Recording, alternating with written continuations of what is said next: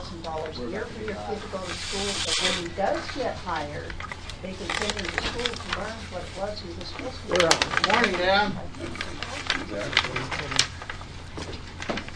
Morning. You ready? Yeah, I am ready. I guess. Are you lit up? We are. My son. What's that? Most of that weird. Lit up. I don't know. Are you lit up? We could get there. Should we?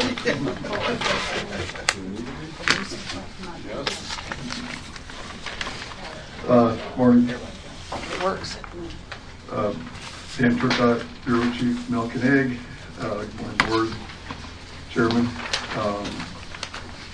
I'm going to start this morning with a quick update on my trip to National Conference on Interstate Milk Shipping in Michigan last month. The purpose of that conference is to rewrite and update items in the pasteurized milk ordinance.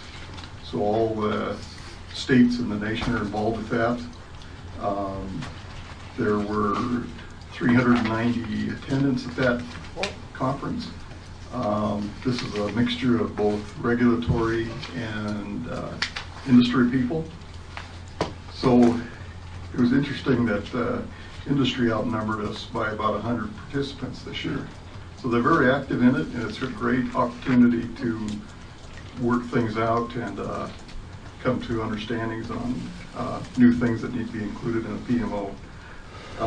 One of the things that came up, there was two main items this time, as well as lots of little technical details, but incorporating FSMA, the Food Safety Modernization Act, into the PMO. So that has been done. I think that's going to be somewhat of a relatively painless process for regulatory.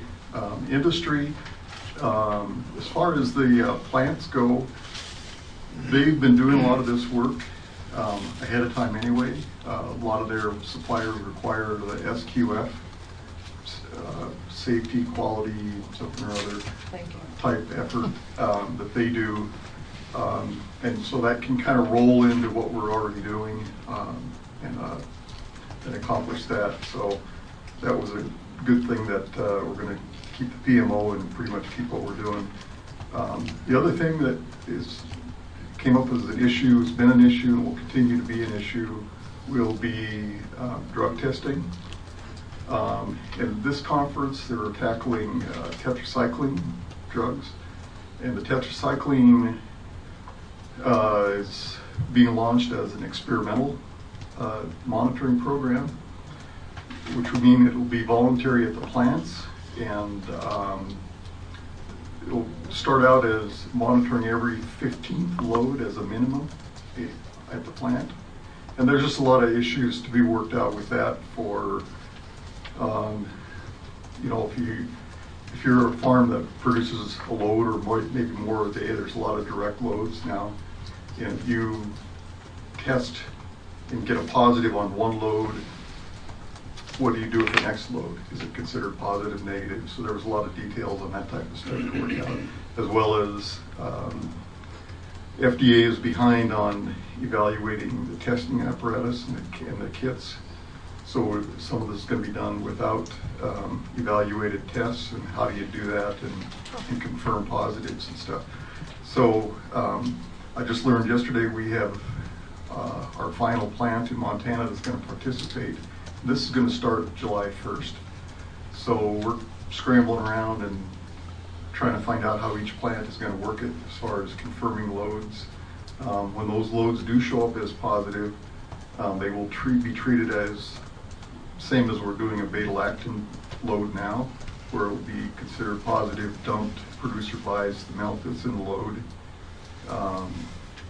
and can't ship again until we have a negative confirmation. So pretty much the same thing, just a new drug, and we're just working the bugs out as far as gearing up our laboratory, how much confirmation we're going to have to do, who's going to have to be available when, and what kind of supplies maybe we should be buying for that confirmation process. So that's what we've got going there. Just as a quick update, when they started drug testing, actually we've done the drug testing all along, but when they started the database tracking that, positive drug loads were 0.1% of the loads coming in, of the milk coming in. They're now at 0.01% of the loads coming in. So 20 years they've made progress of cutting down even positives that way. Eventually the drug testing will expand to all the drugs pretty much that are out there. The painkillers, the anti-inflammatories, they're even talking about the worming stuff that they do with dry cows and everything. So this is just kind of the start of a long process. As far as the other updates, there will be 2 state ratings, one on a plant, one on a BTU coming up next month. And also FDA will be visiting the state, doing ratings, and we'll do an overall program review this time when they come.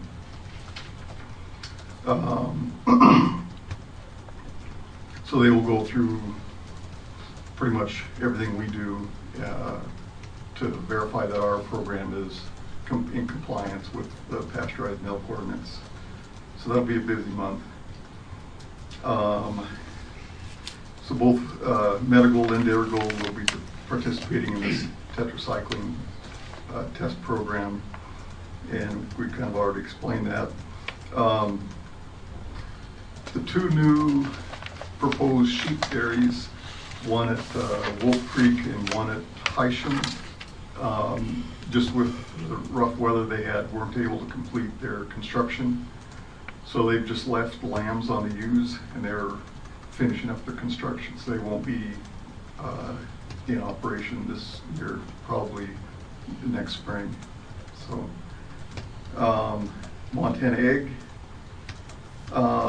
just found out that they're going to be running eggs every Saturday now. We've kind of been off and on. They've geared up staff, and we'll be running every Saturday until that new plant opens up. They're just being overwhelmed with product coming in, and they can't ship anymore to the West Coast for processing. So was out there, and the new building is going well. They're on target to get into that building and have it running August 15th or so.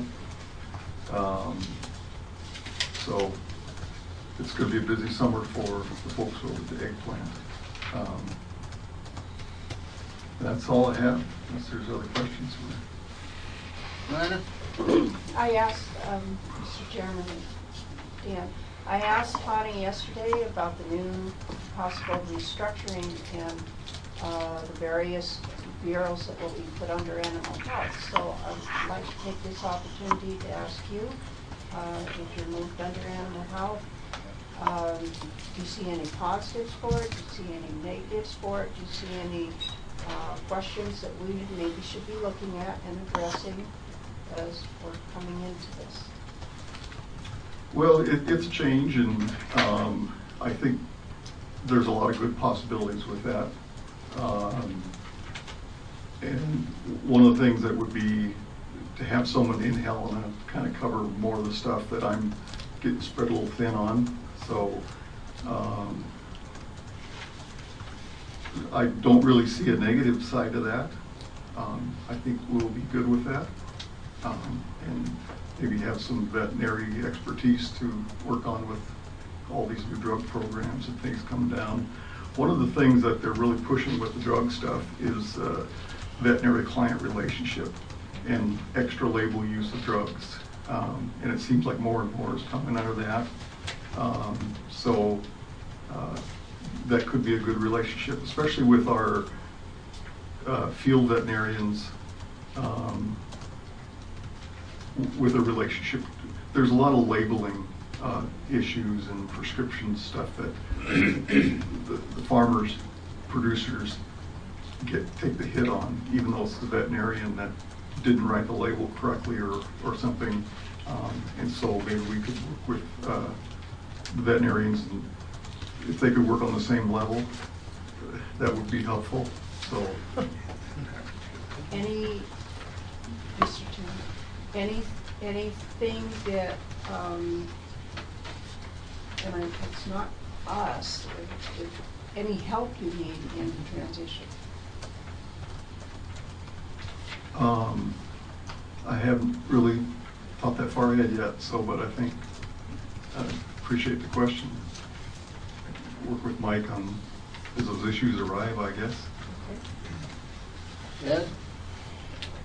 Dan, at the national conference, was there anything mentioned about making a national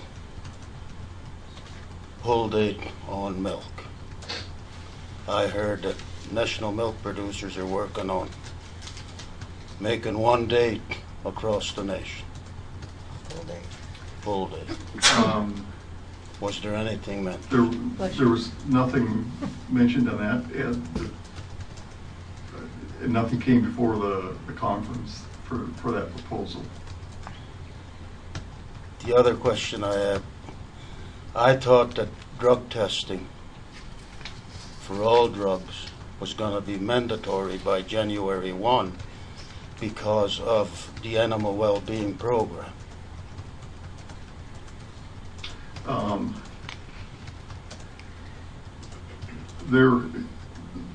This is all coming from Congress, pretty much, the pressure and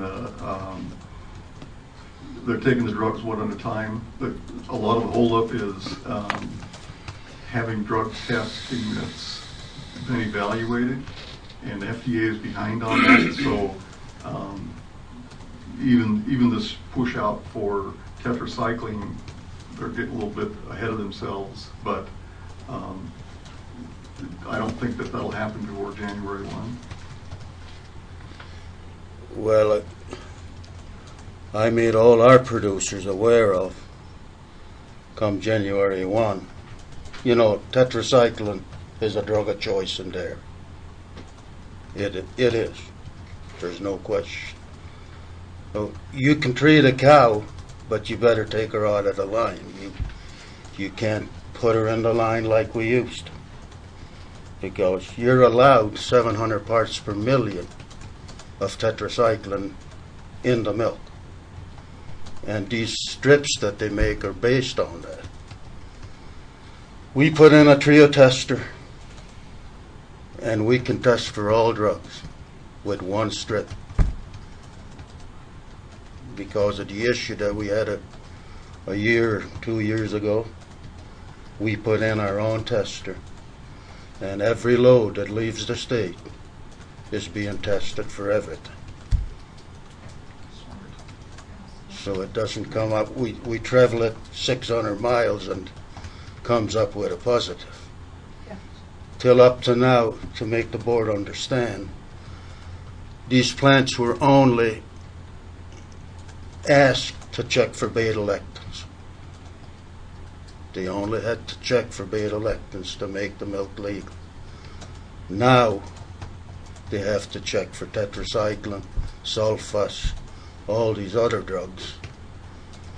Because that's where we had a hang-up. We sent a load to Salt Lake, or in the Salt Lake area, and it showed up with sulfine.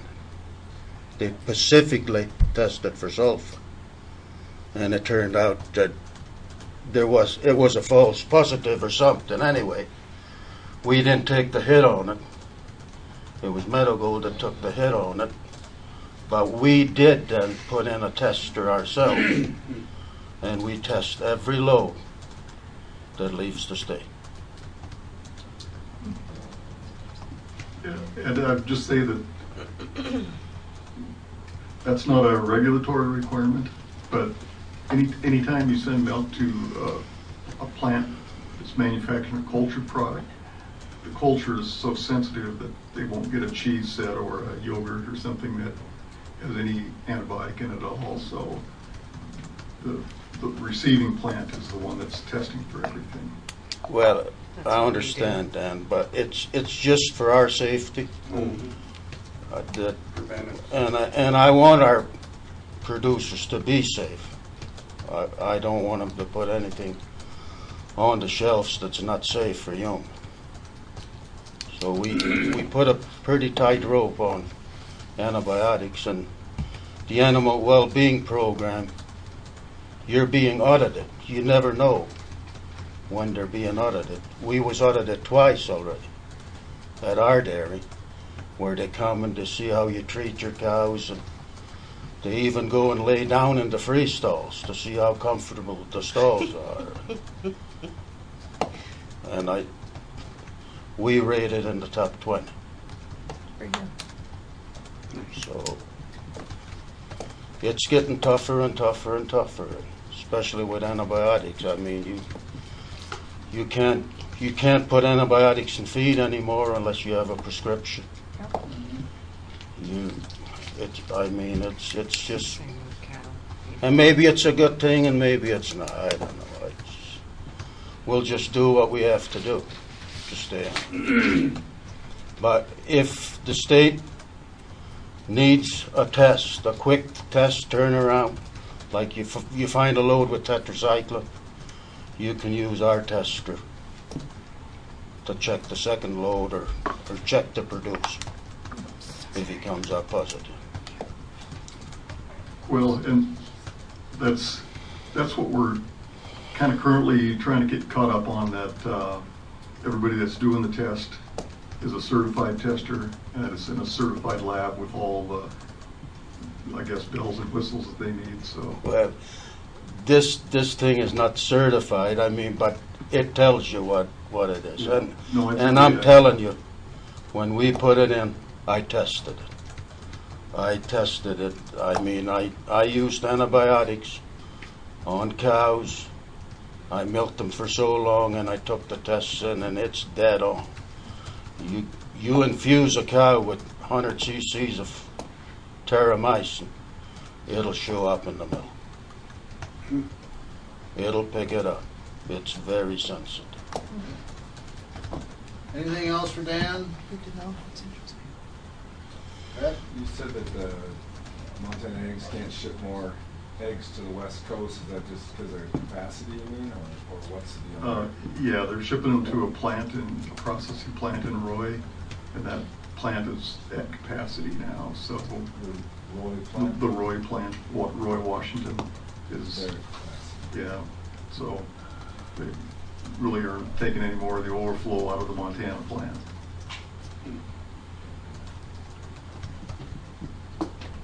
Anything else, board? Thank you, Dan. Appreciate it. Thank you, Gordon. Yeah. Thanks, Dan. Morning, Mr. George. Looks like you've been busy Lately. lately. Done. Ed? I have one more thing. National milk producers are going to be up here. You know the exact date? Yeah, it's next week. It's next week, and everybody's invited. Deans will be there with their vets on this animal well-being program. They're the ones that instigate their own program, but it's supposed to be better than USDA. So we had to go along with it, and it's going to be, the meeting is on June the 22nd, right? Yes. Where? In Great Falls. Holiday Inn. Starting at 9, probably go till 4. So everybody's invited if It's you all want about, to. Mr. Chairman, all about the animal well-being. No, it's what they're doing with our national dollars. They come up here and tell us how they're using the dollars to advertise national milk, and how the dollars are flowing in, where the dollars are coming from. And then Dean's just gonna, there'll be a lot of vets there. Our vet's gonna be there, I know, to be in compliance with them. Thanks. Thanks, Ed. George? George Edwards, Livestock Loss Board, and I'll start with my usual sheet. Right now we've paid for 35 head of animals so far, 10 sheep, 25 cattle, which is behind last year where we had paid at the same time period for 42 head of cattle. It's kind of a misnomer. You can't really go by that because it depends on when the rancher gets around to turning in claims. Because I know outstanding right now we have 12 calves killed by grizzlies and 6 pigs, which we haven't had a pig claim since I started, so when that comes in that'll be new. 7 calves killed by wolves and 4 sheep killed by wolves that haven't come in yet for claims. So we're going to be on par with last year, and that was about $168,000 we paid out last year at the market prices. And I listed out on the bottom of the sheet the payments over the years, so you can kind of see how the dollars come and go, and you can see we started leveling off in 2015, 2016. I expect this year to be pretty much the same. As far as my activities lately, been seeing a lot of Nina and Mike. We've been stock growers meetings, the Montana Ag Summit, had a meeting with wool growers, the president talked about the grizzly bear issue along with U.S. Fish and Wildlife Service, USDA Wildlife Services, and FWP. The big driver on that was to try to get some guidelines for ranchers so when the grizzly bears come on their place, we can figure out how far can you haze them without getting in trouble and getting a big fine or thrown in jail. And that leads me to the next little piece, which you have a copy of the IGBC agenda. That's the Interagency Grizzly Bear Committee, and that consists of states with grizzly bears: Idaho, Wyoming, Washington, Montana. And they have Gene Curry on a panel there where they're going to be going over this. And I know that Hillary Cooley, the new grizzly bear coordinator for U.S. Fish and Wildlife Service, is currently working on writing up some guidelines to hand out. So our meeting with wool growers actually paid off. And Senator Lou Jones was at that meeting as well, and he was very adamant that we need those guidelines, and I think that helped reinforce the issue. The next thing I was going to say is we finally got our funding from SB 73 straightened out where we could issue the payment to Wildlife Services. We issued that out a little over a week ago as $82,149. Probably came at the most opportune time you could hope for, because in the President's current budget, Wildlife Services budget is proposed to be cut in half, which would greatly impact our board because they do the investigations. And I realize that's just a starting point, and things will change and things will move. But it's really important, at least from our board standpoint, that the Wildlife Services funding gets restored as much as possible. And we look at that as a really big issue this year. We also issued out $62,400 in state grant funds. That was from a year ago. We finally caught up. We're going to have another round of state grant funds this year, so as soon as we close books the end of June, we'll know what that excess rollover is. That'll leave me with $300,000 worth with claims for next year, and with the addition of mountain lions on October 1st, that's probably going to eat up that $100,000 cushion, or a good share of it. So there's a high possibility that we won't have any grant funding for next year. And the last thing is, one of my board members, Seth Wilson, have been working to get a brochure put out, and Stock Growers was a big driver on that. And that's the safeguarding the ranch home or farm and home from grizzly bears. And I'm going to be going down to IT to have that added to our website. This is currently available on the Stock Growers website. And at the Stock Growers Convention mid-year meeting, it seemed to be very popular. And I know that at the Ag Summit, Wayne Slott, the one off the board of Stock Growers, did a television interview and was really happy about this. It's not an all-encompassing thing or something somebody has to do, but at least it gives you some ideas. And on the back page, there's phone numbers and contacts of who you can call for different things. Like if somebody wants to put in an electric fence, they can contact us for a state grant. FWP possibly has some money for it.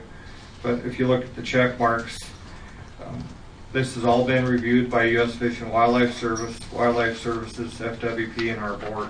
Or, well, by me, not our board. But anyway, it's nice to be able to have something hand out that's positive to try to help people out.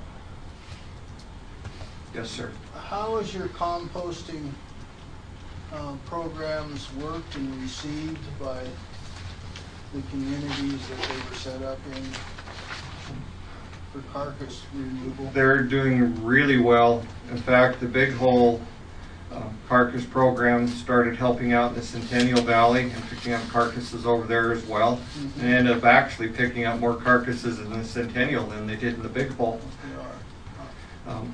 Madison County's still working on trying to get theirs going. The Conservation District County handed it over to them. They're still fighting back and forth on sites, and that they'll get there. The Granite County site has been in operation for a number of years, and we used to get a lot of wolf claims out of the Hall area down towards Peaburg. And once they started that carcass program, I rarely get a claim out of Granite County. Now, Gene Curry is trying to get one going up on the Rocky Mountain front, and they were having trouble with finding a driver, and then there were some insurance issues, and I encouraged him to put in for a grant to help cover those insurance payments, because it's all part of the carcass program. But Gene has picked up a number of carcasses up there, and they're just starting and trying to get things going, and that there's an attempt to get something going there as well. So they've been pretty well received. I don't know how well received it has been on the front yet, but I'm hoping Gene will probably give an update at the IGBC meeting. Well, I visited with Hillary Cooley yesterday morning for quite some time. She's only been there, I think, 6 months, 4 months, and she seems to be really open and bright about the agricultural world. I think we're going to find her to be somebody we can work with quite well. She came in out of Alaska. Has she been here 10 days? I was going to say, yeah, she's only been actually here for about 10 days, although she was assigned, you know, when you said. Mm-hmm. But she just finally moved here, and she's based out of Missoula. Mm-hmm. And she did seem more open. She was at the meeting that Nina and I attended as part of Woolgore's meeting with the government folks, and things are moving in a better direction, because I could see that just by the IGBC agenda that they're taking note. And I think she'll be end up taking the job here, so I think she's going to be a real positive. I do too. From our perspective, my business with her anyway was positive. So. Good. Anything else, board? John? George, I don't remember during the session a discussion, and it's probably because I wasn't there when it took place, but you made a statement that with the Lion Bill having been passed, that you're not going to have probably grants available. And was that part of the discussion during because the sponsor, I know, I talked to Ray. Did he understand that? Yes, he did. Okay. The problem was the budget was so tight that they knew they couldn't get the money in at this past session. and that they would go about it and kind of see where we're at the next session. And so, yes, he was well aware of it, and that's why he amended the bill that we pay the wolf and grizzly claims first, and then the lions later. But does he understands then therefore, if you do, when you do that, there will be no grants? Yes, he did understand that. I explained that to him. Okay. Anything else, board? Maybe this one. So was that part of the testimony?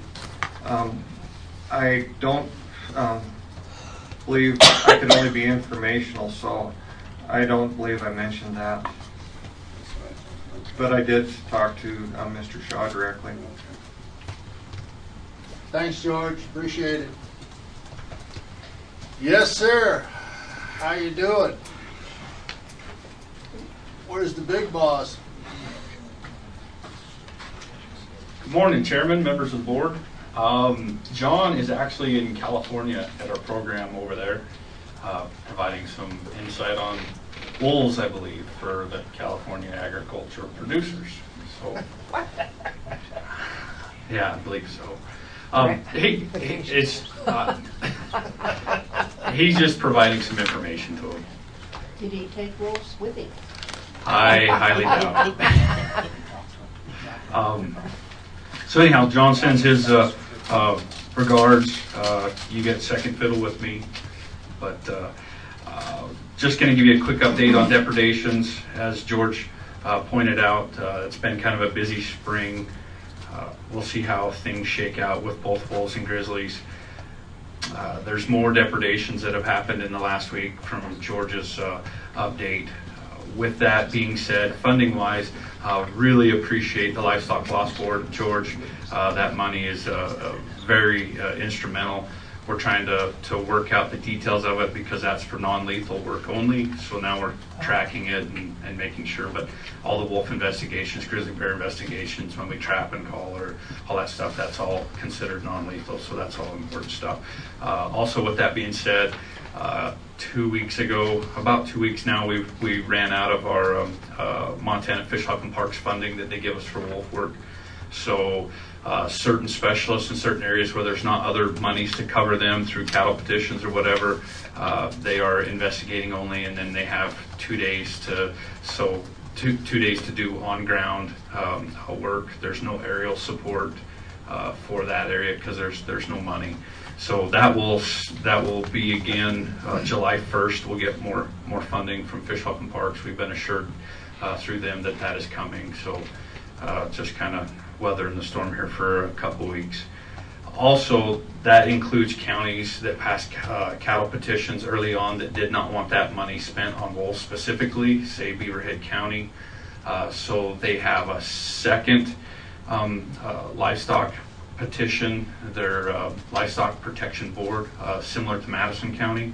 And some of that money has actually come from that program out of Beaverhead County and Madison to help cover some of the costs for wolf stuff. Our hangar that we purchased is, we're fully moved into it out of our warehouse. The holes are the helicopter hull storage. That'll save us about $10,000 a month, our program, because we were leasing through GSA, but GSA decided to pass on those costs to its consumers, which I guess we would be a consumer. So that's fantastic for us. It's a great facility. I can't wait to have an invitation for the board to come down and see where your helicopter's stored and on our facility. It's fantastic.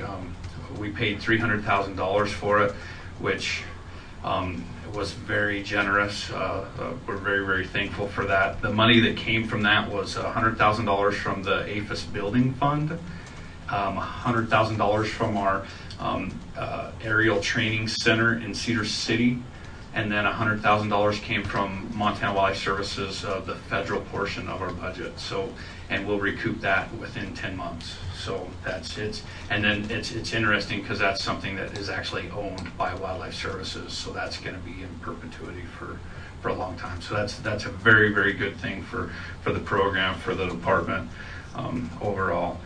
And, oh, and then last, we have some, I'm sure John talked about the AFFs, our automatic flight following devices inserted in the helicopters. Those are up and going. Pretty fantastic. It tracks in real time. I can look on my smartphone and then see exactly where they're at. Brings up a map. It also shows their elevation, their speed. I mean, it's really a great thing safety-wise. If there is a hard impact or whatever, big red lights flash, all that stuff. Plus, we have some people in our state office monitoring it. But if I want to check on them, or we're still using the spot devices where they hit OK every 30 minutes kind of thing. It's an avalanche type safety thing. If a spot or two doesn't come in before, it was kind of panic and texting and trying to make communication that way. This way I can just look up on my phone and say, oh yeah, they're still fine, they're just right there, or they're setting down, or it's pretty fantastic. So anyhow. Board. Dinah. George has sent me the list for depredation calls that Wildlife Services has done since, first one was in March, end of March. March 3rd here. Between March 3rd and May 31st, Wildlife Services had 50 calls for actual depredation. That's not the number of animals. In many cases there were multiple animals. But that's, I believe, an increase actually over last year. Chairman, Ms. Bacchus, that's actually the confirmed ones. That's not Yes. even the number of ones that we just went out and investigated. Oh. Yeah, so that's the number of confirmed ones. And there were more than one ranch that got hit multiple times in that time period and lost livestock every single time. Pretty expensive and the expense is not just the animal that's dead, the expense is the tangible effects of having the predator rip through the livestock.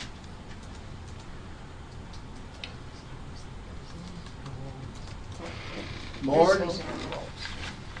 Anything else for Craig? Thank you Thank very you much. very much, appreciate it. John? Chairman, Oh, Craig. no, that's okay. Oh, yeah. We have had people here previously at the meeting over the issue of how much the Board of Livestock contributed to predator control, and the fact that the statutory, I think if I say this right, the statutory provision at the time was viewed by this board as a cap, and there was a movement to remove that cap so that it was clear that it wasn't a cap for those who were arguing it was. And last I remember, that statutory change occurred. Is that right? Correct. So if the Wildlife Services budget is cut in half, then I'm assuming there's going to be somebody or some group, as have in the past, be on our doorstep asking that we contribute more through per capita funds than what we have in the past. So my questions would be, one, is that possible based upon, I know we have some per capita funds, but is it possible to do that during the interim? Or is our line item budget approval restrictive in that regard? And then, depending on the answer to that question, if it is restrictive, I'm assuming we have the right to petition the governor's office for a variance to that regard. But it seems to me we ought to get out in front of this issue, because it's likely that budget still will have a huge impact, and we're going to have constituents who are going to come in here again and say, hey, look, we know what your budget is, but that ceiling's no longer there, or cap is no longer there, so pony up. So if I'm accurate in those statements, George's saying I am, then I would suggest that we jointly look into it with the Predator Control Board as to what our circumstances would be if Wildlife Services budget ends up the way it is, the way it looks it's going to. Because it'll be, that burden will be on us. Mr. Chairman, if you don't mind, Mr. Scully, so we're clear on that. So, yes, the law changed, or the statutory appropriation changed to state instead of saying $350,000 would be appropriated through statutory appropriation, that at least. And so that makes it an open-ended statutory appropriation, which means you can put as much money towards that statutory appropriation as you have per capita fee, which is the fund class that's tied to the statutory appropriation. The challenge in the interim is that the appropriated authority is $350,000. So we do have for this biennium a cap of authority, spending authority of $350,000. I think you're absolutely right in that the only way in the interim to adjust that would be to go to OBPP, to the governor's office, and ask for additional authority, not cash, but additional authority, so that we could go to our per capita reserves to get more dollars, which that would be one methodology that could be used. The other thing, and I was thinking about it as Mr. Edwards did his presentation, and probably some things to also clear up for the public record. I will say, and I probably need to say on the public record, I felt for Senator Connell and Representative Shaw at times during this legislative session, because there seems to be a lot of confusion in the public about how these particular programs are funded and what they're funded with. So the Wildlife Services appropriation is per capita fee. The claims program for George Edwards is general fund. And I know that one day Senator Connell got asked about that, and he had been led to believe that it was per capita fee, and of course, so everybody's for it when it's per capita fee, getting George all the money in the world. And then when they find out it's general fund, it got him spun around a little bit. So I kind of felt bad for him. And then in the case of Representative Shaw, I'll also say I felt bad because I think Representative Shaw thought he was talking per capita fee, not general fund, and of course that was the challenge. There was a lot of support for the mountain lion legislation, and then once they find out that there could be an adverse effect on grant programs in the future, then the conversation turns to additional money, but the additional money would be general fund, and that's where the conversation ended, and so we were left with what we had. So I think those are some things. One, I also wanted to kind of clear up some of that for the public record so people would understand where these dollars are coming from. It's not all per capita fee. It's not, and when it was general fund, we know what this session was like for general fund. The additional thing is we talked yesterday about the potential 0.5% cut if we reach triggers. That would also affect Georgia's program because it's a general fund program, and not a 0.5%. When you have small budgets, makes a big difference, and so we do have to contemplate that. But I would think, just to clear up and make sure, I think you're absolutely on the right track, and we need to be ahead of that, because I have no doubt that we will have constituents who will come to this table and ask us to do something if that budget is not restored through the Congress as they go through the process, and just to make sure we're all clear in talking to people out in the public, we are stuck to our statutory appropriation authority. We could potentially ask for more, but that would be beyond this board's control, whether that permission would be given or not. That permission would come from the governor's office for them to give us that authority. And so hopefully that helps answer your questions, and I also am hoping for anyone that's listening makes it very clear what machinations would have to happen if we start to think that way. Well, on the other hand, if you want to think that way, you can take a look at our animal health program too. And so I don't know what kind of cuts are out in front of there. So there's going to have to be priorities out here. I don't know where we're going to end up. Nobody does. What do you mean your animal health program? Well, we have a fair amount of bison money that comes from the federal government. Yeah, I understand that. And those cuts start to show up, and then all of a sudden this board can have to prioritize where we want to be, whether we, I don't disagree. it's just. Well, and then you couple that with what Mike described as the attitude is, as long as we're spending Mike's money and not my money, we're all good. We're all good. Yeah, but as soon as we're spending my money, we got a problem. Yep. And that's a pretty poor attitude. It is pretty But poor. in the end, that's the trap. That's the trap. That's a trap because not only do you have that issue, but then you've got the state taking on all the responsibility Mhm. of federal predator management and control.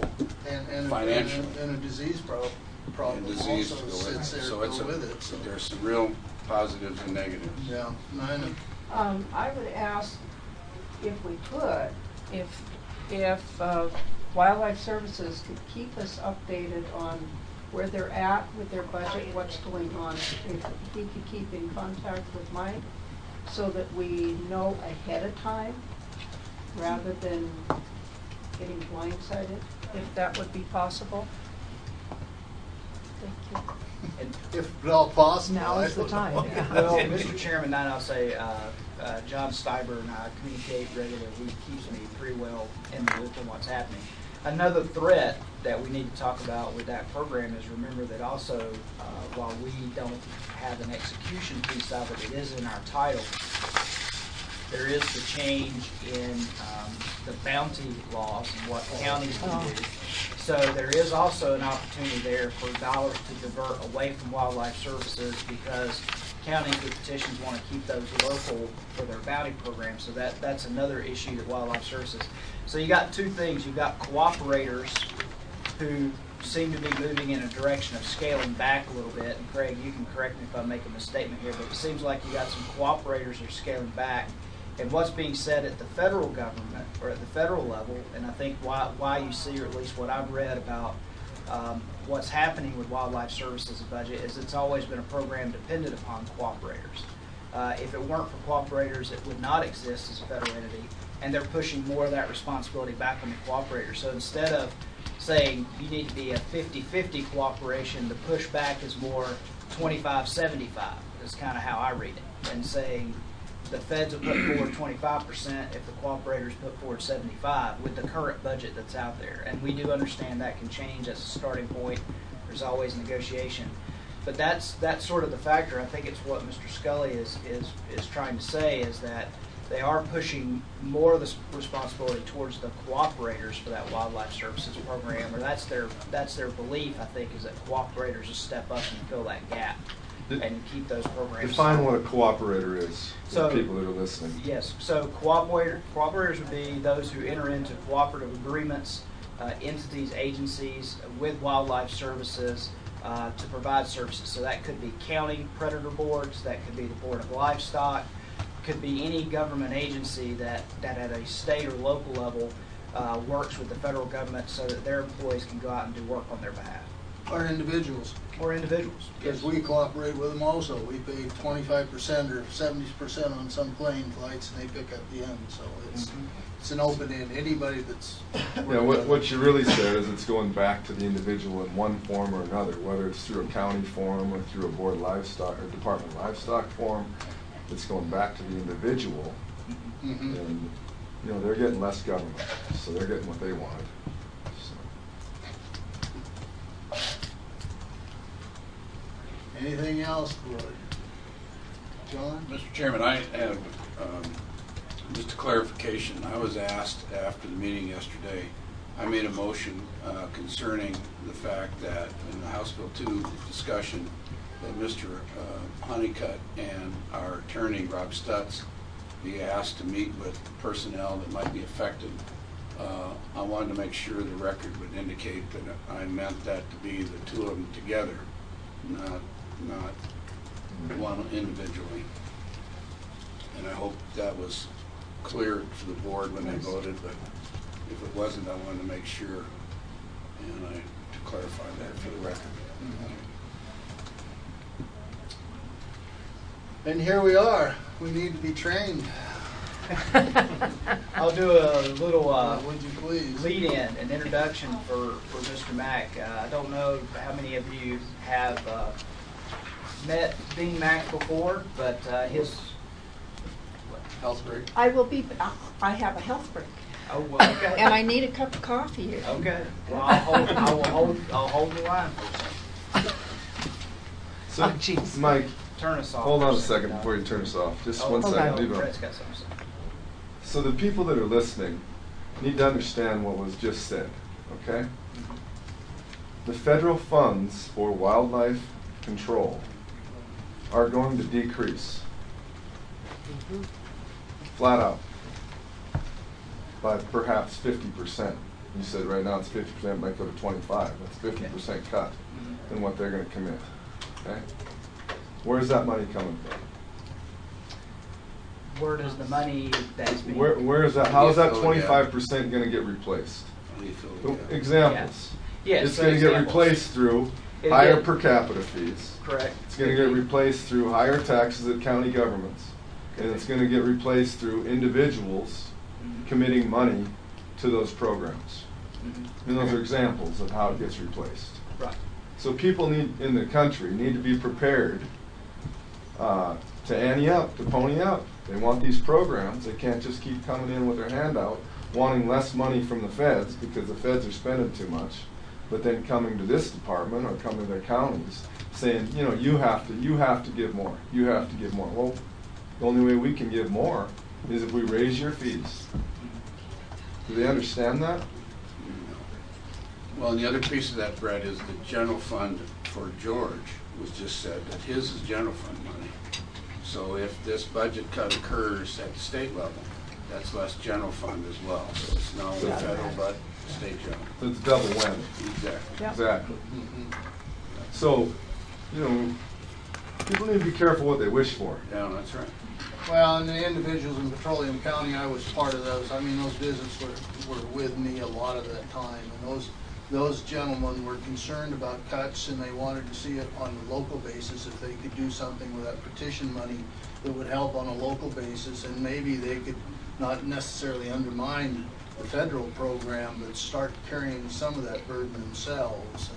And my advice was, yeah, give it a try. This may be some sort of a gear. I question it, but they wanted it and they got it, and we'll see what happens. But on the other hand, it does undermine Craig's program too, but it is exactly what I think we're going to do.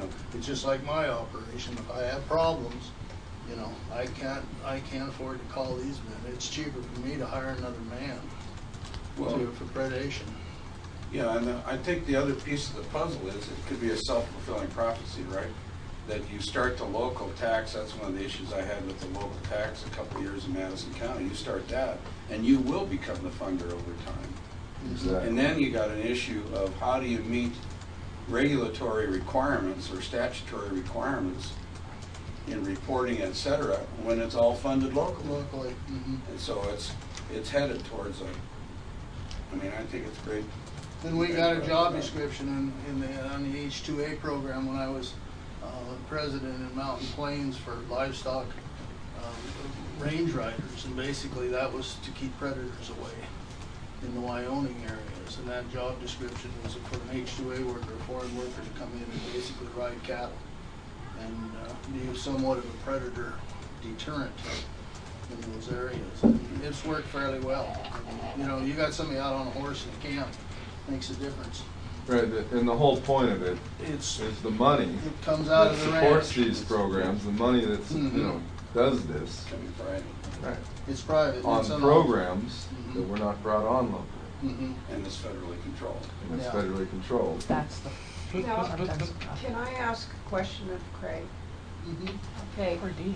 if your budget is getting cut 50%, how is that affecting the work that you do at airports to keep planes safe from bird strikes and wildlife that are out on the runways? Because that's right in the middle of this as well. And are you going to have to prioritize what money you do have to those things as opposed to predator control? That's a great question. As a cooperator, the airport is a cooperator. They pay 100% for the work that we do on airports. So it's 100% cooperative funded already. It wouldn't affect that program at all. Another piece to this, to what Brett had brought up, the other portion that'll be paid for is if the program goes away and these people that have depredation problems, they're going to pay through the depredations that they have, and it's going to increase because there will be no control. The other portion to this is the type of animals. There's state laws that says that we must go investigate wolf and grizzly bear stuff. People can't have private people do wolf and grizzly bear work. Right. That's the other portion to this. Same with mountain lions, black bears. Coyotes are a whole nother thing. So yeah, those are great questions, Nina. I apologize, we're back, we're on track. Okay. And, Now, let me- We're only half an hour I'll later. I'll continue with the introduction.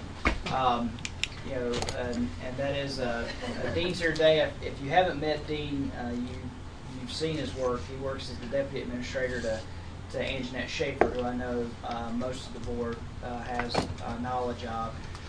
Dean, got to give him some credit here. Dean is very helpful to myself and Sheila here at the department. We have consulted with Dean on difficult personnel issues, and he's come over and give us his advice on how to handle certain situations and help teach and train and coach us. He's very helpful in that regard. So when the board wanted some additional training, that's primarily why I turned to Dean. Dean's also been a key component in helping us with becoming a pilot program for the fusion system that was developed by state HR, Department of Administration, and has been in those meetings. So he's becoming more and more familiar with the Department of Livestock, and so he has some knowledge base there, at least of our personnel issues. As Dean and I talked about preparing for this training, I'll give him a little bit. So if he seems very high level today, I'm going to be the one to give him the out on that. As we began to talk about the issues, we feel the board, particularly with its role as a quasi-judicial board that has direct oversight of the department, the things that this board legally probably should know and understand were not things we were going to get done in one meeting. And so you'll be seeing Dean again. Our plan is to have a series of times for Dean to come before the board, start at a high level and begin to delve in. And so today we're primarily, as you can see from the screen, talking about the performance management process overview. And so it'll start high level and we'll get more detailed over time. But for our hour and a half today, this is where we chose to start. And so at this time, I'll turn it over to Dean Mack. Great. Thank you, Mike. I appreciate it. And thank you, board, for allowing us to come and present some information for you. Feel free to ask questions as we go throughout this presentation. We want to provide as much information for you as possible. Like Mike said, we're going to start with an overview of the performance management process. And this is what we share with other agencies to help them improve their performance management processes within those agencies. So, the topics that we're going to touch base on today are what is performance management. We'll walk through the entire performance management process, which includes setting goals and expectations, providing feedback and coaching, evaluating an employee's performance, and then talk about what those benefits are of a performance management process. So to start with, the performance management and evaluation policy is in the Montana Operations Manual. We commonly refer to that as MOM. And the definition is an ongoing recurring process consisting of a regular informal discussion and formal meetings during which employees are evaluated and provided feedback about their effectiveness in meeting the goals and adhering to agency mission and values. And we're going to take a look at that more in depth as we go through this training.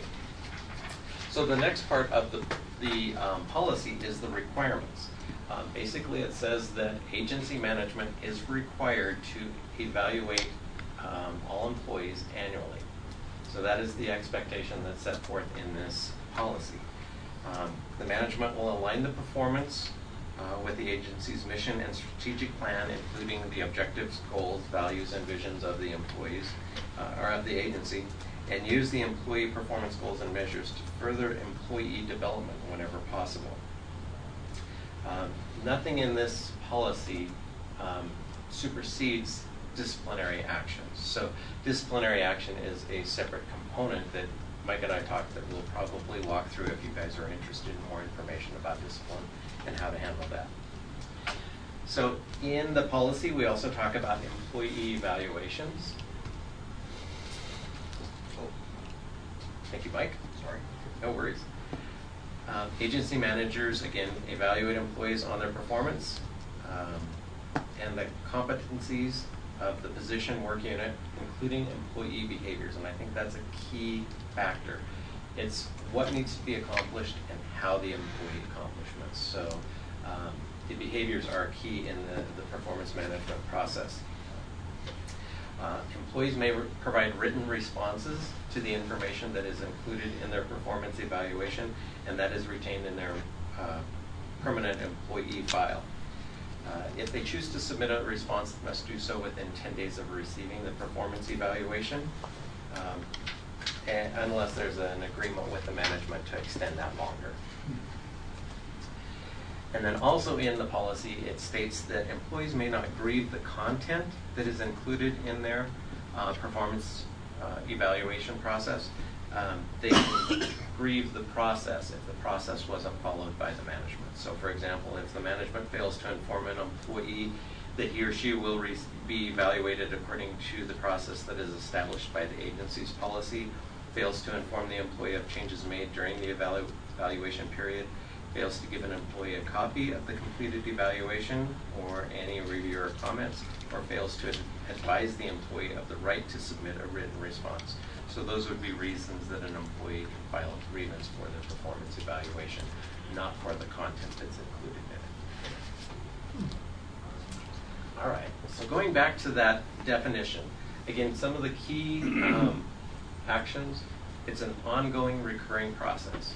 And you'll notice that I say the performance management process, not a performance review.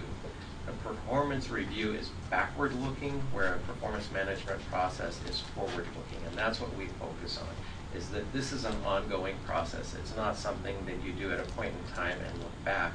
It's always going forward, and it's a continuous process. It includes regular informal discussions. So conversations with the employees, managers have conversations with the employees throughout the performance review process. They may just be, hey, how's it going? How's that goal coming along? Did you met the goal on that? Are you having any problems? Providing some feedback, coaching. Then there's also what are we call formal discussions or formal meetings, where they sit down and do a point in time check. Okay, how are you doing? Like midway through the performance review cycle. How are you doing? What have you accomplished? Where are you concerned about meeting those goals? Things of that nature. Employees are evaluated. They receive feedback about effectively meeting their goals and then adhering to the agency's mission and values. Yes, please. Because we have regulatory enforcement and statutory enforcement, Correct. they may not be stated in a goal or a mission and value statement. Okay. So do we have to state as a matter of policy then for purposes of evaluation of adherence to state statute that enforcement of state statute is part of our policy and review? Do we have to have that positively stated somewhere? You can have that as a specific So that we goal cover in that? Exactly, in a specific manager's and or employee's performance evaluation. You could put those specific requirements in there, that they must meet those requirements as part of their job. And I guess my point is, if we don't, then we better. Yes. All right? Exactly. If we haven't done it, which I don't think we have, then we probably should. Right. So, Dean, follow-up question that I would have to what Mr. Scully asked, and I think drills down a little further, and this would help with my understanding too, is that may not be a specifically stated goal, but it certainly is an essential function of the job listed in the job description. So if you're thinking about someone who's met their goals and someone who's complying with your competencies, but yet they're not performing an essential function that's listed in their job description, does that essential function somehow have to translate to the performance evaluation document, or because it's an essential function in the job description, the agency would be able to take action if someone was just failing willfully not to comply with that? Correct. I think Yeah, that's absolutely. Yeah, and that could be part of that disciplinary action, or in the, for example, a performance improvement plan.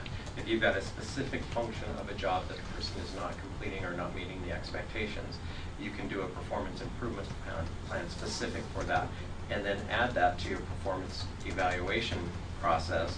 Again, because it's a fluid process. It's not just you set it and put it on the shelf for a year and then come back and say, yeah, you did it or you didn't do it. That would be an example of when you meet with the employee and say, look, we've got a concern with you're not meeting these expectations. Let's talk about that, establish a performance improvement plan, set those expectations, and then incorporate it as part of the performance evaluation process. Absolutely.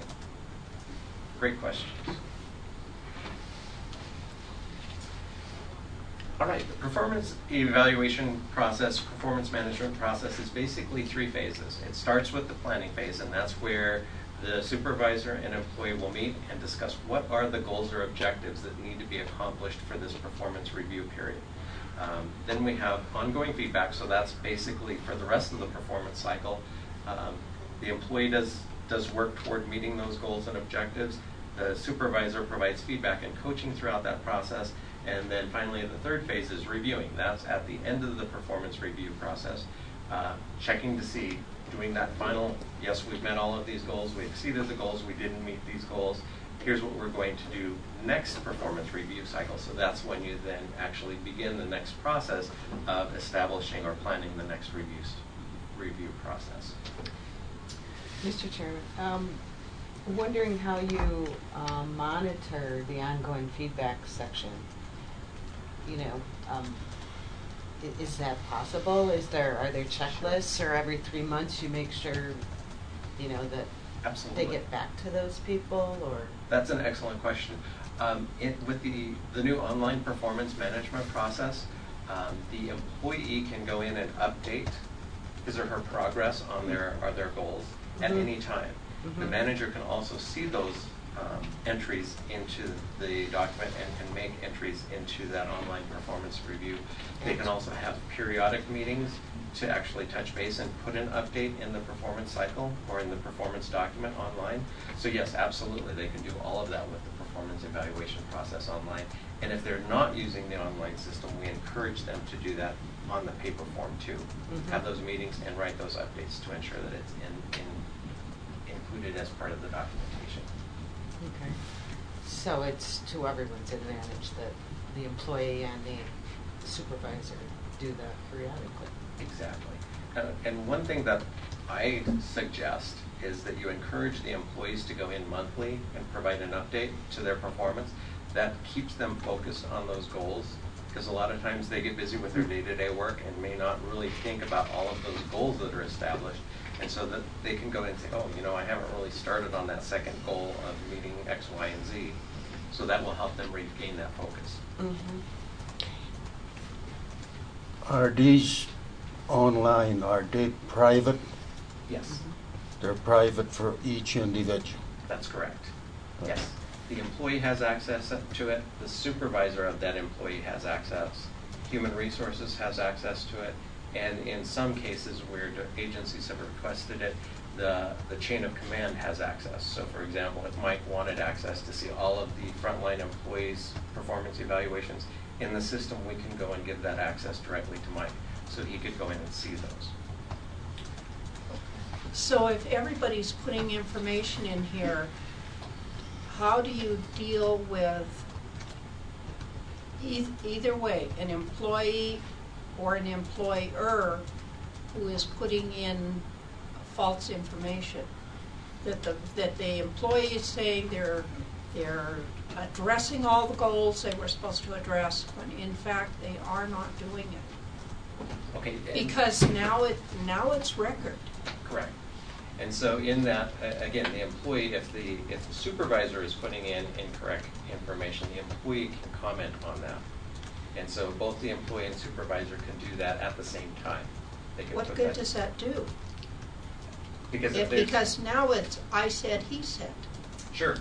And if that's the situation, then they would take it to the next level. So, for example, if the employee doesn't believe that his supervisor is accurately addressing his or her performance, that employee can go to human resources or go to the supervisor's supervisor and have that specific issue addressed. So I'll stick just so, because one of the issues I consulted with Dean on, so that you're all aware, and one of the reasons that I called him up one day was how would I, because I had a need to do this, how would I as an agency manager deal with an evaluation that I didn't agree with for an employee that was 2 levels below me? And I had certainly enough personal experience with that employee to be able to make my own evaluation of their performance. My evaluation did not match their manager's performance. And in working through that with Dean, there is a process for me to do that. Now the challenge is, and it's not really a challenge as small an agency as we are. If we were a 1,000-person agency, it might be more difficult. But we're close enough here that there's very few people that even I as an agency manager, there's very few people who work here where I'm not going to have some personal knowledge about some aspect of their performance. So the manager, that person who's stepping in, they can't do it off hearsay. They got to do it because I know this, I've seen this. At least that's the way I understand it in our consultation. But that's the checks and balances system that needs to occur. And I'll maybe it's an editorial point, but it's one of the probably major concerns as your executive officer that I've had in my time here is because this ongoing feedback piece, these conversations have not been taking place. It's one, and there's myriads of reasons for doing it. One, we have supervisors in place that we never trained to be supervisors. So that's one thing we have to correct. So there's the Professional Development Center runs a series, supervisor series that we are trying to get all of our supervisors through, and moving forward would require any new person coming into a supervisory position to get registered for that professional development course and go through this. It's run out of Department Administration. They're covering these exact topics so that those new supervisors know what their obligation is. It's also the other reason where you see in our conversations about structure yesterday, most of our people who are managers also have a technical responsibility. So Dan Turcotte was in the room earlier. Dan Turcotte has technical responsibilities, yet he also is a manager. Now, Dan is a little different story. He has a limited number of people. But if you have that person who has technical responsibilities also trying to manage 12 or 13 people, then these processes don't take place because they're putting out fires on the technical side. So that's why through structure, you've seen us try to address that when I use those terms I used yesterday, span of influence, span of control, to get the span of control for the supervisor down to a number of people they can intensely focus on these processes with and do the regular monthly check-ins, do the ongoing feedback. And so there's multiple ways we're trying to address that. There's concerns about, I think there's concerns about the competency of our supervisors, and since I'm saying that on the public record, I'll follow it up with, because we put people in supervisory positions and never train them on that aspect of their job, so it's not their fault. They're just never trained on what they're supposed to do. So we've got people in that position, and then we also have the other compounding issue of having people who have a managerial responsibility, one, over such a broad spectrum that the time is not there to do it, or we've given them supervisory responsibility over someone that they never interact with or very rarely interact with on a regular basis. And so therefore, how can they dispute what the employee says if they've never been out there with them or never seen them out in the field or wherever they're at? And so, so those are there's multiple ways to deal with those challenges. I think what Dean's putting forward here is we're seeing, what the ideal process would be.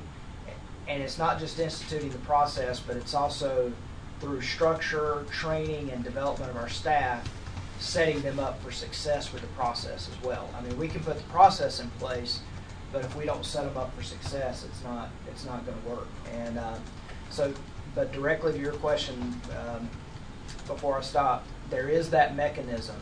And around here, once again, we're lucky that we're small enough that if the next level, and I would require that the next level look at it, I would require that I look at it too, that I go through and kind of check. because I know where the problems in the organization are, and making sure that that there's not that collusion, which is what I think you're saying. I'll scratch your back, you scratch mine. I'll make sure you get a good evaluation. You say good things about me.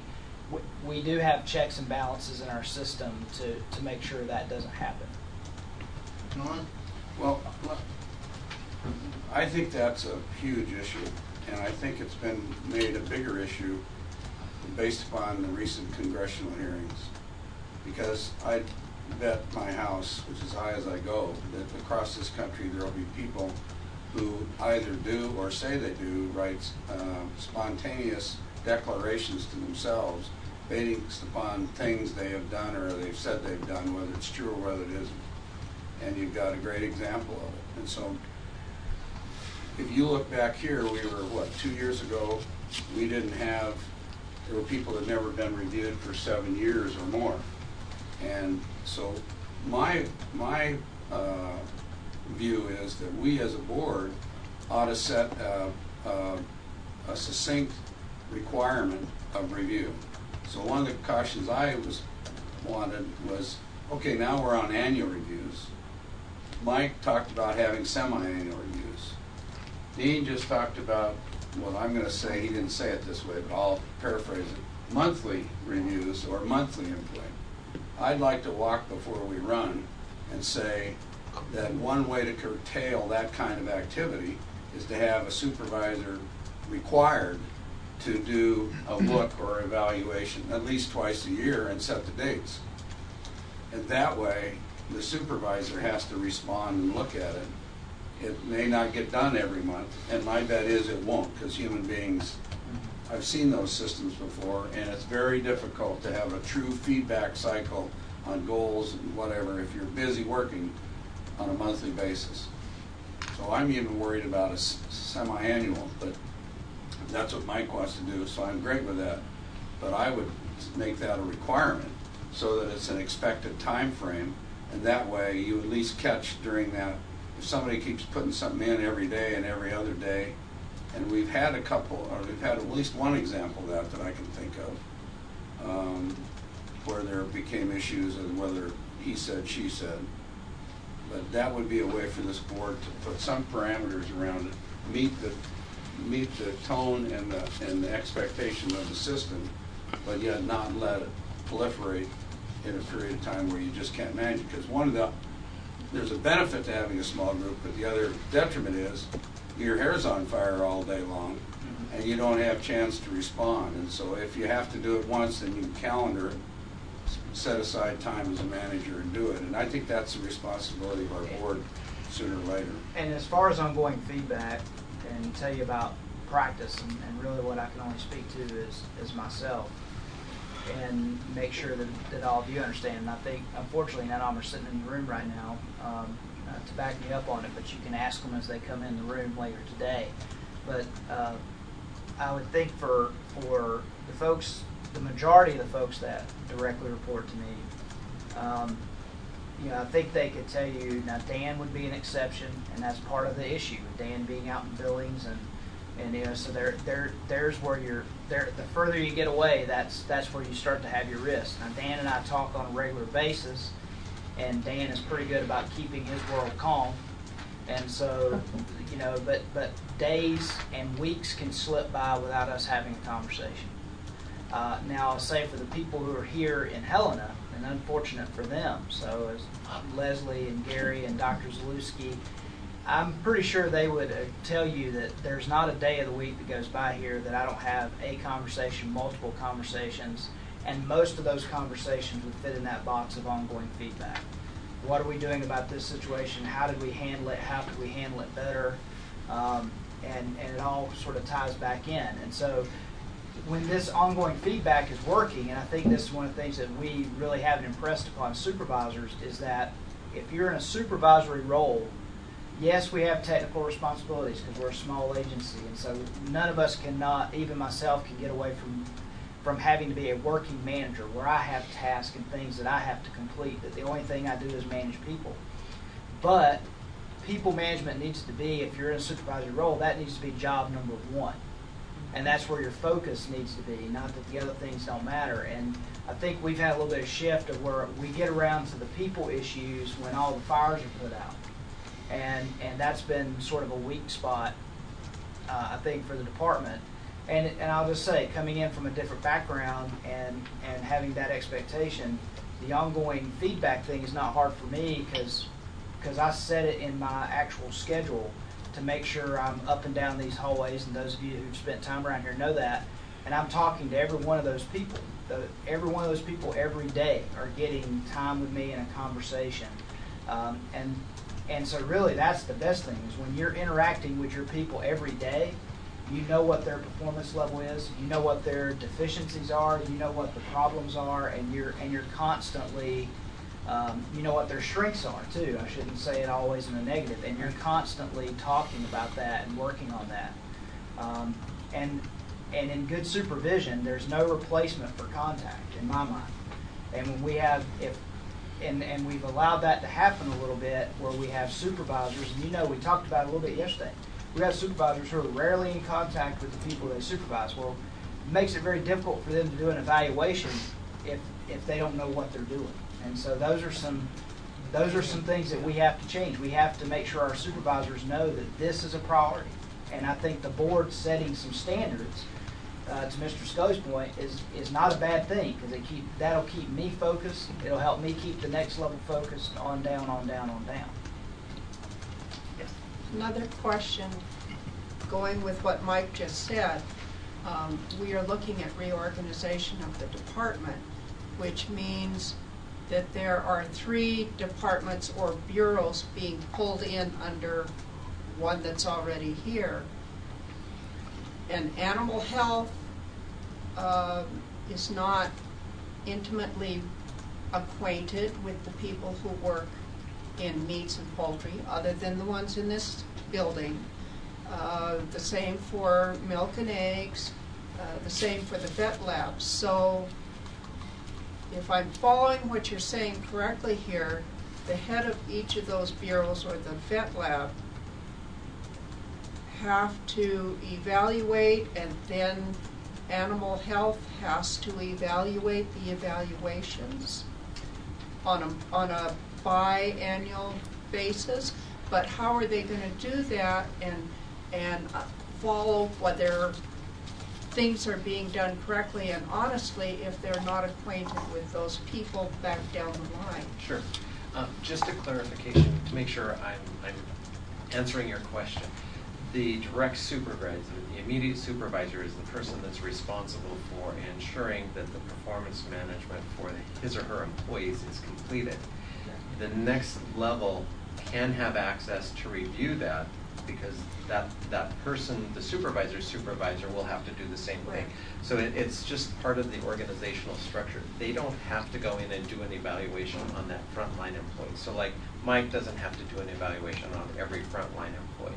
He can just have access to see that information to ensure that what he's seeing and hearing in the organization is happening, and that information that's recorded is accurate.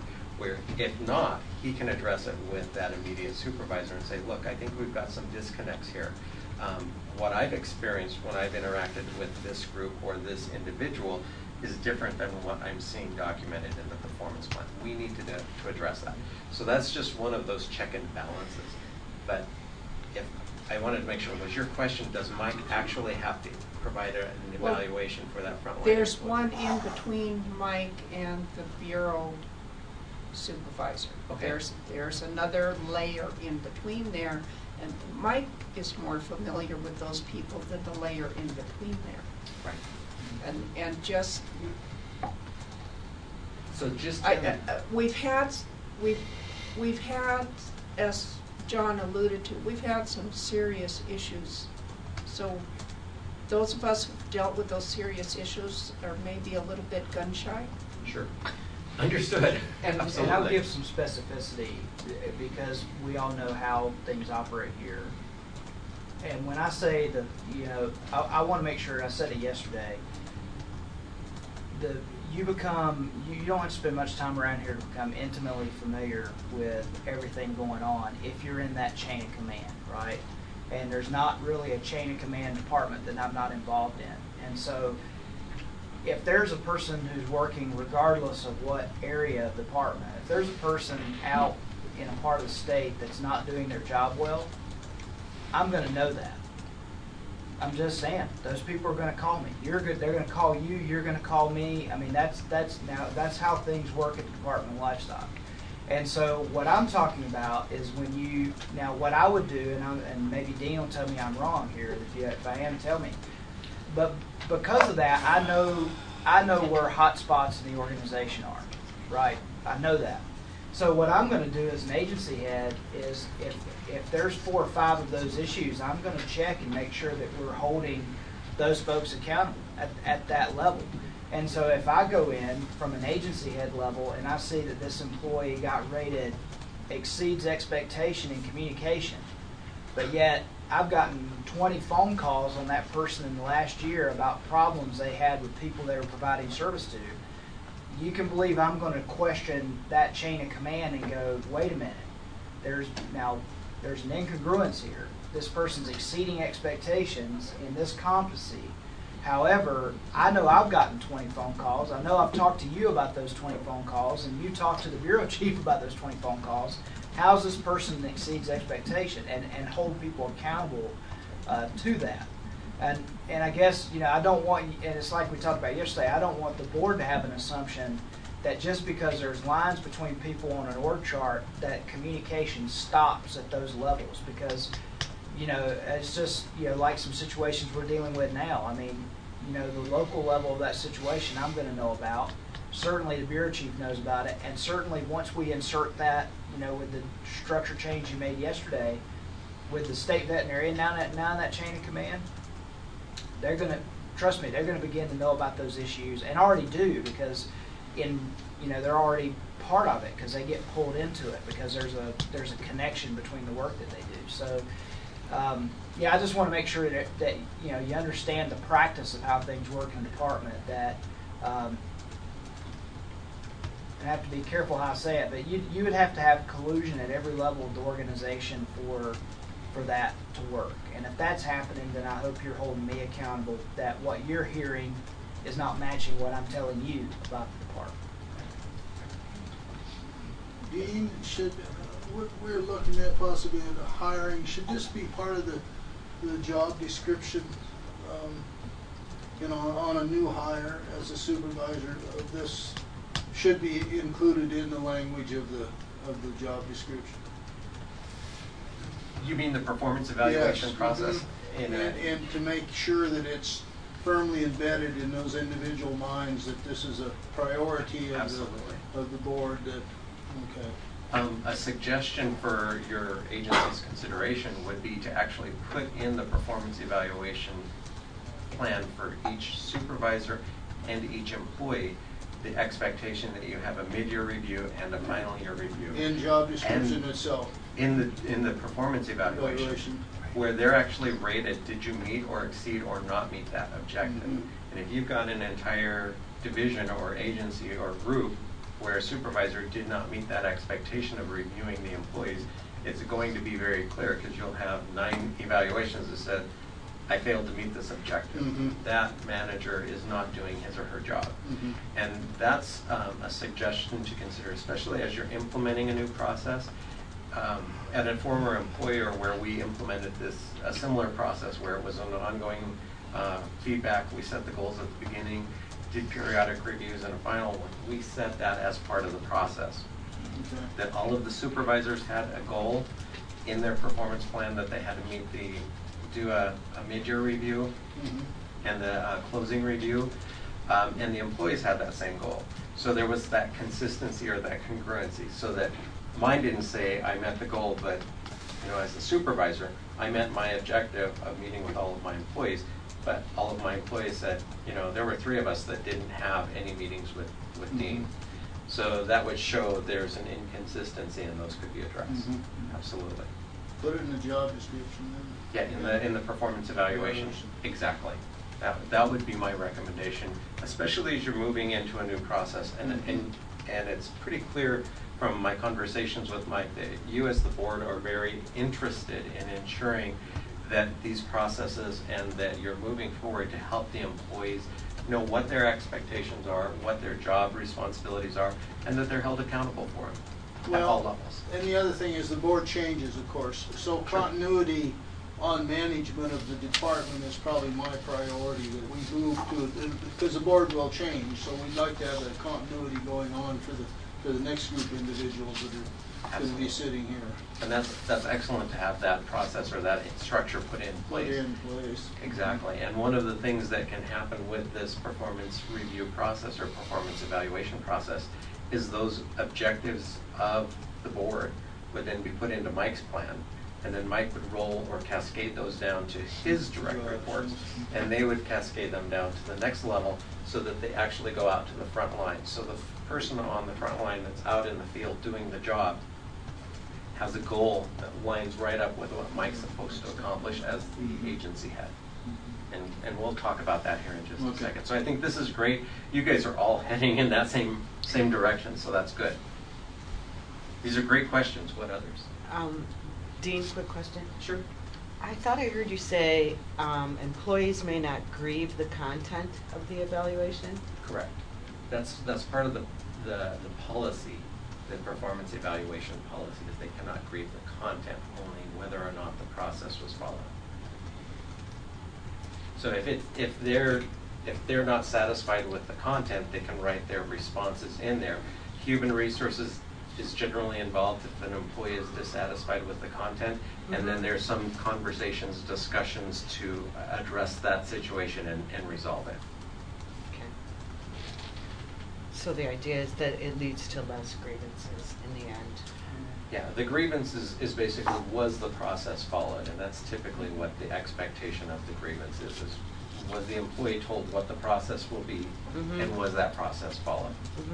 Now, if it's getting into the specific content, then that's more of a personnel issue that needs to be addressed through the personnel process. So if the supervisor is putting inaccurate information in there, the employee can take it to human resources, get it addressed. The supervisors then should be disciplined for not correctly and accurately reporting the employee's performance. And to be clear about that, it does not preclude, so they can't grieve the content. However, as you said, if there's that disagreement, and then if the agency, HR, management of the organization doesn't satisfy that, if they feel it was discriminatory. So remember, you had your training on Montana Code of Fair Practices, and so you've got that background.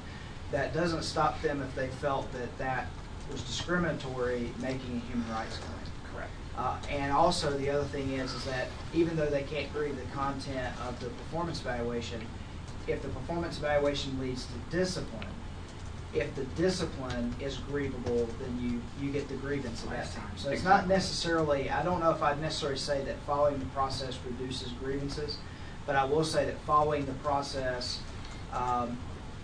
puts the organization in a much better position to respond to those grievances, because you've had all these steps, you've had all this documentation occur before you ever got to the personnel processes that become grievable, and it's building your documentation. Correct. And with an effective performance management process, if the employee and supervisor are communicating effectively at the start of the process when the employee's hired, you will eliminate having those situations where an employee is doing something, way off base, the supervisor is not even aware of it, and then that creates those disconnects. So that's one of the things with an effective process. There's communication happening frequently and consistently to alleviate those situations from happening. Yes? Since this is being kept, all of this information is being kept at HR, if a person has their record there and they quit working for one particular state agency and go to a different state agency, does that evaluation follow them since it now is being held at HR, or does it remain with the agency that they were at where the performance was done? With the online system, the employee's performance evaluations follow the employee. So that's one of the challenges with having multiple agencies and separate HR departments, is that information pretty much houses individually in that one agency, where an employee in the online performance system, that employee's performance evaluations could be provided to his new management at a different agency. So they could see that history. Is that provided, for instance, if we were going to hire someone who worked for a different agency, do we have an opportunity to look at that performance record prior to hiring? Yes, you can. There's a And couple of that's ways. discriminatory. With the online system, because we're just implementing it, and we've only had one agency that's actually used the online system now, how the movement within agencies has not been necessarily identified and defined. However, when you're talking about hiring an employee, part of the process with the hire should be a reference check with the current employer. So, for example, if you're looking at hiring me from Department of Administration, you should call my supervisor in the Department of Administration and ask my supervisor directly, how does Dean perform his work? What are his strengths? Where are his weaknesses? So that should be being done now.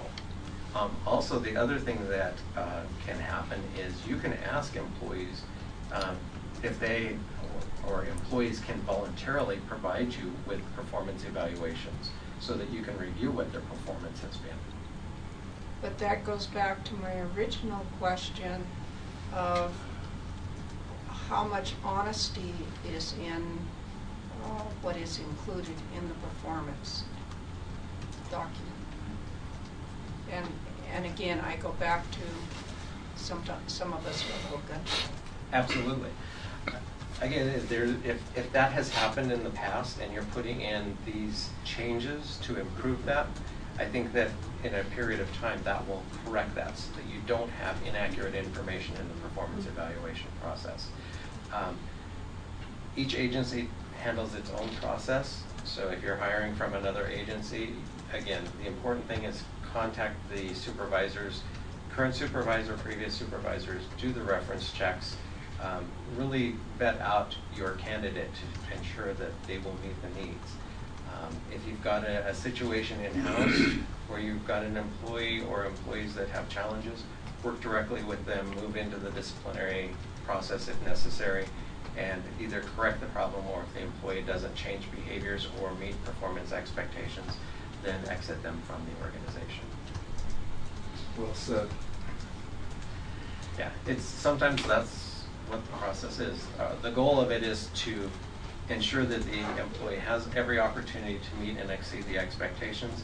If that doesn't happen, then it would go into the disciplinary process, and they then have to make the decision. I call it a DYI project. I tell them what my expectations are of them that are job related, and then they need to make the decision to either meet those expectations or not. Either way, I'm going to honor that decision. If they meet the expectations, we're going to continue employing them and move them forward. If they choose not to meet those expectations, that's their choice.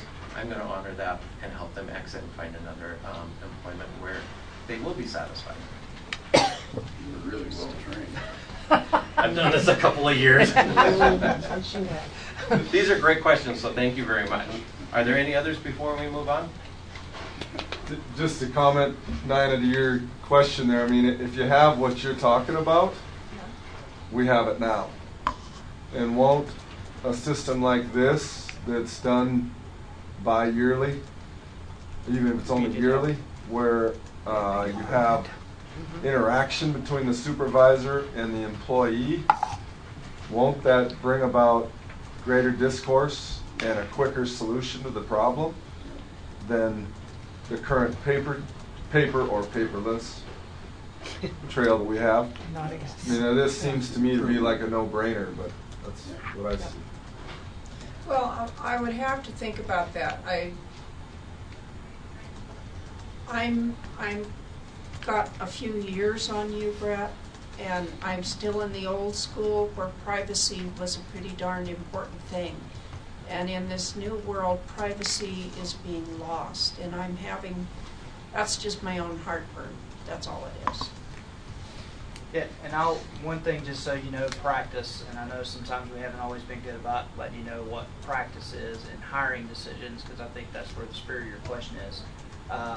We conduct, at least now, I can attest now, I'm not going to say what happened before, but we do reference checks, we do criminal background checks, we do all that information before we hire.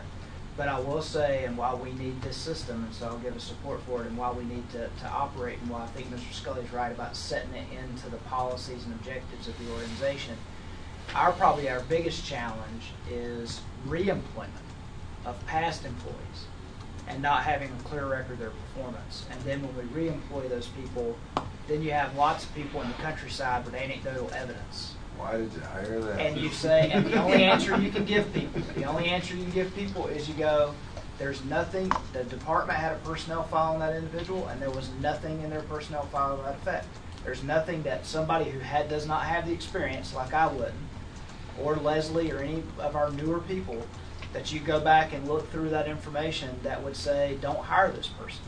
And so I think, if we have good, clear records, one, it helps us, one, on the outside of it, the reference checks and the background checks hopefully help us prevent, making bad character hires. I'm not going to talk about performance, because performance can be discretionary. But I think what you're referencing is bad character hires. So, keeps us from making those bad character hires. And then the other issue is that if we're doing that, as years go by, for the people who come behind us, to Mr. LaFelt's point about consistency, there's documentation there that when you open it up and you go, yeah, we're not going to rehire this individual. We can't rehire this individual. Well, this is the circumstances under which they left the organization. So, it's the record keeping and documentation and doing it on a regular basis and having it enforced pays a lot of dividends on what I think you're concerned about, and I may be misreading where your concerns are coming from.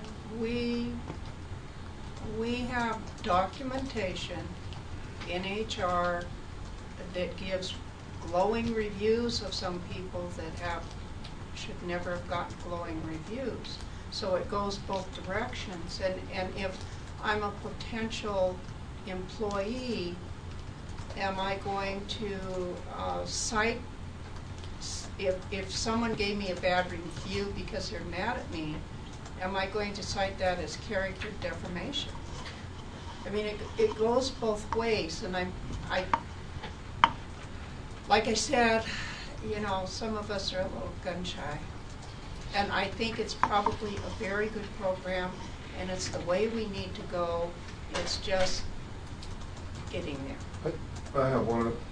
I want to keep moving here, so I don't want to slow this down. But you mentioned privacy. I would like you or Mike to mention the privacy to help Nina's concerns. Is this any more or less private than what we've had in the past?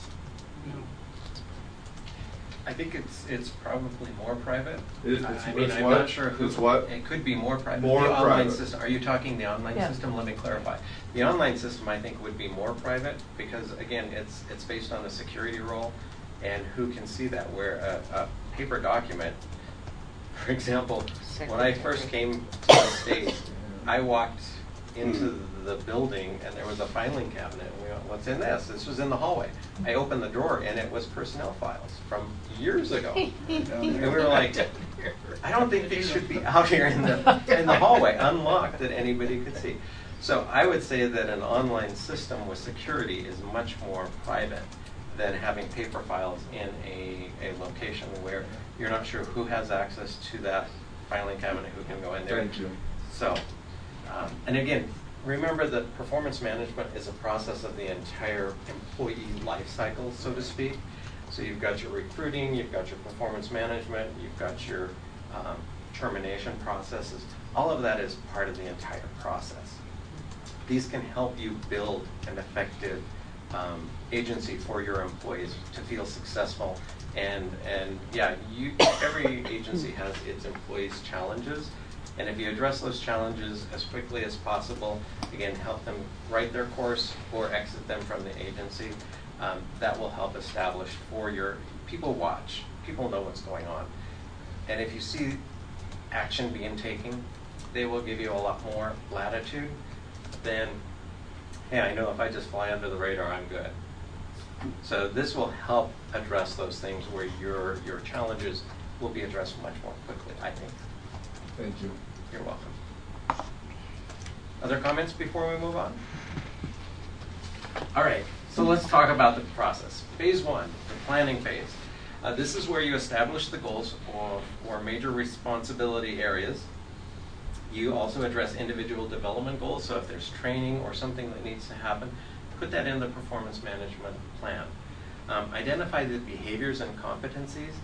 Again, there's a what and a how.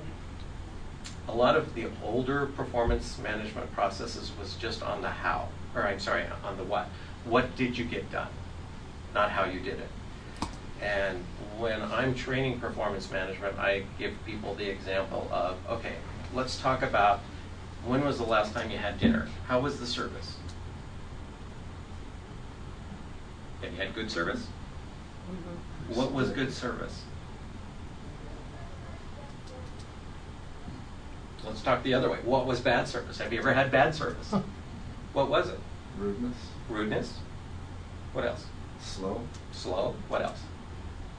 Sloppiness. I guess. Sloppiness. Attitude. Attitude. What if you ordered a hamburger and you got chicken strips? Order error. Okay. So the what is, did you get the meal that you requested? What you just talked about was the how, the behaviors of the server. Rudeness, slow response time. Did they replace your beverages? Did they refill your water? Did they come back and check to see if everything was okay when they handed you chicken strips instead of a hamburger? How did they address that? Those are the behavior sides, and that's just as important of whether or not you got your hamburger. So that's why the performance management process that we are encouraging is that it addresses both the what, the objectives, and how that is accomplished. So in identifying those objectives, we recommend SMART goals, which are specific, measurable, attainable, or achievable, realistic, and time-bound. And if you've got those specifics in there, and you can clearly identify the result, anybody who reads that objective and the result can determine whether the person met it, exceeded it, or did not meet that objective or goal. So that takes out that subjectivity. It's very objective. So once you've established the performance plan at the beginning of the review period, then you move into the ongoing feedback. And again, this is where the supervisor provides coaching.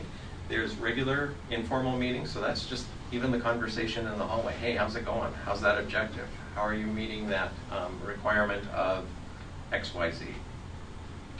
The employee has ownership in this because the employee documents in the performance plan what he or she has accomplished. The supervisor also has ownership because they have to go in and provide their own feedback to that performance evaluation.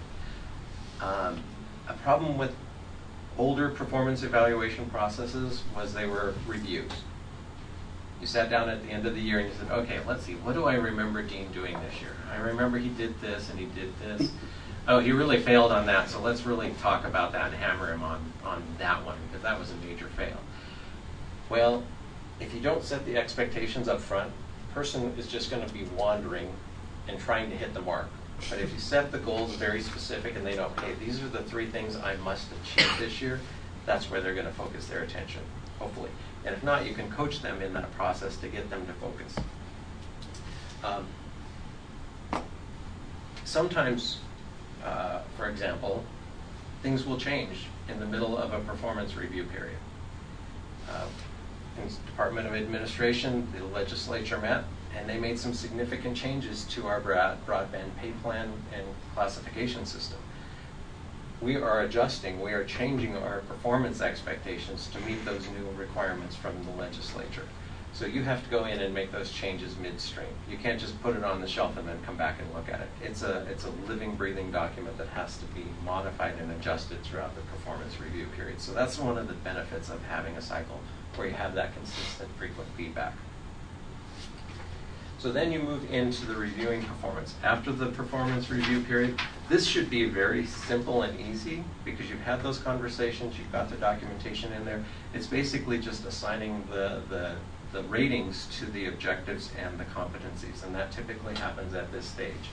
It can happen earlier. So for example, if a goal was met in March, you can go in and rate that goal right then and there because it was met. So you can do that again, throughout the performance review process. The results are documented for the performance review period, and then the planning process starts for the next performance cycle. Okay.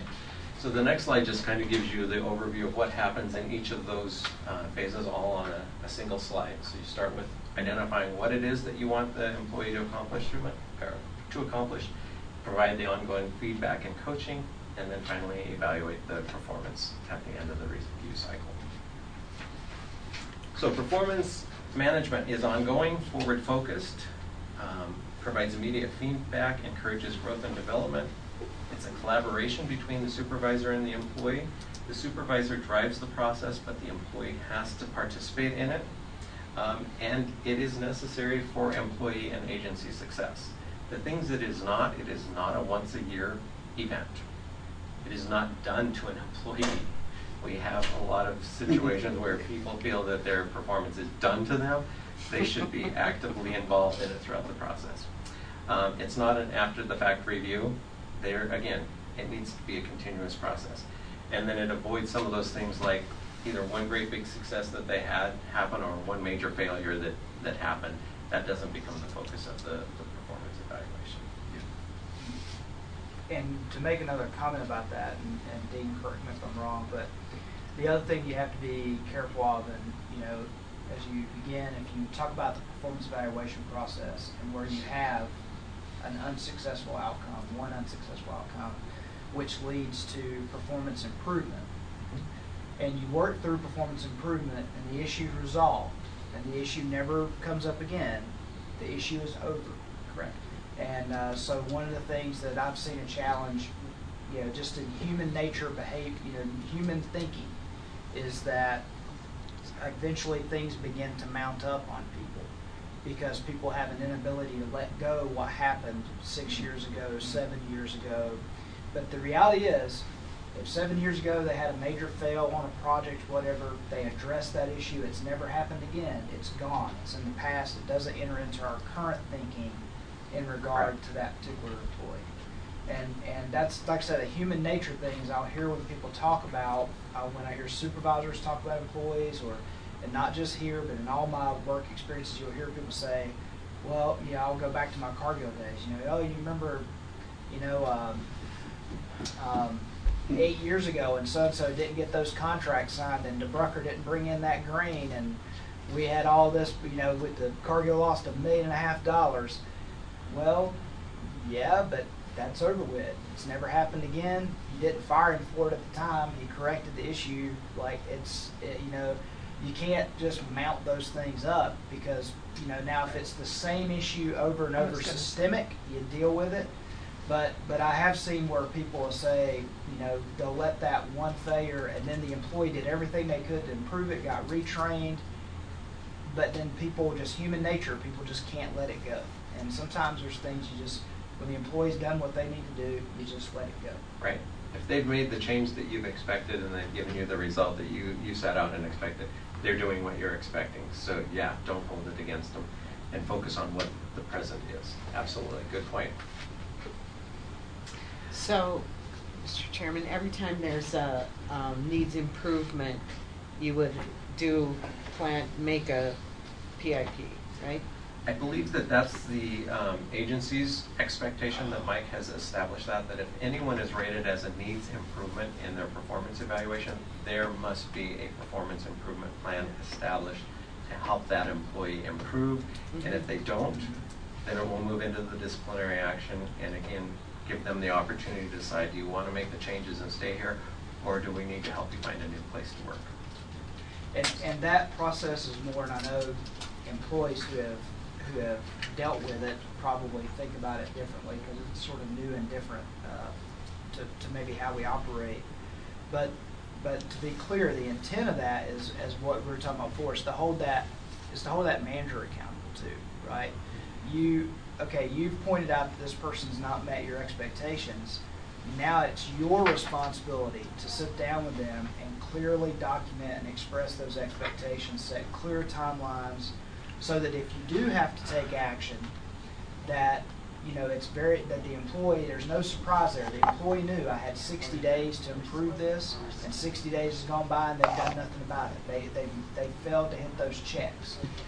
Because if you don't have that, what happens is, particularly if you're in a once-a-year cycle, you come around to the end of next year and someone's ready to terminate someone, and the employee's saying, well, wait a minute, either I didn't know that I made that error, or two, I mean, nobody ever told me what I was supposed to do. Yeah, and so you want to have that, and I know that seems onerous to people. Go, oh, I've got a performance improvement plan, but it is much more for the employee's benefit to make sure, it's making sure that manager, if they end up having to take disciplinary action at some point down the road, that they've done their part, they've set clear expectations, and they've documented it. Because if they don't, I can tell you, if they came to me and said, you know, I'm going to put in a needs improvement, or if I see a needs improvement, and they can't tell me why, then I'm going to say, you can't do that. Or if they come to me and say, I'm recommending disciplinary action against Dean, and I go, okay, well, show me where's the performance improvement plan, where's the expectations, what checks did they miss, you know, and if you can't prove that or you can't say that, I'm going to tell you, yeah, you can't do that. Sorry, you can't do that. Now you need to identify and start a performance improvement process. So I know that seems like a disciplinary action when people are not familiar with it, but it's really to work to the employee's benefit and to make sure they're being given every opportunity to know what the expectations are and given every opportunity to succeed before any further action would ever be taken. Right. And that's truly the intent of a performance improvement plan, is to help the employee improve. That's why you're doing it. You're trying to coach them to success, not get rid of them. Right. And so that's why it's important that people realize this is to help them. It's giving them very clear expectations. This is what I need you to do. We're going to talk about what you can do to help accomplish those objectives. And if you do that, you're meeting the performance expectations, and we're moving you to meet expectations. Yeah. It's a lot cheaper than replacing employees. Exactly. I just want to make sure we don't have, because it's all being recorded, that it is not a requirement beyond an improvement plan for termination. Correct. So there are certain conducts the employee could engage in that would lead a supervisor to termination without an improvement. Absolutely. Yes. So it's not a quid pro quo. Exactly. Correct. And I think you're right, and not to put too much parameters around it, but I think what you're probably speaking to, yes, there are a range of immoral and ethical types of behaviors that are what they are, and they have to be dealt with immediately. Correct. Yes, and differing situations can have differing results. Not meeting, you know, a deadline on something one day may not result in termination. Assaulting a coworker, that's probably going to be immediate termination. Yeah. Did you have a question? Yeah, I did. In listening to all this, we're talking about reviewing the employees' work.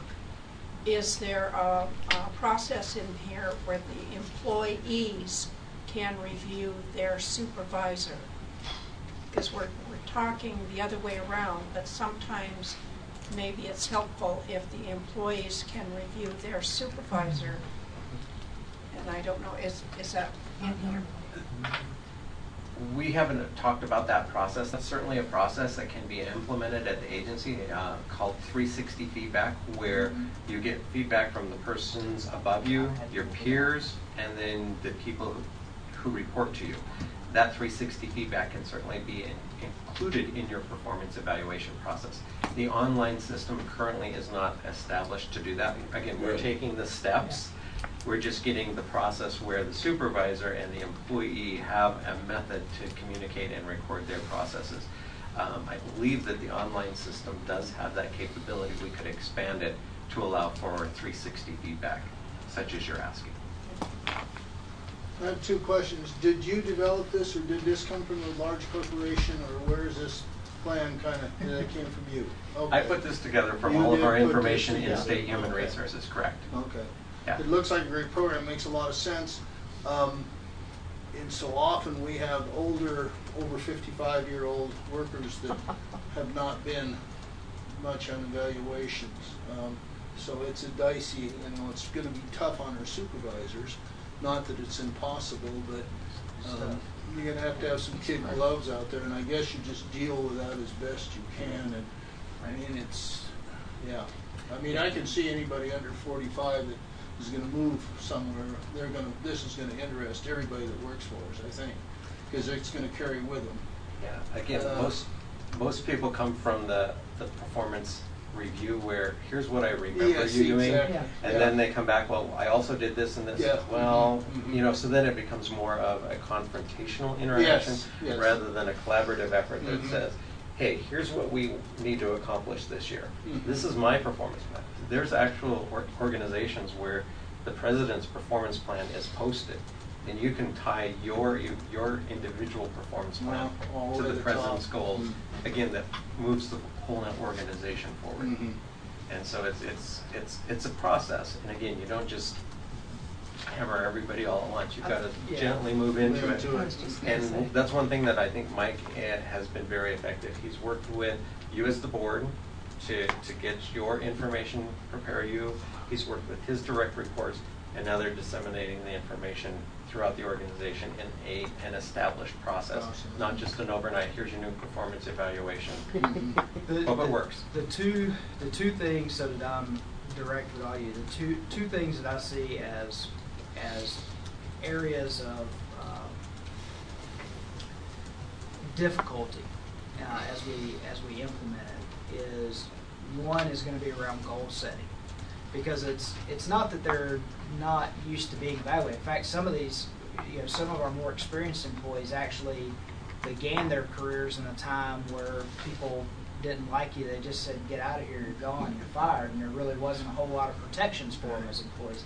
So some of them lived in that world, or lived in very tightly wound command and control structures where they were directed what to do every day, and there wasn't this ability to provide input on what my work's going to be and how I evaluate it. So I think goal setting is actually one of the things that's going to be difficult to get employees to understand what the goal setting process is. I think Dean has said it over and over again, and I don't want it to be lost, which is, yes, you have input on your goals, but your goals have to tie to the goals of the agency, not what you personally want to do, not what you personally want to see happen, but what's moving the Department of Livestock forward. And you've heard me say this many times in this boardroom about, that's the other thing, and not just your bureau, not just your division, but what ties to what's moving this whole department forward, because we are one department at the end of the day. Right.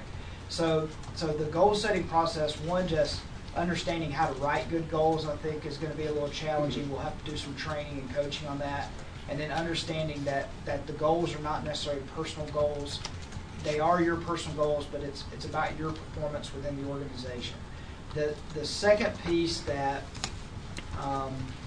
you think is challenging, wouldn't be challenging in many other organizations I've worked with, but will be here, which is the concept of truly holding people accountable to behaviors and competencies. Because I do believe pervasive among past management of the department, now that I've had a year and a half experience, was that, well, they're getting the job done. I really don't care how they get it done. I come from a different school of thought, which is, yes, you may be knocking it out of the park, but if everybody walks 10 feet to the side or runs into a room when they see you coming down the hallway because you're a very difficult person to work with, you're not being effective for the organization if you end up on an island because people won't work with you. That's, or just as I think Dean gave a great example where I'm checking the boxes, I'm dotting the I's, I'm crossing the T's, but people just think I'm really rough to work with, and I'm not. The experience of dealing with that person is not. I can't say it's always pleasurable because we're doing regulatory activity, but at the same time, I don't have to come across as being very harsh. And so I think that'll be what I see. If you want to ask me, and you didn't, but I'll tell you. What I think are difficulties here is those two things. Understanding what goal setting means and tying what you do to your bureau, your division, your department, and that you're not an island to yourself in your work. And then also in your behavior, you're not an island to yourself. And that, you got to treat your coworkers well. You got to treat your customers well. You know, you've got to exhibit, you know, good behaviors. And I'll say this, but I mean, if every time you get upset, you call the governor's office and don't even tell your manager that you have a problem. I mean, these are the types of things that will be difficult for folks to understand, because I think we really just have evaluated people on their technical performance and really haven't paid much attention to COMC. So that's a piece I think is really new to a lot of employees, the concept that I can be doing everything in my work, but yet I may still have a performance improvement plan because there's something in my COMCs that's a challenge and is causing problems. General inclusion will be difficult for that's what you're talking about, being inclusive into the department by all personnel. That's going to be quite a that's the challenge. That's the two challenges I see, and you know, Nine asked about 360 feedback. I've worked under 360 feedback, and I'll say that, you know, just so it's what I'll say for the record is 360 feedback can be valuable for an individual. So when I worked under it, it was great because I got customer feedback, I got employees that worked for me feedback, but that was for me as an individual to read and digest. But incorporating it into someone's performance evaluation, I've not ever found that valuable because there can be too much personal things tied into the evaluation. It was helpful as an individual to get that view and say, wow, there's some people who really have a problem with me, and I probably have some things I need to work on. So for self-help, it was great, but to tie it into whether I was, how I was performing my job, you had to take that with a grain of salt, because there was someone out there who just didn't like you, and they were going to rate you a 0 on everything just because they thought it was going to hurt you in some way. Right. And Mike, to build on what you just said, that 360 feedback really is effective when you've got a culture of open communication, and that the person receiving that feedback should not be surprised by anything that any of his colleagues, direct reports, or supervisor would put into that 360 feedback. Otherwise, if you don't have that open culture, that's exactly what happens. It becomes a method of trying to grind my axe against an individual and hoping that my negative feedback or positive feedback will either help or hinder that person by providing it. But if you've got that open communication and the culture of open communication, and that I can go to Mike and say, hey Mike, I'm really challenged with this, I need your help. Mike will help me. The 360 feedbacks are very effective in those organizations. If you just go and push one out into an organization that does not have that culture, they typically fail significantly. It can be very detrimental. Exactly. It actually creates more of a hindrance for the entire employee population than it helps. Well, I'm very much a negative on the formal 360 feedback, but I'm also very much positive that when you sit down with an evaluation of a set of circumstances, that there be that question, what can I do better to help you understand or to help you improve to meet the goals that we've established together, so that they can say, hey George, Scully, you're just, you're wrong about this, you're wrong about that, and then you get the feedback if you ask.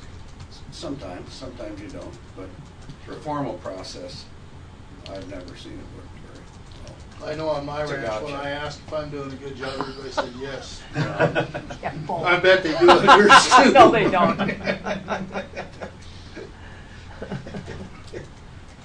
That's the problem with us. We're not very well trained. Training is always a good thing, right? Yeah. Absolutely. Now, I noticed that we are out of time for what was allotted for this. Again, Mike and I talked about having opportunities to come back and provide additional content for you so we can take this to the next step, because there is more information about the performance management process that I think will help you understand getting those next steps in place. And we kind of talked about it. I We just did. realized we talked about the next slide. I was going to say, and the next slide was exactly what Mike was talking about, that setting your goals and objectives at the organizational level. Mike's performance plan should have those objectives in it. He would then cascade it down to his direct reports, who cascade it down to the bureau chiefs, to the supervisors, and ultimately to the frontline employees, so that everyone is heading in the same direction. Everyone is working toward a common goal. as an agency, not over here in, you know, eggs and Yeah. milk, and over here in, you know, loss of livestock. So You were paying attention this month. I was listening, yeah. I'm learning more and more every time, so I appreciate it. Mr. Chairman, That's great. how much training have the division heads had in this? Well, at this point, so with Leslie and Marty, and even I think we got Tyler now and Tawny, all those folks have been through the professional development course, which aligns up a lot with talking about good performance appraisal. The probably bigger challenge for us is then now taking it down to those next levels. So I do know we made a point in the last year. It cost, and just so you guys know, I mean, it cost. I think at the current rate, it's about $800 or $900 if you take every class. But we've been trying to run as many, and even people. Evan Waters has been through it. I mean, we've been trying to every time a course opens up, we've been trying to get people in there. And then there's even some that are doing refreshers because you can take it as a whole series, or it's like $135 for one section. And so we've gotten a lot of people through that, and it's kind of interesting because that has kind of helped me, I'll say, move the ball in a few things, because without me dictating, they've gone to that training and they've come back and said, why aren't we doing this? And they've started instituting some things. I know Leslie certainly has, and so has Marty and others. And now we're starting to move towards sort of formalizing that. But below the division administrator level, I would say at bureau chief and below, with the supervisors at that level, we've got a lot of training, a lot. And so one of the good things about what you're doing for the board is I sit here and I think about this and I go, this is a conversation we need to have with every single supervisor. Well, I'm wondering why we don't include in today supervisors. Yeah. Well, another real simple thing to do, because these are all being broadcast, That's true. is to just, I'm not saying you use it as a substitute, Mm-hmm. but ask employees to, if they can, to hone in at 9 o'clock Mm-hmm. so that we're on the same page Yeah, and easy to they do, can hear Joe, what that's we're right. being told. Yeah. Because an example of what I've communicated is even because the lower levels, or I should say lower levels, down at the supervisor level of the organization is where we haven't really concentrated effort. We gave someone they were a brand inspector today. That tomorrow they're a market supervisor, and we say have fun. And what we should be doing, we got a new market supervisor in Miles City, for example, and the cost would be $800. I think it's 5 classes. 5 or 6, correct. And do they ever do them in Billings, or is it? Yes, we do. We do them in Billings and Miles City, so we might go throughout the Yeah, state. To and there try might to be times offer for some the people in the opportunities. hinterlands, you might have to pay for them to go stay in a hotel overnight Right. the next day before their class. But for about $1,500, I think it should be a requirement that every time somebody becomes a supervisor, that's at least the base level that we get them assigned to that next series of courses I agree. and run them through. Yeah. I believe the series is the Effective Manager Effective, series that's what I'm talking that about. Mike is referring Yeah. to, and then there's a secondary series that builds on that first one. That once a supervisor has gotten his feet or his or her feet on the ground, that they then, feeling more confident, they can take the second series. At least if we get the Yeah. first series, that would be a great improvement. And I hate to be talking about the 2021 biennium before we implement the 2019 biennium, but one of the thought processes I have, and one of the things I would prepare you to probably see in the executive planning process of adding to our budgets, if things continue to move and our cash continues to, we certainly talked this morning about risks of that, but if our cash continues to stay in the same place it's at, one of the things that I think has been a neglect is that each one of our, at least bureaus, at the bureau level, we should be assigning a professional development budget to each one of them, so that now there's also the budgetary backup and expectation that not just for supervisors, but for all, that you will do professional development for your employees, and that there is a budget for professional development. And we shouldn't be saying, well, we can't send someone for supervisor training because it's not in the budget, which I think was a common answer in the past when people asked, when employees said, I want to go to professional development. The other piece of that too is as you work through this performance management process, The other thing you have to be prepared for is when you get to a point that an employee has a needs improvement, you have to be prepared if you're putting them on a performance improvement plan, and that performance improvement plan, let's use meat evaluation for example, because that's a good example for today. And if we learned, hey, you know what, we need to just send you completely back to your basic training. You just need to go back to basic training. That's what we need to do for you. You can't say that and then say, but you know, we don't have any budget to do that. So there's some things I'm thinking of for the future if finances stay the way they are, that making some financial commitments to that professional development and then putting it in the budget. And then that's also another piece of accountability, because as periods go by, you can say, you know, we gave your division $40,000 for professional development. Why have you spent it now? Like, you're not doing any professional development. What about your new supervisors? What? So it also helps with it's accountability through the budget as well, to say, well, wait a minute, why are you not spending that money? That must mean you're not developing your employees. And you remember about budget also is that, you know, if you don't spend that money and you have to replace people, that costs money also. So sometimes it's better to spend it on development than it is on new hire. Yeah. Absolutely. How Thank you. big Great. are your classes? I'm sorry? How big are your classes? The effective management series, they typically have, I think our cap is 35 employees. So we can go up to 35 employees in one class. But it's a series of 6, I believe it's 6 separate series or days. And when we do the remote locations, we try to do 2 days in a week. So again, we're trying to be conscious of the travel time and the investment of that when we're in Miles City or Billings, Kalispell, so that those folks are not incurring additional costs to have to travel like every week. They can just travel 3 times instead of 6. So it would perhaps be worth thinking about if they're in a given area that multiple supervisors from that area go through the training. Yeah, one of the things that would be good in the department, this is kind of off the performance management process, but it talks about some of what we talked about in the structured conversation yesterday about silos, is that, you know, one thing to be good is if you're sending, if you've got a market supervisor with an area supervisor in need, you also, one of the things we don't really do very well is build relationships across the organization. We build very good relationships within our organizational units, but we don't build strong relationships outside of that and across. And we do need to do more work that brings people from different divisions and bureaus together, because that just creates a better understanding of the department. And, you know, I tell you what it did for me as a young manager is when you sit in a room with all the other supervisors of other areas, you begin to realize that, oh, maybe there are other priorities than mine that happen within the Department of Livestock. And sometimes that can be helpful for people to understand. That's a good way to put it, too.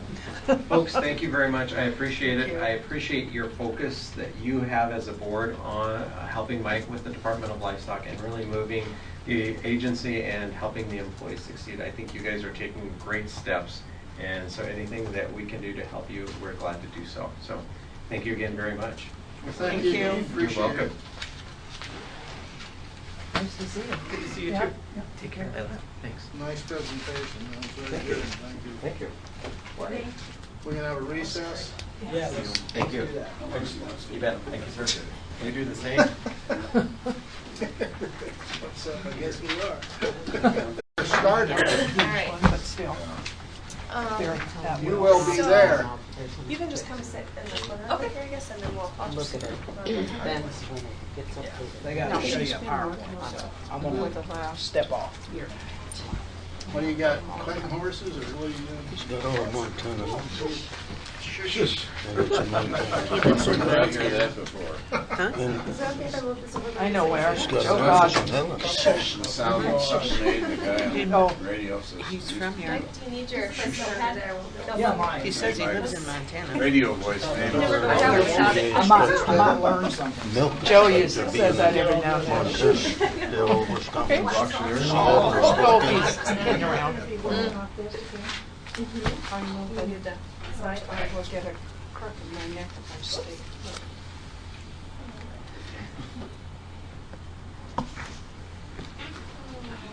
So far, you're good. Yeah, A lot of security words. Glad to see you. All right, are you ready? You're right, I could give this presentation. I know, I'm telling you, you I put it didn't down quite there get what you were enough. saying earlier, now I get it. Farmers do. All right, are we ready to go? You are ready to go. Okay. So, a couple board meetings ago, we had a request, based not only on a specific request, but just kind of through the process of trying to issue new brands, and people are always wondering why they can't have certain things. And so the reason this is part one, part two will be what's the history of why we have the rules we have today. But I think probably a better place to start would be to start with what our existing rules are. And so Callie, our brand recorder, has graciously agreed to help me and to go through actually what she does when she checks new brands for conflicts, and to establish, or what we have established as far as the rules to kind of maintain some consistency through that process. So, Are these existing rules that were here This is- before you came? yeah, we've done nothing Okay. since I came. This is all what Okay. is in place. Okay, so. Nothing with the brand policy. Oh, there you go. Well, no, I just thought we might as well know where we're. Yeah, so this is what is in existence, what has been in existence. I think the last time any of this was changed was maybe 2014 or 12, somewhere in there. It's been a few years. Yeah, the last that I know of the policy was at a district meeting in like 2012 probably. Yep. And we just asked if we could change some of the, like statewide conflicts, county, how far out in the counties you have to go, like on the two characters. Yep. So who did you, who told you that? I mean, was it a board meeting? No, well, I'm assuming that the policy got changed through a board meeting. So it used to be on the two character brands. You had to check the single character brand 5 counties away. So you like start at, say, Cascade, count out 5 counties in all directions. Right. And if the single character was issued in any of those, that would take out the 2 character. So I believe it was in 2012, we said, can we do away with the 5 county rule and just check your county and the adjoining counties? It's true. Yeah, and I think that was about 2012, wasn't it? It's pretty close. Before I get on. Yes. All right, so, and Callie will kind of go through all of those specific rules here in a little bit, but first of all, the main purpose, we have a statutory obligation to make sure that all brands that we issue out of this office are distinguishable with reasonable certainty from all other marks and brands, all existing brands. So that's why we developed, or that's why the conflict check process was developed. There's 3 main components to the way that we check for conflicts. The first one and the biggest one is readability. So that's like an R looks like an H, an A looks like an H, an X looks like a cross, or those kinds of things. Readability. The ability of a brand to be altered to look like something that's already out there. That's the second component of that. And then misbranding. And this one is the one that maybe is probably least often an issue. And I don't know if it's really as relevant anymore, or maybe never was, but it is in the list of things that we check for conflicts. So readability, here's an example of a readability issue. That brand on the same location might be a little tough to tell apart. Another one, this one, the DJ and the PL, we didn't have one where the D was actually flipped lazy. We actually had a story from one of our district investigators where 2 producers, one had the PL brand, one had the DJ brand, ended up, the brands were on the same location. They ended up commingling in a pasture on a grazing lease, and those brands were dang near impossible to tell apart.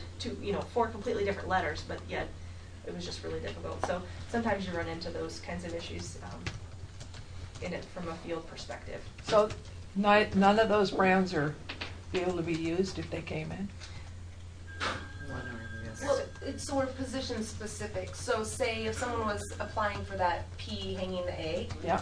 we wouldn't issue it on the same location as the P hanging the triangle in that county or a surrounding county. Okay. Now, so say if someone was in Kalispell applying for it and the P triangle was in Billings, then it wouldn't be a conflict because they're far enough apart. That's all. Yeah. All right, and I have some wonderful pictures from our estimated advertisements. These are critters that our department employees get calls about. Hey, we've got a cow and we can't figure out who the owner is. So we go, we take photographs, and we attempt to locate the owner. I have lots of pictures of some brands that are pretty readable, some that are pretty awful. Yeah, there's some really dandy ones in here. Just kind of, for example, as far as the readability issues that we sometimes run into. These are some horse brands. Horses are often tough. I'm guessing that gobbledygook on the Leave It in Gray is probably an out-of-state brand. Some of them are just really tough to decipher at all. You know, this one, you'd think it wouldn't be too tough to find, but sometimes we just never can track down the owner. They're still in the fridge. I'm kind of trying to get lunch lined up. This is actually one cow that they never could find the owner for. She Good had Lord. brands on every location except her left shoulder, and I think actually the left rib had multiple brands. I think the person who bought her just Hey, I've had a couple. That wasn't a hell of a cow. Yeah, what are you complaining about? So they don't, so when they I'm with read, you right now. Where'd you find it? okay, so you have, and we might as well do this. On that cow that has the EMH on her right rib, if somebody else had a rib brand, they'd put it above and forward, right? Or above, if they rebrand that cow, and it has, Have a rib brand. and they have a rib brand, it would go above it, right? Is that not correct?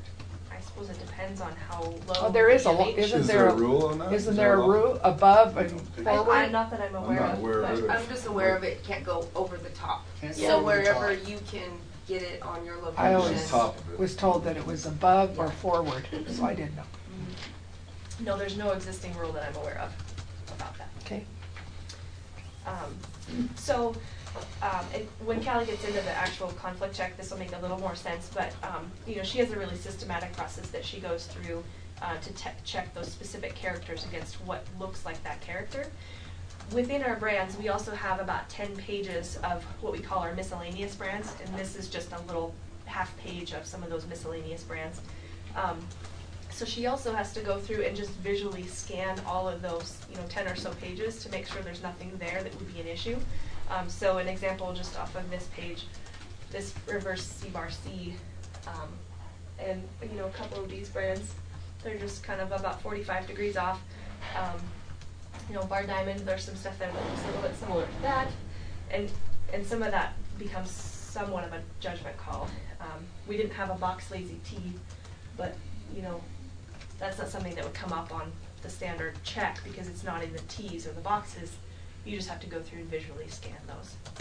So what would kick the Spear out.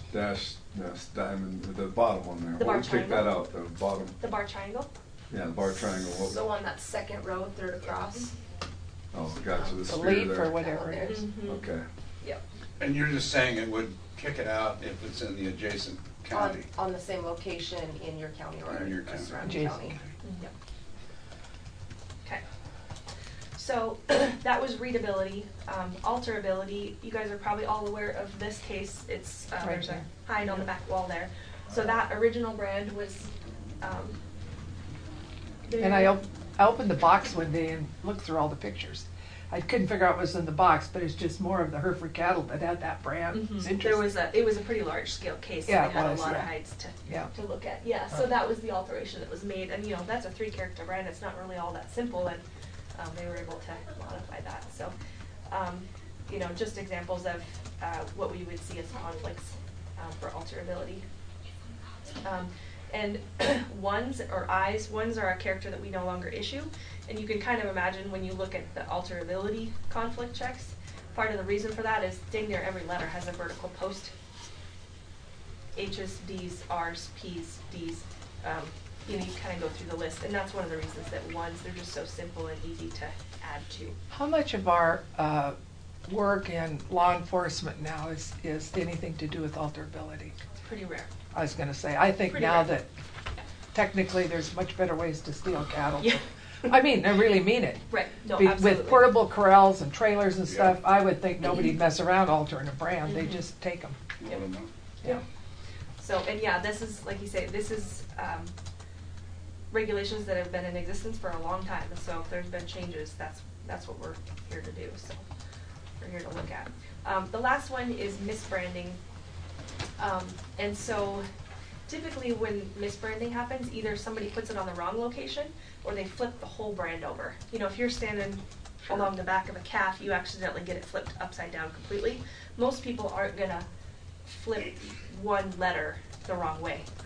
You can't typically do that for most letters. And so this isn't the best example because the S should be the same in both cases where they just flipped the D sideways. If the S was the same on these two, that would be a conflict, right? A misbranding conflict. That's another one, like we said, I don't know that that's particularly relevant, but it's there, it's in the policy, so. Okay. Hold on a second. Alterability is a throwaway, I take it. I mean, you're gonna decline alterability where the first one was position in adjacent counties. You would deny the brand issuance on alterability. Yes. Flat out, Yes. as opposed to Well, the first segment. so it's not, I don't know if I understand the question. Well, your first proposition said that it was same position, adjacent counties. Right, so in the, Go back to this your would first. probably make more Are sense you talking about when- readability? Readability is same position, adjacent counties. Same county or Alterability adjacent. throws you out totally. No, the conflict process, the conflict check process is the same for every brand it's applied I for. think maybe Is that- once we explain the next right. couple slides, Go that for might it. answer your question. All right. So we do have, I think maybe this is what you're getting at. So there's certain character conflicts that are statewide. It doesn't matter where you are, if that exists elsewhere in the state somewhere, it throws it out. So the E and backwards 3, the reverse L and J. So if you had a reverse L, A on a bar, and someone already had anywhere in the state a J, A on a bar, that would be considered the same brand. Does that make sense? Oh, I hear what you said. Yeah. Does it make sense? Callie, can you draw that for me on the board? No, I understand what you're Okay. saying. Okay. I'm So just- that's the statewide part He's looking of at it. your process, that's what he's doing. Okay. This is how he does, he's Oh. looking at relatively to the whole. And the next, like, we have some slides that will show, like, we'll go through the process of the conflict check. So, character conflicts, when it's not equal to, when it's just a readability issue or an alterability issue that's not considered to be the same thing, like a B and an E, those would be same county or adjacent county checks. So those aren't checked statewide, they're just checked regionally, right? Okay. So this is just an example of what conflicts with B's, C's, and D's, just to kind of show you guys what all Cali goes through. Yes, I don't see that. I don't even see it. Some of those I don't see the conflict, but that's fine. Yeah, I agree. Well, yeah, these have all been kind of based on input from our inspectors, the people who are looking at the issues that they have. So, okay, so restrictions that have been put in place, I can only assume because of the number of conflicts that they create, or just to kind of improve consistency so people have fewer options to try and figure out what a brand is. The character restrictions, we only issue certain characters. The 4 lines there, so the specific letters of the alphabet, the numbers except 1, box, diamond, heart, triangle, and then the bar slash or quarter circle. Those are the only characters that we issue, period. So the open A's, of course, nil irons, G's, 1s, Q's, and all the other weird shapes, none of that's issued All anymore. the good brands are gone. So you don't issue the There's some turkey trap. to that, too. No spear anymore. I found that out 10 years ago. Right. Right. So- And I don't know when that get it. happened. I don't get it. You're right, I don't know when it happened, and that's part of the historical process that I'm gonna go through to bring forward, you know, why it happened, if there was some kind of a case that came up that created a problem and people decided to change it or what. I don't know the answer to that yet. So any change in this would have had to go through the board, so it would show up. I think so. Yep. Well, that's what I'm Somewhere. asking. Yeah, so I've made a number of phone calls. I have a few key phone calls to make still for folks that I think might have a good idea of the time frame of when some of these happened. But so far, I've gotten completely different answers for every question I've asked, from every person I've asked. So I have a range of about the 1920s to the 1980s to go through for board minutes to try and figure out when. Yeah, I don't think it was that. Well, and part of the issue that I have is that we've created a market Yeah, we have. now by what? because of our policies, which seems sort of inappropriate to me. Right. Say that again, please. Well, we've created a market for brands because of our own internal policies. Yeah, why we So may a not. brand's worth $10,000 Right. that you can buy, but I can't get it issued to me in the adjacent Right, county. we've eliminated the spear in our ranch that sold the Spear-O. All those spears, because they were spears, their name was Spears. Yep. All those brands are sitting out there, you know, with a big price tag on them. Yeah.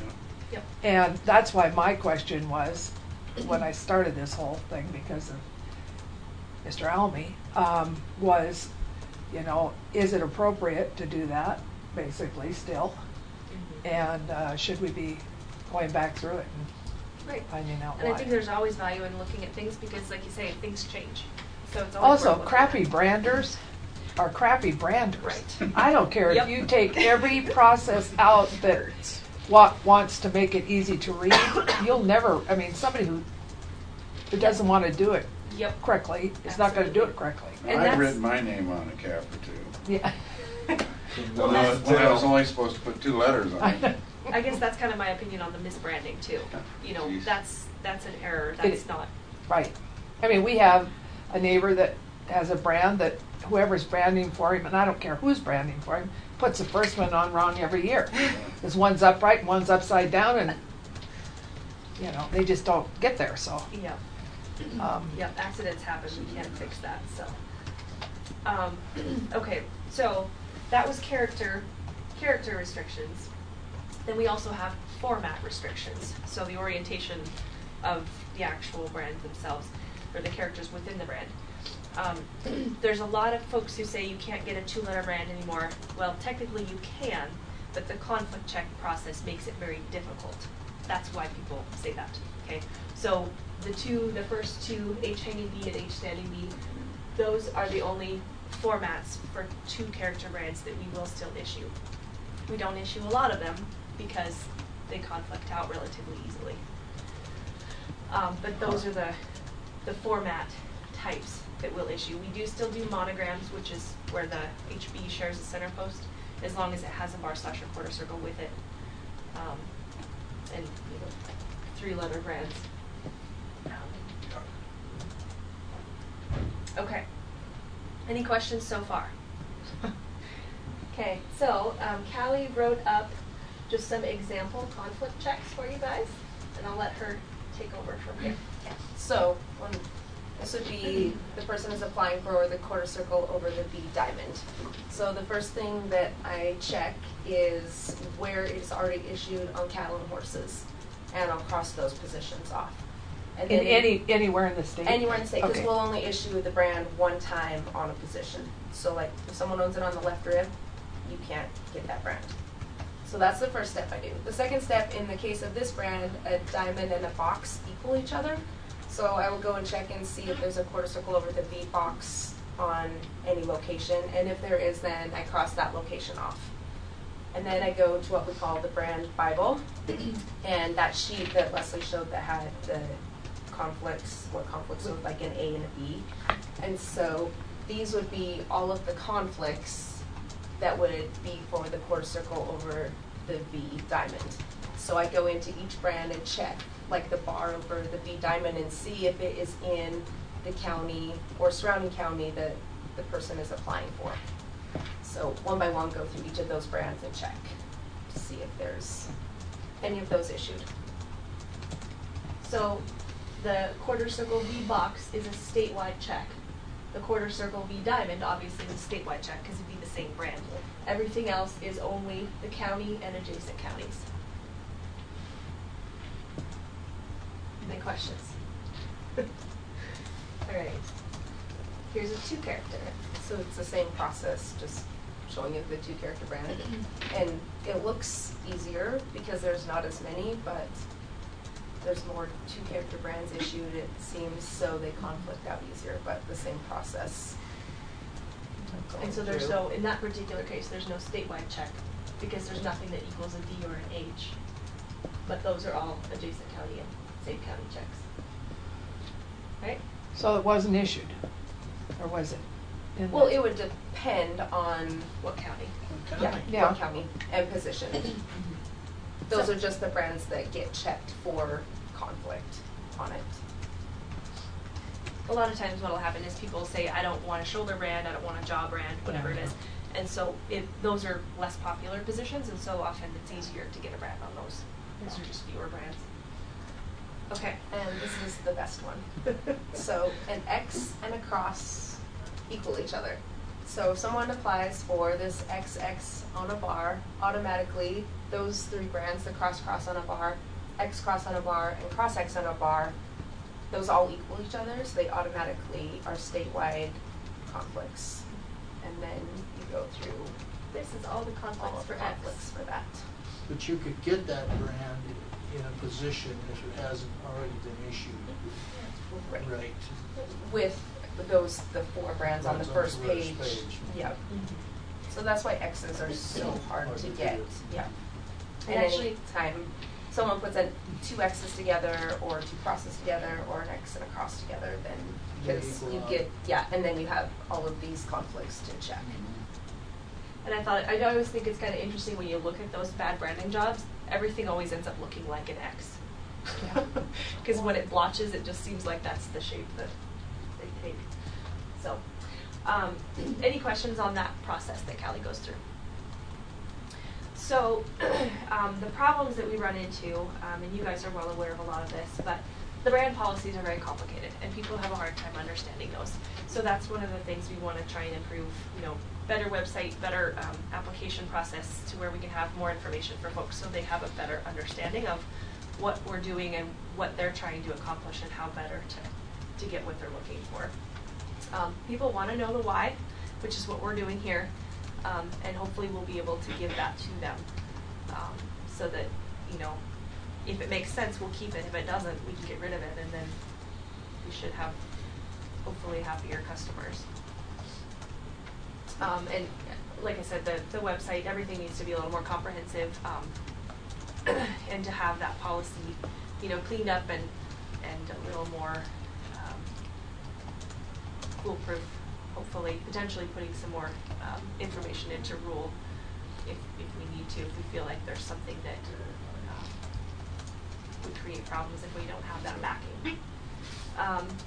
Now another problem that, it is what it is, like you say, we've sort of created a market, but there are a number of brands in the state that are not in use. But they are still a conflict because they're recorded. So I don't know that there's an answer for that. It's people's property, and they're, people are very attached to their brands, but we try to get people, like, if it is a family brand, bless you, and they're not using it, to tell us, and then we can put in there, like, no livestock at this time, so then it isn't a conflict if they tell us that they're not branding livestock. So then you would issue that. You would issue a brand that would be conflict that right, conflicted out. Because someone lives in Washington, but it's their family brand and they don't want to get rid of it. So we try to get people to tell us, and then we just tell them, if you do at some point get livestock, call us and tell us what county we're in, we'll change that.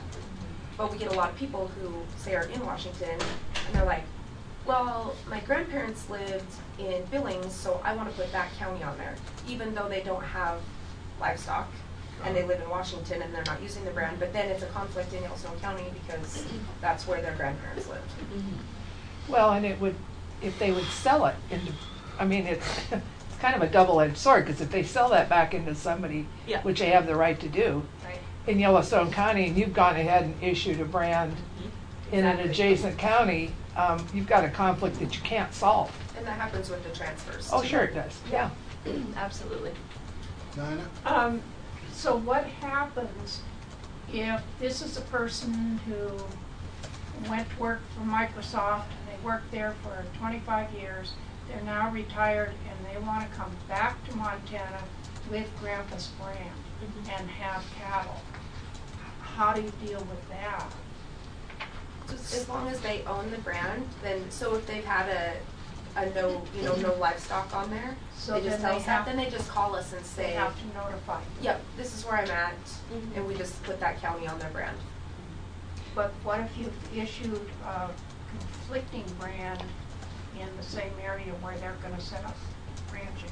Yep, just Yeah. like Lila said, it's a problem. It doesn't matter if they move out of state or if they're just, in another part of the state. It's not a perfect system the way we have it set up because we're checking regionally, and as we all know, people move, brands move. So, So, yeah, so it doesn't even have to be people that aren't using them, it could Yep. be, like if Leslie moves to Jordan, there could be a conflict with her brand there. Yep. But because it's her brand, we're not gonna take it away. Right. Right, and on the transfers too, we don't check for conflicts. And But they have to register the brand every 10 years. If Yeah. they miss it, they lost. Yes. Exactly, yep. yes, and we do lose a lot of brands during re-record. So we've heard. Let's not go there today. And so that kind of brings up one final issue that we run into a lot. Brand owners can list up to 5 counties, and sometimes there's some misunderstanding about that. And they'll say, well, I live in Lewis and Clark County, but I like to go riding in the Bob. So I'm going to list every county between here and the Bob Marshall because they don't understand that it's not, and so we do run into that. We try to minimize that as much as possible, but we do have people who list 5 counties or that really don't. And another misrepresentation is we have people who have figured out that, Yeah. like, oh, Lincoln County doesn't touch very many counties, and there's not very many brands there, so I'm gonna apply for the brand in Lincoln County and get it. But I actually live in Billings. However, But we've changed the application to where they have to put a physical. yeah. I went back and looked at the statutes, and it actually does require in statute that we require the physical and mailing address on the application, which we hadn't been doing for quite a while. So we added that. So at least it's somewhat of a, That's helped. yeah. Well, and, get a drought and you find out you've got, wherever they are, you can move clear across the state with cattle. Exactly. And now on a grazing permit, no, wait, a minute. You got to own the land, sorry. Nina? That was the same question I was going to ask, is if the grazing districts. Now, for instance, somebody who lives way off wherever and they're taking their cows down to the DSA. The grazing permit. So do they list the county where they're grazing, or do they just list the home county? So it's the reason we have counties of range listed, the reason it was established in the first place is so that people who are looking at brand books know what brands are in the area. So if you're grazing in a county, you should list your county on the brand so that people know that you're there. Because when your cows wander off and somebody finds them, that's why they're going to be looking for that. Like, oh yeah, you do run in Beaverhead County. That's a brand that's listed there. And so that's the purpose of it and from the practical standpoint. So yeah, they should. A lot of people don't update their stuff, Right. but they should. But the flip side of that is, I get the, at least I call it flip side, I get the brand, and I register the brand based upon my residence and ownership record, not where I graze. Right. So why should I be able to prohibit somebody else getting a brand just because I put down a grazing lease for Homer and Jethro? Yeah. Yeah. I Because it's my personal property, I do it here, and you make a decision based upon ownership, not grazing leases. Right. Yeah. Yeah. So I'm just telling you how it is. Yeah. Well, they gotta send it someplace. What? They have to put a physical address Well, no, someplace. that's what I'm saying. When they get ownership of the brand, representative where they live, not where their grazing lease is. Yep. Yep. So we do have a place where they can put multiple, like, here's my physical address, the county, and then we have a line down below where they can say additional counties. Yeah. Like if you're in a, I mean, a lot of people live in a corner. County line, there's- yeah. Yep. So, and so just kind of for some numbers, I like to throw numbers on things a little bit. Right now, I just got a count yesterday, we're just over 53,000 recorded brands. And a recorded brand is the certificate. It can be cattle only, it can be horse only, it can be horse and cattle, it can be horse, cattle, and sheep, or any combination thereof, just up to 3 species.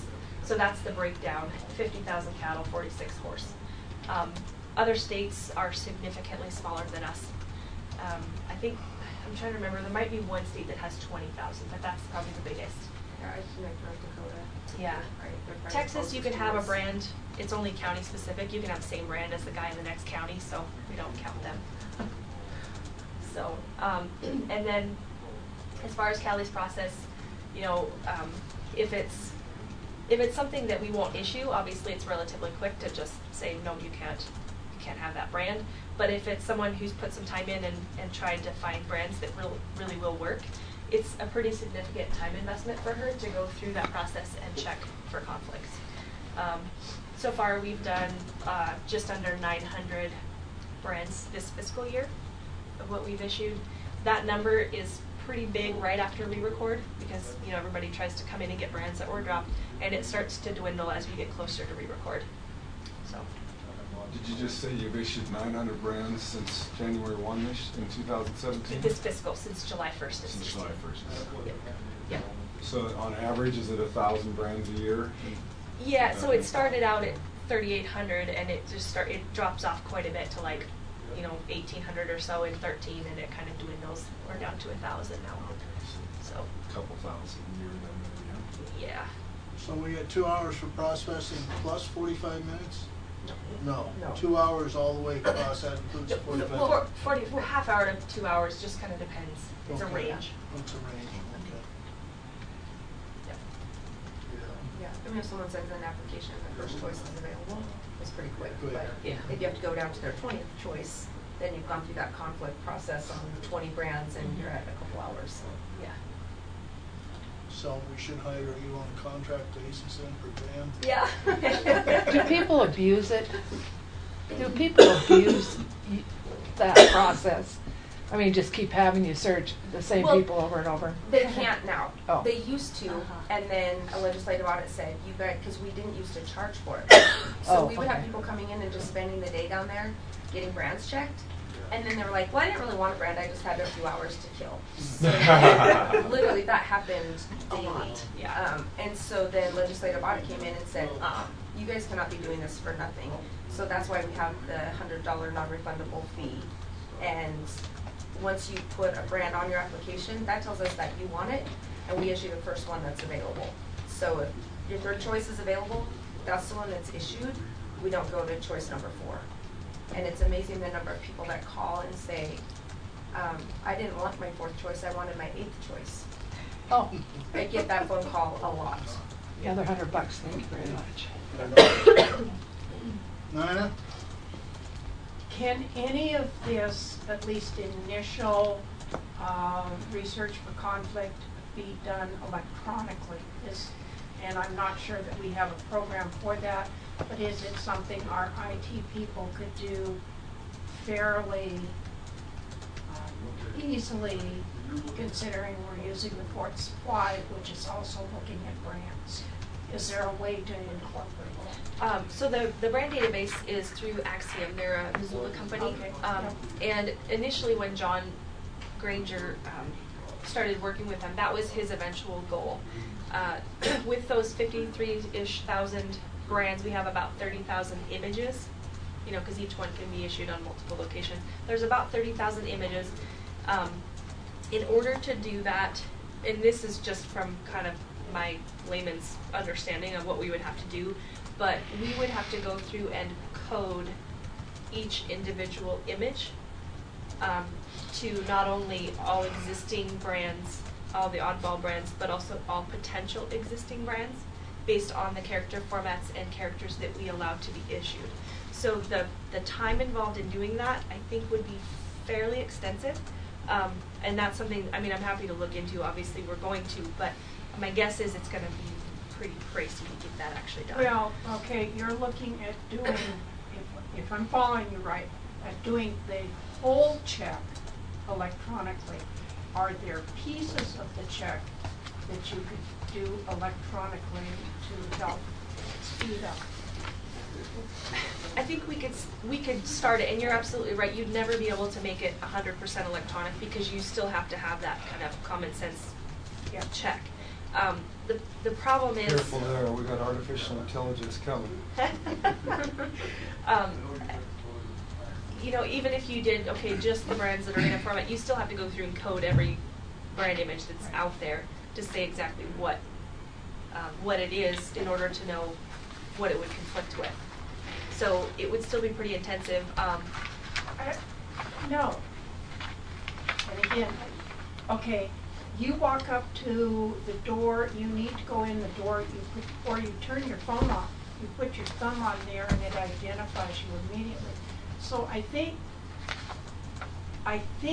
there's the process out there, and it's probably used in other areas, like for a thumb print or an eye print. I mean, the laser Ed just left, eyes in cattle tell it how much grain to put in the place when it goes through milking. Yeah. So that type of technology is out there. It's simply a matter of Cost. well, why?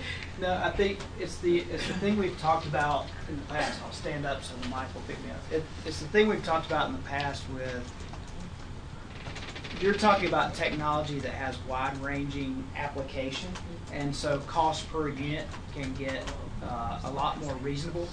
You're talking about designing some sort of scan technology that would be just for us, and the only other people that could potentially use it would be other brand states. Yep. It's a declining market, and so you would have to pay all the front end costs, and that could be in the tens of thousands, if not hundreds of thousands of dollars just to develop. Now, if I was thinking about an electronic process, to me it's more of a very simple technology, access database, that you identified all the possible characters, and then within a brand you say character 1, character 2, and what you've done on your paper, what Callie's done, and you say this character equals this for conflict check. And it, through an access database, could do a search that pulls that up, but what you're going to do is you're going to pull up a list of conflicts that then somebody has to physically review, which is pretty much the same thing Callie does now. Yes. And probably would actually make it a longer process than make it a simpler process, because she already has her brand Bible that she just flips to and starts looking through. And like you say, it's 1,000 times a year. Yeah. You know what I mean? The volume is what makes that cost effective, and we don't have, I mean, there's volume there for one person to handle, but there's not volume to constitute the cost of the electronic development, I think, so. And like for other states to use it because their formats aren't the same as Yeah. ours, so it would be They wouldn't be able to. tough for another state to They would have pick no it up. value. Yeah. Any more questions, board? So you have an address on all those horse brands? Yeah. Oh, yeah, I've had some thoughts on that too. I think I know what you're thinking there. There's a mailing address on every one of them. Address, do you? Oh, yeah, we have mailing Or address. do you own the cattle brands also? So just cross-check to Oh, Capita. we've had these conversations. And we where have a new grazing thing that I guess this is the time that if it's, I don't know how much it costs to put out a mailing on those brands, but it would be nice to inform the public about the new rules. And certainly the horse individuals about per capita. And you have at least the physical address, but I don't know. We have a mailing. You have a mailing Everybody. address. Nothing wrong with the cattle people on the per capita either. Yeah. I have some ideas about I'm sorry, that but might solve some issues. You may on think the everybody that owns I it don't too. hang around with them, so I don't know. I know. Well, it would just make sense to send it to each certificate, right, Right. no matter what they're. So what do you think the cost would be to have a short envelope sent? I mean, So you'd have about 53,000 to send out. Well, no, you'd have just about 90, you'd have close to 100,000 No, on the so horse and the no, cattle. so that 53,271 is the number of certificates. For cattle brands. So there's, Well, I want the horse brands out there Yeah. for cattle. So the way. Oh, I see. Oh, Some of that's the course everybody. and cattle brands Yeah. are, Oh, I But see. some of them are, Okay. one or the other. yeah. For $25,000. no, you got a paper and you got people, it probably cost you, Well, we when it would, was all said and done, close to 70, wouldn't it? No, No, no, no, Paper, no, envelope, no. stamp. no. We They use have, print mail services, it's not nearly that Right. expensive to do a mailer to everybody. I mean, we do it every year for re-record a couple of times, so. I well, know not we- every year. Or but every 10 years, sorry. re-record. Yeah, Yeah. every record. I'd like to know what it cost, and, you know, Yeah. I'd like to see whether we could, I don't know what the board's thoughts are, when he's talking with me. A postcard would probably be, I mean, that's why we did postcards. yeah, not but re-record. you gotta watch post offices with postcards. But Yeah. we They don't can't, get forwarded. we can't control that. They don't forward any of our All we mail. can do is mail it. None of your mail? That might be, you No state can't, mail but gets forwarded. a lot of postcards don't get forwarded. Oh, I was- No state mail gets forwarded, so even if we Really? send like a regular envelope and it has the wrong address, they send it back to us and they're like, either say there's no forwarding address or here is the forwarding address, and we have to make a new envelope and. Right. Yeah, they don't forward any of our mail. Yeah. But rather than a postcard, a piece of paper folded up and taped with the information that these people need to know. And a reporting form. And, well, yeah, that's Or a phone usually- number, anything they can't, phone Yeah, numbers. reporting form would be a really good idea. Yeah, please put your check when you send it back. No, we've had some conversations about how to do that. I think the timing is probably, we're past the timing for right now, but maybe When? next year. Next year? January, don't you think? Well, I don't know, when's the grazing permit coming? Oh, grazing permits. October. I think it's October 1st, right? Well, your first check is to see how far off you are, right? That won't cost you hardly anything. Which are you? Well, when you cross-match your address list relative to what's recorded versus per capita, before you mail out anything, that'll give you an idea how many people are not on the list. Yeah. And that's going to size to some degree. Kind And of, let's just say, for example, everybody's on the list, and you go, wow, The problem is. then we don't have to send this out. Yeah, the problem is per capita and brand records are very rarely the same.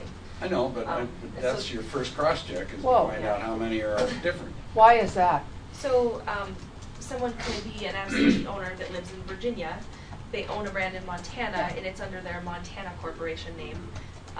How do you reconcile those? It's a little tough to do. Well, but you got to find them first, right? Yeah. Well, if you go by addresses, if they use the same mailing address. If they do, there are cases where they don't. Yeah, but Well- put your sorter together and see how many you got. Yeah. If you got 52,408, then you got a bigger problem than zero, right? How And many, that's not going to cost you anything.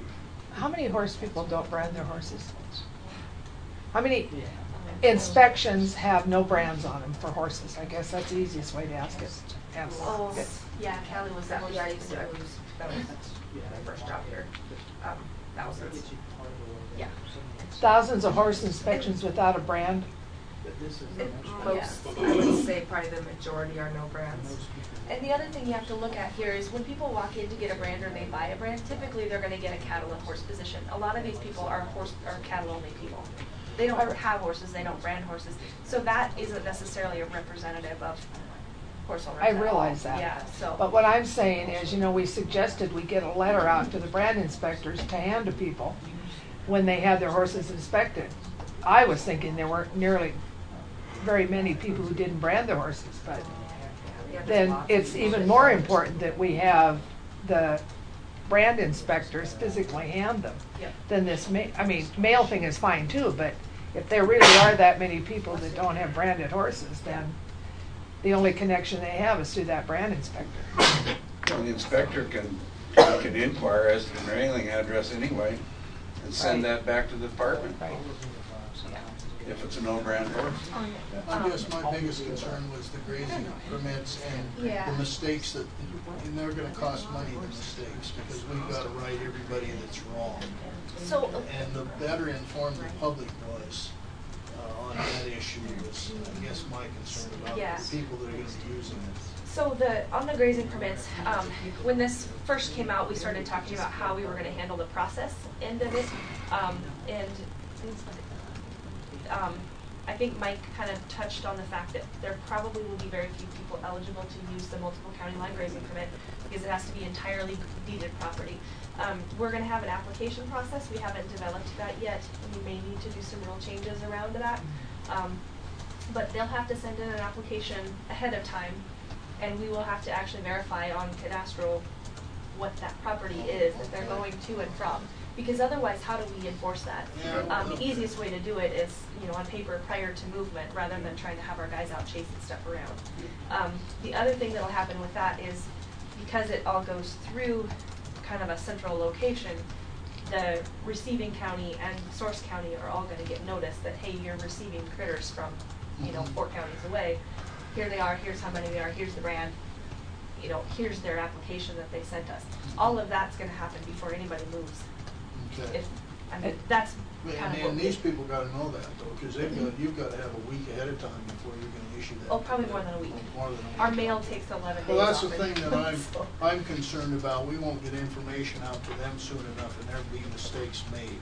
Well, that's my biggest worry about the whole thing. That's on our shoulders to do. Well, if they're, I guess the easiest way to get the information to people, in my mind, if we don't do a mailer, is to make sure that all of our staff are aware of that process. So that when they say, hey, I want a grazing permit to go 6 counties away, they can say, okay, here's the process. Here's the application, or you can go on the website, get the application, you send it to Helena, and that's what you do. And you need 3-4 weeks ahead of time to get it done. Because I can see somebody going, I'm getting loaded. Well, that better be. Well, and then they got to call an inspector. Yeah, but they're not going to call an inspector until they're ready to go.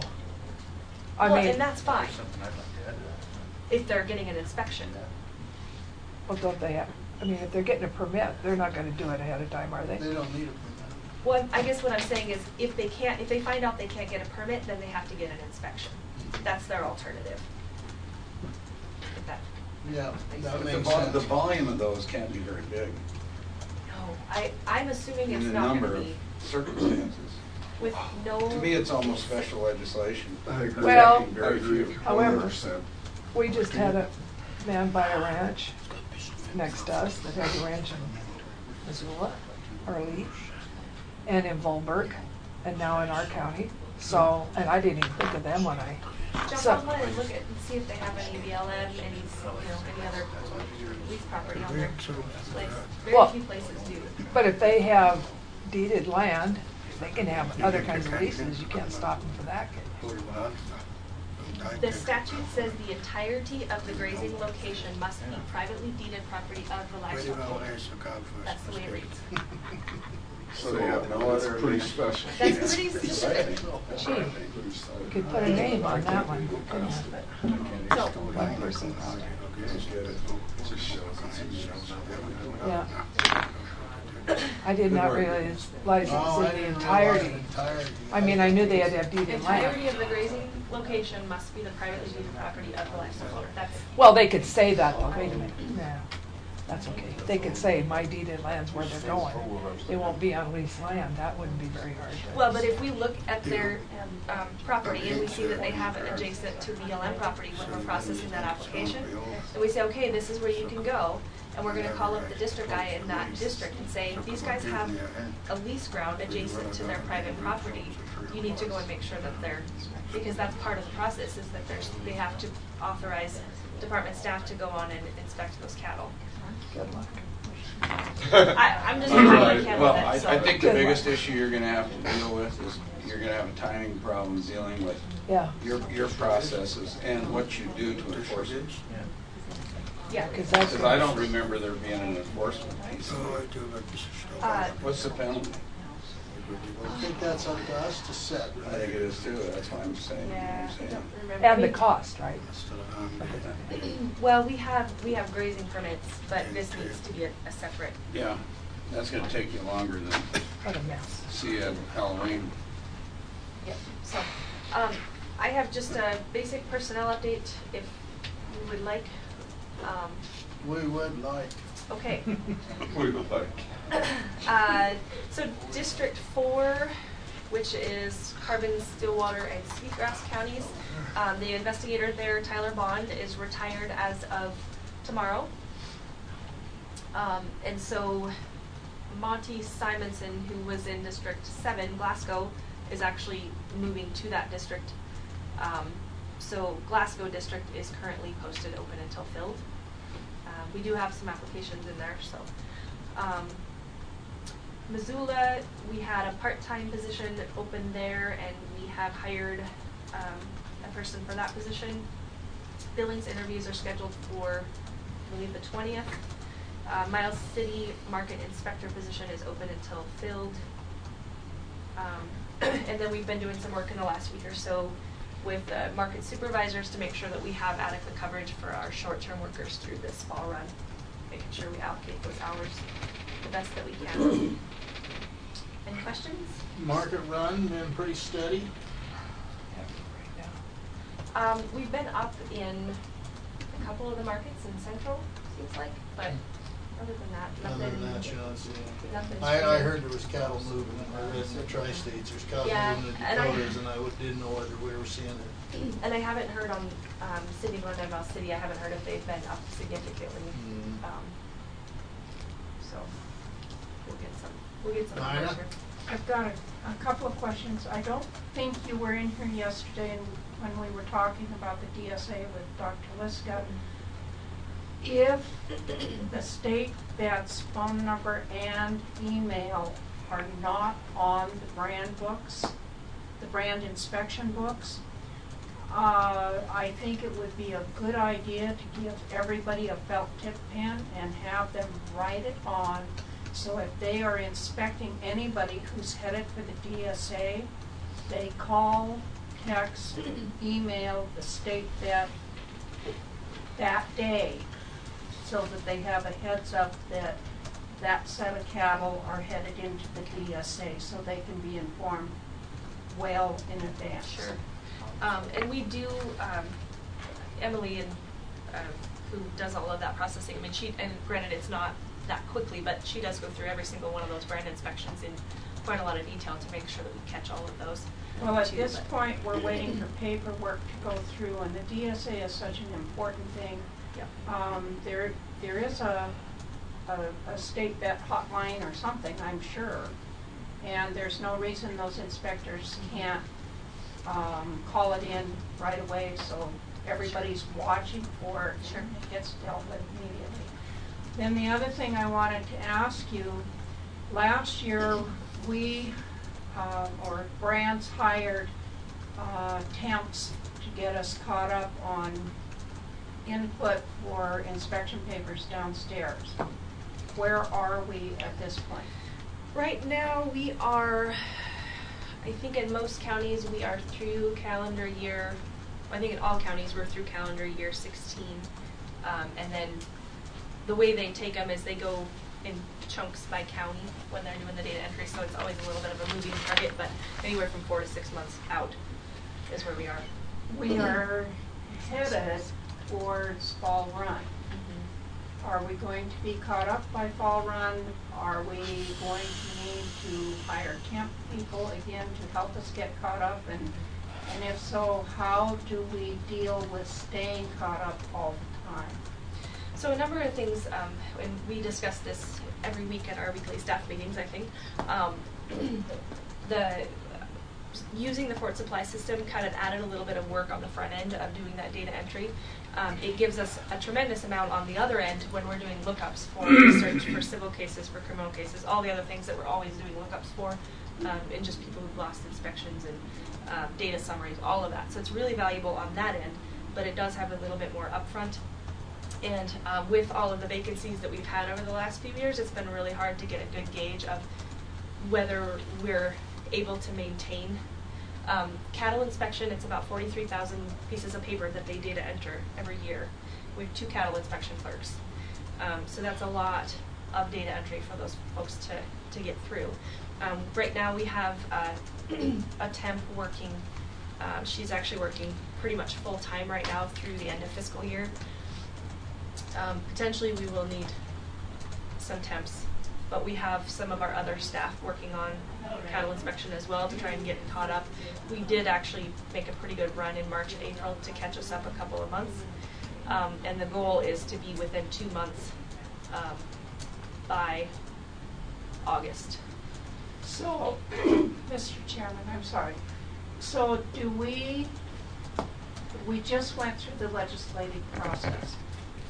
Do we need to look at requesting extra FTEs from legislature in order to have enough people to do what needs to be done?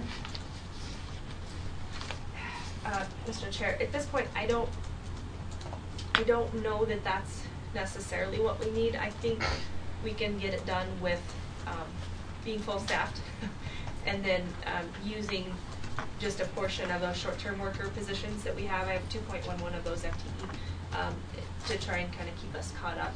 I think we'll be able to get it, once we get back to maintenance, I think we'll be able to stay there. But based on the questions I asked yesterday in the financial report, my understanding is you have money and authority in your budget, substantial amount of money and authority to do those vacancies. So why can't you hire temps? And we will, if we need to. No, I we mean, will. why don't you now, rather than you're behind? Yeah. So because you have the money and you have the authority, I don't know why you don't hire temps to get caught up. Prior to end of fiscal. you're saying? Absolutely, anytime, How good is the especially now. Mr. Chairman? How good is the system if we're 6 months behind? I mean, maybe the information's good on the back end, but I can't believe that nothing happens in those. I mean, if we're 6 months out, that you aren't physically going through some of that stuff. I mean, instead of getting it done and trying to stay up on task, rather than going back to look for something through paperwork and then paying somebody to put the paperwork in. I mean, it makes no sense to me. Yeah, traditionally we've been about, I think they typically run about 2 months behind prior to the system. That was about as good as they could maintain consistently. Well, what'd you just say, prior to the Fort Dodge system? Fort Supply. Fort Supply, I mean, sorry. Well, they ran 2 months behind? When they were fully staffed, I guess is probably the more important. I mean, because we had kind of a run of Departures. I think when we hired, the last 2 hires that we made, I think that we thought it was the first time we've been fully staffed since '09 or so. I mean, in that office. Wow. And I know vacancy savings is a big deal, but at the same time, all it does is create more, more phone volume, more of everything else. But it I got seems, you. I was just trying to understand what you meant by that. Okay. but it seems to me you've got authority and you've got the funds because of it. You have the burden of rehire, but you ought not, unless I'm missing something, there's no reason why they can't be authorized. And you had that at the end of last year too. And we You did- had sufficient funds at the end of last year, the same kind of deal we have this year. I think we had at least, we had 1 temp last year. But I mean, in terms of being caught up, why would you want to be a day behind, right? Let alone 2 months. And so if you have the ability to get caught up, and it's important record keeping, which it appears to be, especially in the DSA, I don't know why you can't twist Mr. Honeycutt's arm and say, how about hiring some temps? Yeah. No, I'm happy to do it. Part of it is we've been trying to get a good gauge of how, like, what it actually takes to be at maintenance. And so we said March was the kind of the meter month, and we did really good that month, but I don't know if that's sustainable. And so, right. And we have, when we have people out for illness and things like that, Right, but you got, that's always right. going to be the case. Yeah. You're always going to have that, probably. Off the cuff, what does maintenance take? 3 people? 2 people? 1? I think more like 2 1/4 to 2 1/2, maybe. Every day? Well, over the course of 12 months. That's. But you have $275,000 in vacancy savings excess this year in brand salaries. And how much of that, because we don't use personal services fund, but we can transfer a portion of that to temp, which is under contract. Yeah, but you're funded by brands fees and per capita. Right. But, I mean, So it's as not far as- general funds, so you're not hamstrung by the source, right? Well, authority-wise, though, I don't think I can't spend personal services money on temps. But I can spend, right, we can do a transfer. You can only do a portion of it. I think it's quarter of it. Yeah, 25%. But regardless, that would be enough to get Yeah, it a lot would. of temp. Right. Anyway, Why don't you point look made. into that? Point made. Point made, yeah. Yes, absolutely. Mr. Chairman? Yes. I want to bring something up to the board while Leslie's here.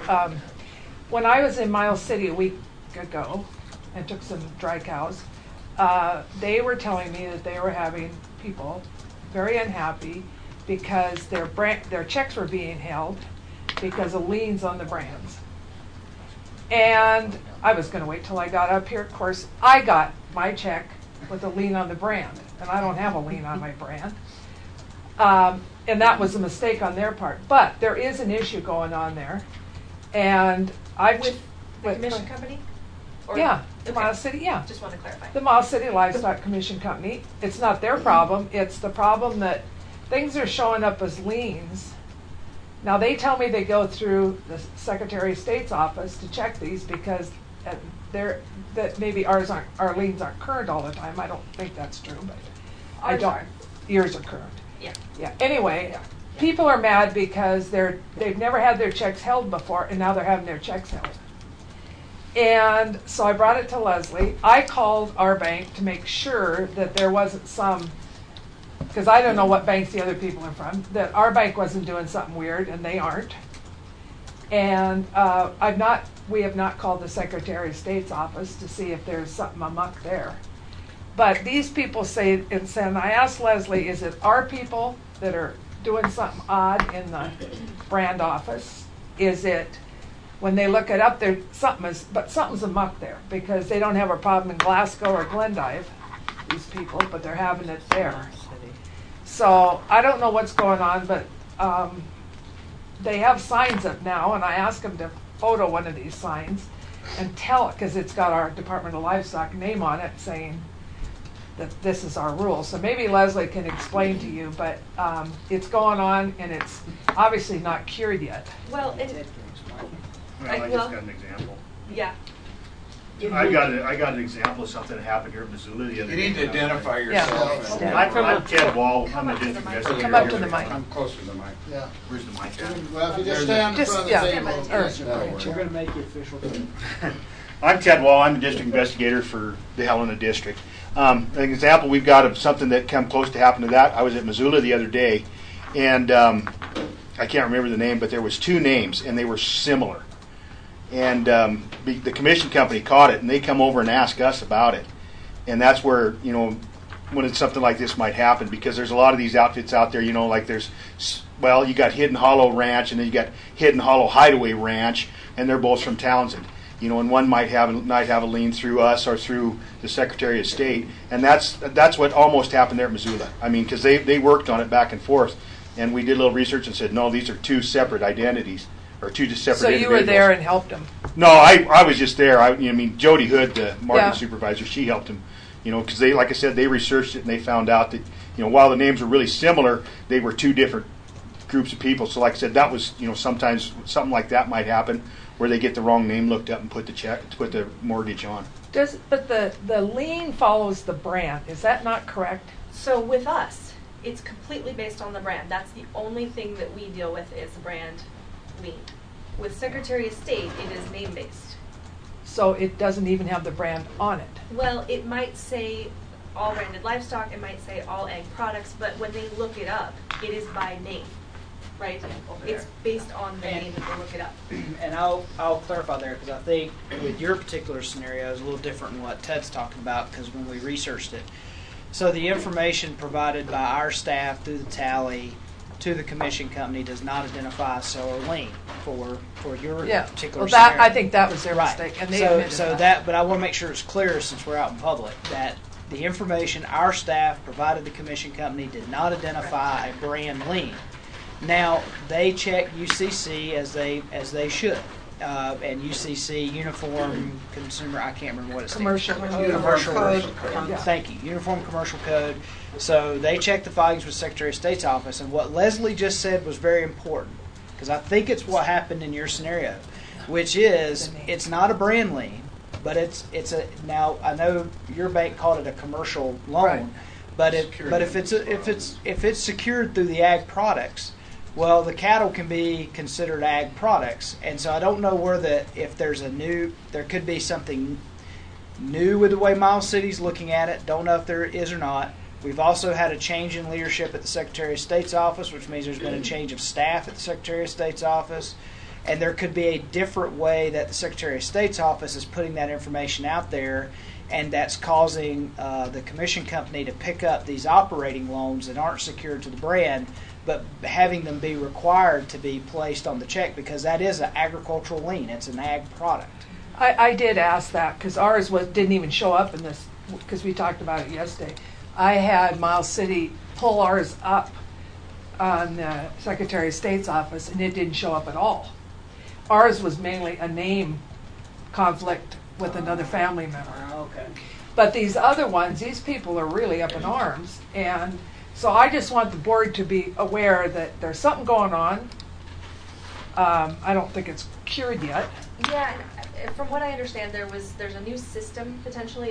It's not really new, maybe within the last year or so, when UCC had the new login, remember? Oh, yeah. So they did get a new login process, and one of the theories that we've been running on is that they just don't refresh that information often enough. So sometimes people are seeing stuff that's maybe a couple months old. I don't know if that's true. We've just been trying to figure out what the issue is. Let me give you a check that might help you. Yeah. It's possible to file a security interest on livestock without the brand. Yes. Okay? So if that were the case, it would show up at the Secretary of State's office, but it would not show up here. Yep. Okay? Because the original security interest, as filed by whoever they borrowed the money from, did not include the brand on the security interest. Correct. So one of the cures to it is to deal with it statutorily to make sure, and maybe that's been done already, I don't know, and it's just an error, but that if you're going to have ag lien on livestock, the brand has to be included. That might, So yeah. that might be a solution, but that's not a short term. But that Yeah. you need to check and see if I'm right. I may be wrong about that, but in the past you've been able to file a security interest without the brand on it because your a blanket security interest file sometimes says all livestock. And that's what she was 320 to yeah. 450 of them or whatever. Right. Without the brand on it. Because people have multiple brands too, and the security interest doesn't follow the brand. So yeah, you can file a lien on a brand and not file with Secretary of State. That's You right. could file with Secretary of State and not use a lien on a brand. Correct. So and the other issue actually that Miles City brought up in particular is that there's been a handful of cases where they're pretty sure that the bank forgot to take the lien off at Secretary of State after they took it off of the brand. Or they attempted to and they had some issues with the system and did it incorrectly. So there's just a lot of kind of different pieces to So all of that. as long as you solve it, we're okay. An important point that I want to make to the board too, and I don't know if it was captured what Ms. Taylor said. The other compounding issue here is that we've got a problem that's not our problem, and one of our partners in doing business has put up signs in their establishment identifying the Department of Livestock as the problem. So that needs to be dealt with I think, sooner rather than later. They were asking that you call. Did you get a picture of the sign? Because I suggested maybe somebody take a picture of the sign that they've posted so we know what it says for sure.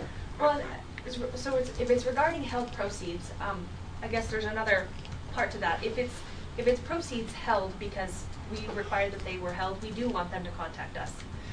And there are some issues around that in Miles City right now also. Just getting folks in the habit of making sure they're checking things in based on the brand owner name, knowing that we can't make assumptions about who people are. We have to take what they give us. So that may be what the signs are about, rather than liens, possibly. Yeah, I just know that they put some signs up to try to calm people down that they're just doing their job as to what they're supposed to be doing with these liens. Yeah. So, like I said, I could have somebody take a picture of a sign and email it to us so we know what it says, but, or you should do that, and then I you'll will. know. Anything else? You got enforcement structure?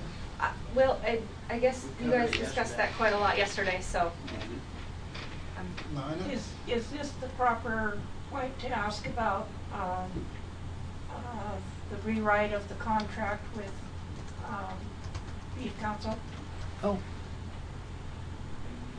You were supposed to, you were rewriting some wording. Not her. no, no, That's me, Rob. that's her. That's Rob. Yeah, we should have talked about it yesterday. That's Rob. But I can give you an update on it. Yeah. I'll give an update on that. So the board requested that we add addendum language, just basically saying that the Beef Council, because of other agreements they make with third parties, in this case USDA, that if there's any audits that the Department of Livestock and what's happening downstairs is subject to, that those would be at the cost of the Beef Council and not Department of Livestock. As you know, we've had some weighty legal issues in front of us over the last few weeks. So Rob has not gotten around to writing that contract language for me, but it should be forthcoming now that some other things are cleared out of the way. Well, I think the other thing that we talked about way back when it first popped was the board needed to understand the process we go through and that we work through with them relative to money changing hands and mail and all that kind of stuff. That part of the process was, I don't think we ever got into. We got the part about the amendment, but we didn't talk about, if Mike, honey, if you get all the mail and you open it and there's cash in it, how do you deal with it? So it's our own internal working process. Right. We didn't get any clarity on. Is that part of your question? Yeah. See what I mean? So you want me to answer that now? Well, you can, but I don't want to put you on the spot. You can do it later. But So, and maybe Kelly can help me with this a little bit, because my understanding is that there's all of the money that should be coming in there is not our money, correct? It's all Beef Council money, because nothing that Yeah. we received by Tammy. That's what I assumed. Would be our inspectors, right? Right. Anything that's done by our staff, that's Beef Council, is done on a separate remittance for Beef Council deposit. Right. And that's all tracked. That's done in the field. They have a deposit account that they put that into in the field. I mean, and it's what tracked. I'm talking about is when the mail comes in, do you get it? No, Tammy, right, yeah, Tammy gets in, Tammy Bridges with Beef Council, she goes through it, pulls off the money that is Beef Council, it's all Beef Council money, because it's all from local inspectors. So isn't they pulling off? She just deposits it. And then and then she gives us the inspections, and we did after the inspections. And I think one of the issues, and I think to the spirit of Nina's question, and one thing we'd ask for direction with the board, because I can see it potentially being controversial in our relationship with the Beef Council, is that when the envelopes come in, should the Beef Council look through the envelopes first, or should DFL look through the envelopes first? And I think, am I getting right where you want to go? Okay, I think that's the question that, now, there's Tammy right there, she can probably answer, but she's popped up here, so. Come on in, Tammy. Hi. So I don't know, I think that's the question that some of you have, so I'll just get to it. That's a process issue. Well, the question is, who are the envelopes addressed to? If they're addressed to the Department of Livestock, then it is illegal for anyone who is not an employee of the Department of Livestock to open them. And I know this, my father worked at the post office for 40 years. And because we are dealing with audit issues, I have a real concern of the position we're being put in. Well, if we're opening it, then we're handling Beef Council's money. No, that's not what I It's the said. DSE. What I said is, who is the envelope addressed to?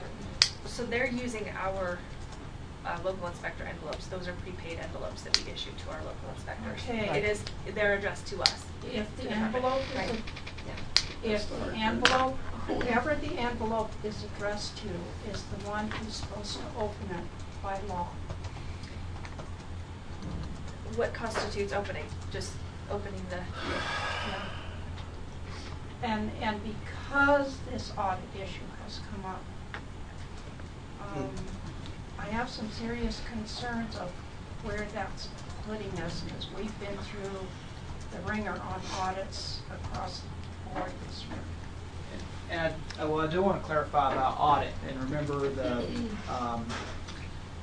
the legal opinion that you received, that the USDA contract that Beef Council entered into in December, because we are not a part of the speech, we are not subject to audit. We're not. The Department of Livestock is not subject to audit. So I do want to make sure I'm clear on that. If there's an audit that you would be concerned about, it would be a legislative performance audit of our relationship with the Beef Council, not from USDA, because since we're not involved in the speech part, all we're doing is collecting money. We're not involved in developing messaging that's part of the checkoff or anything of that nature. That's what USDA has a subject to audit, any third party who's doing that type of work. That was the legal opinion we received from our folks.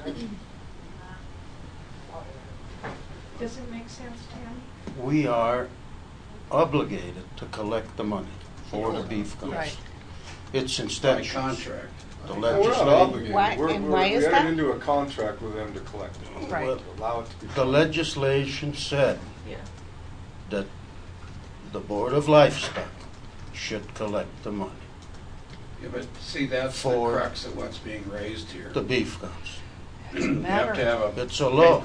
Well, either way you shake it, you come out to the same problem. If we're the ones responsible for getting the envelope and getting the money, then we're the ones that have to open it and send the paper trail to Beef Council. That's right. And if we're not, and we're opening, and we're not opening, we still have to. So the solution's still the same. As a matter of process, you have to have cross-check on, just follow the money, right? Where does the money go? When you have a double checks, because you got the receipts on how many cattle went through there, so we carry that paper. That stays with us. Yeah, all the And inspections. inspections are with us, so we Yeah.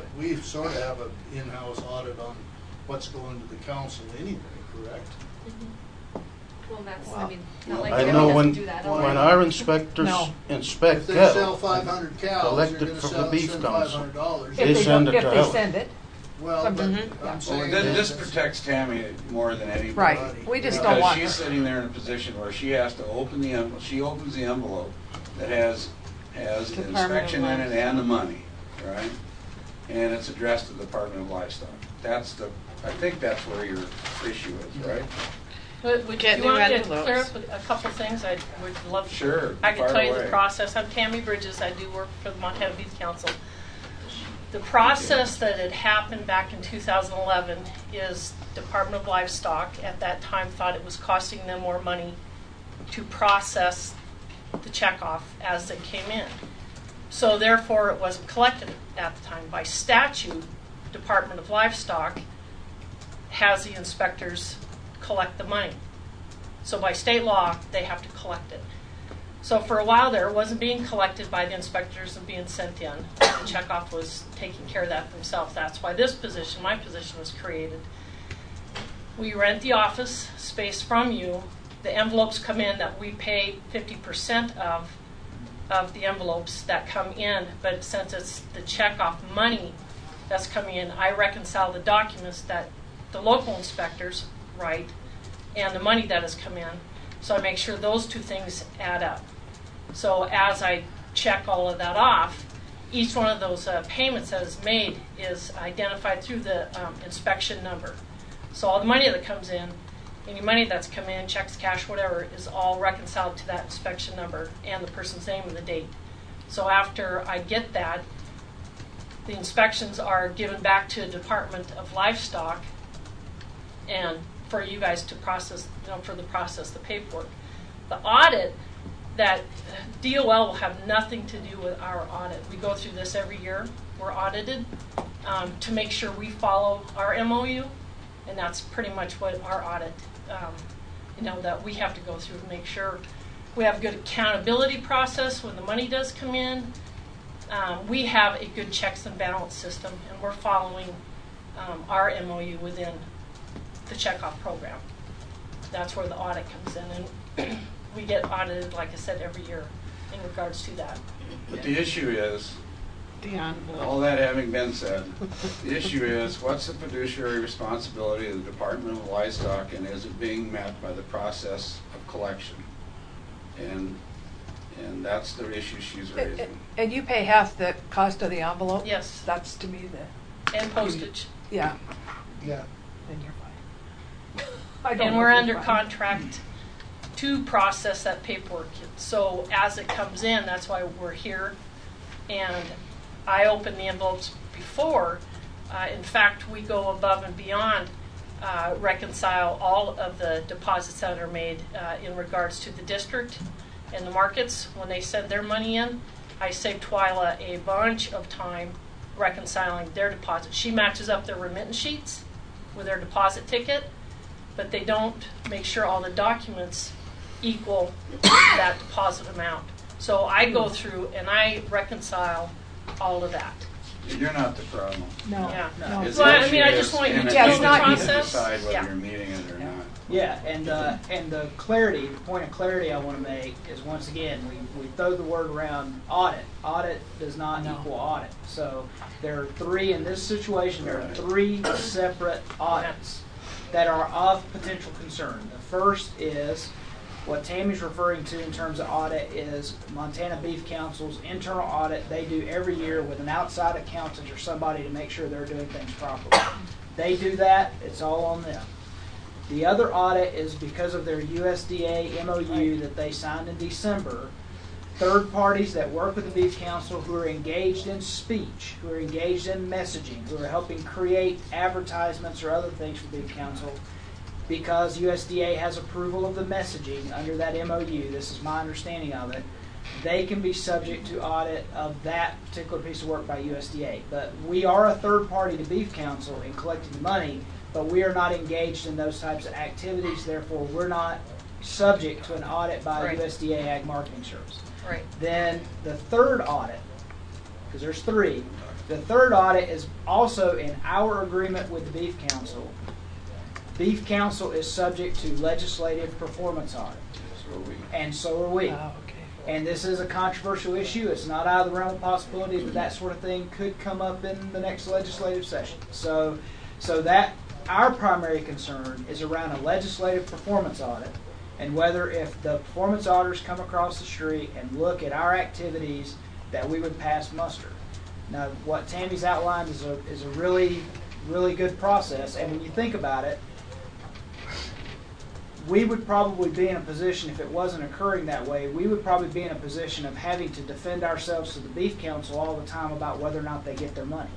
But because of the work Tammy does, and I think that's the reason she's in this office, is she's making sure that that piece is taken care of. But Beef Council knows the inspectors are collecting money the way they're supposed to be, and sometimes they're not, but when they are, that they're collecting money the way they're supposed to be, and that all the money that's being collected for the purpose of the checkoff is getting to the Beef Council, isn't getting siphoned off somewhere in the Department of Livestock. So it does give us comfort to know they get their money first, they get their money and she reconciles it, then that way we know, Beef Council knows that our inspectors and our part of the process is happening the way it should. Now we all know we've been through performance audits. If a performance audit were to occur, there'd be some problem found, whether it be big, whether it be small, we don't know, that's just how it works. But that is if when we use the term audit, I just want to be clear that the audit that we talk about and the audit that Department of Livestock would be concerned about would be a legislative performance audit. The other two audits don't have anything to do with us. Okay, are we done there? Yes. You are. I Pay So for are you half good the with the envelope, now salary postage, structure? I'm good. That's my question. And rent. Which Well, one? the one, is Ruski gonna be the your boss then? You gonna put up with it? No. No. Put up with him before. Okay. No, I don't have any issues with the department Okay. structure. Are we getting all the, did we get the email? It didn't come through on my phone, but Mike thinks that the Oh, structure. Yeah, I sent the email this morning with that attachment. You thought it might be on my computer. It didn't show up on this. It would have been when we were sitting here together, so Next about layer. 7:45. Yeah. Next layer. The next layer from what was on the board yesterday. Yeah, within your, In the brands within the function. brand. So- Oh, I haven't got next layer on there yet. no. Bureau? Are you talking bureaus? We've got just the bureaus, yeah, but they want to see the next layer below bureaus. Nothing changes below the bureaus. Well, Well, it we'll does. draw it up for you. Okay, We'll I draw have it it up. drawn up, so I can, Yeah. that's easy, it's already done, so. Perfect. Yeah, make Yeah, a it- copy and give it to us. Put it Yeah. on the org chart. Yeah, it's all there, it's all done. Thanks, Tammy. Doesn't change anything, so. So if you could Thanks, Tammy. bring them a copy of that. Yeah, thanks, Tammy. All right. Anything else for brands? Let's have lunch. Thanks, guys. Thank you. Oh, did you get it? Um, Yeah, see, that didn't come through on my phone. That's interesting. You want to see it? No, I just want to have it.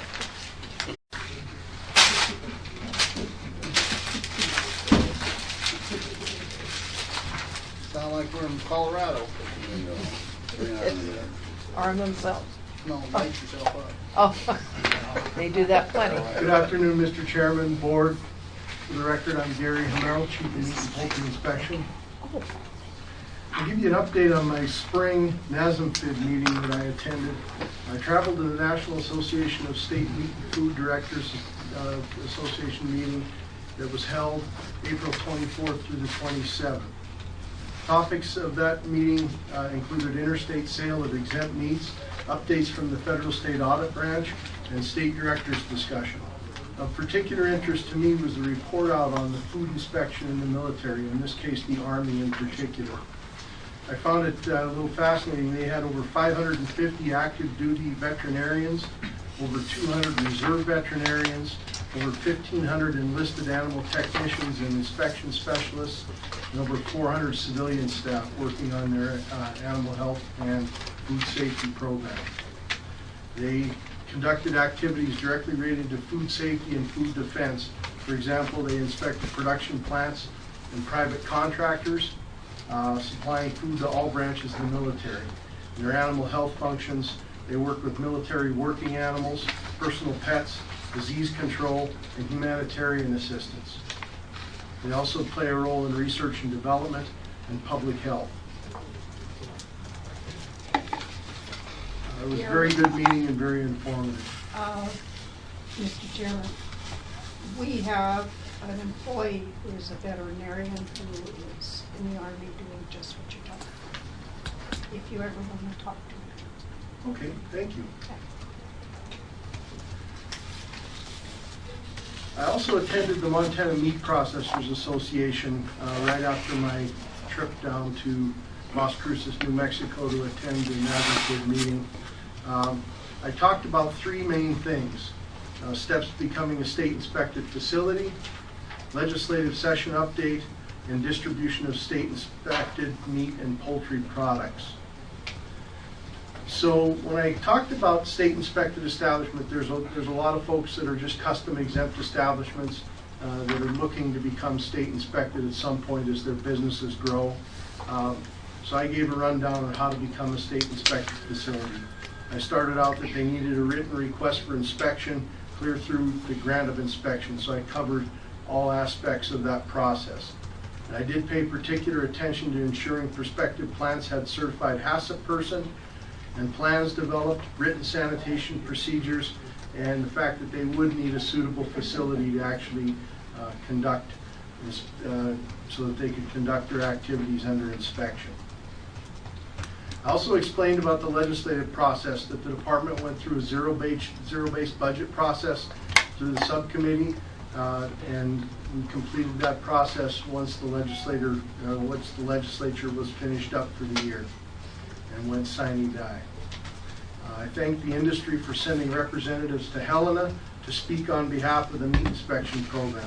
As you know, 3 members of the association came to Helena to testify before the subcommittee on the delivery of program services and to support our need for additional inspectors. I also explained that Representative Glim requested an amendment to House Bill 2 in House Appropriations Committee. And we received the additional inspectors through that process. we received 2 additional inspectors for the program. And although we had not received funding for training or leased vehicles, I further explained to the group that I'd be very frugal with the budget, and as needed, I would work to try and get people to the right training at the right time when they needed that. For distribution of state-inspected meat and poultry products, we had a recent issue with an establishment that was an in-state establishment selling retail products out of state and delivering those products to another state. And that product did have a small amount of state-inspected product in it. That's not acceptable, and we educated that program that they could not do that any longer. Ultimately, FSIS provided guidance on where the products could be sold. The guidance concluded that all state-inspected product must remain within the borders of the state. However, if an establishment utilizes 100% federally inspected product, that product may be shipped out of state in a retail sale situation. So they need to have 100% of that product be federally inspected product, and they could ship that out of state on a retail sale. The burden of proof, however, is on the establishment to provide some information and proof that they are actually using 100% federally inspected product. Is there any questions on that topic? I have Yes. a question, Gary. Where are the, I mean, I know there's a federal inspected plant in Miles City. Where are the other federally inspected places in Montana? We have, Mr. Chairman, committee, board members, we have 23 licensed inspected facilities, and where the location of each of those is, I don't have off the top of my head. I know there's one in Butte, one up in the Kalispell area, as you said, back in Miles City area. So all 23 of those are federally inspected? Mr. Chairman, yes ma'am, they are. Roundup, your hometown. It's federally inspected. If it interests the board, I can certainly provide a list of those federal inspected establishments and where they are. I'd like to have that, please. Okay. Okay, finally, I'll talk about the audit that we recently went through. The Meat and Poultry Inspection Program, as you know, went through an on-site audit. The purpose of that audit was to determine how well inspection staff carried out their daily duties of inspection in plant. So that's the purpose of the audit. They're looking at inspectors. The inspector took the lead in that audit. When the auditors were there, they followed the inspector around. The inspector pointed out issues that he or she may have found and determined whether or not the establishment was in compliance at that point in time. I'll tell you, the audit was very tough and very detailed. The Bureau has some work to do. All staff from the top to the bottom are accepting responsibilities for any of the shortcomings in that audit. I've developed a plan, however. We aren't letting this go unnoticed. We've developed a plan to address each audit issue as well as global issues and trends that showed up in the audit findings. The majority of the findings related to sanitation issues such as meat scraps on a wall, rust, dirty strings holding electric cords, dirty equipment, and using scratched and scored tubs and barrels that are not readily cleanable. Other findings related to HACCP plans and HACCP records. For example, direct observation of the monitoring. They may not have put initials down, they may not have put a time or a date down as required by statute. So these are things that should have been found in daily inspection duties that were not. A particular concern for the auditors was the statewide production of jerky. The auditors noted that establishments were not following all operational parameters cited in the establishment's scientific support. Most, if not all, of the jerky establishments rely on a 2014 jerky compliance guidelines for very small establishments and what is called Appendix A, which is it details the time temperature combination for cooking meat and poultry products. For example, at 158 degrees for 0 seconds, you've reached lethality. If you can prove that you've done that, you've reached lethality in the product. In the guideline, there are well-defined steps for producing safe jerky. Science dictates that humidity must be added early in the cooking cycle to kill potential pathogens that are on the meat. And that's accomplished by closing the damper doors on the smokehouse within 15 to 30 minutes of the start of the cooking cycle. That adds humidity to the process and creates a safe product, or helps create a safe product. At least one establishment was not recording when the dampers were open and closed. After the cooking step... Let me interrupt you a second Sure. here. It's my understanding that we still have outstanding possibilities of appeals relative to at least 2 of those establishments. And based upon that, I think we better be careful what we say here, because we're getting into factual circumstances that are surrounded by the right of these individuals, our customers, to appeal these activities. So I'm a little uncomfortable going through when there's an appellate process that could bring this board into hearing the appeals.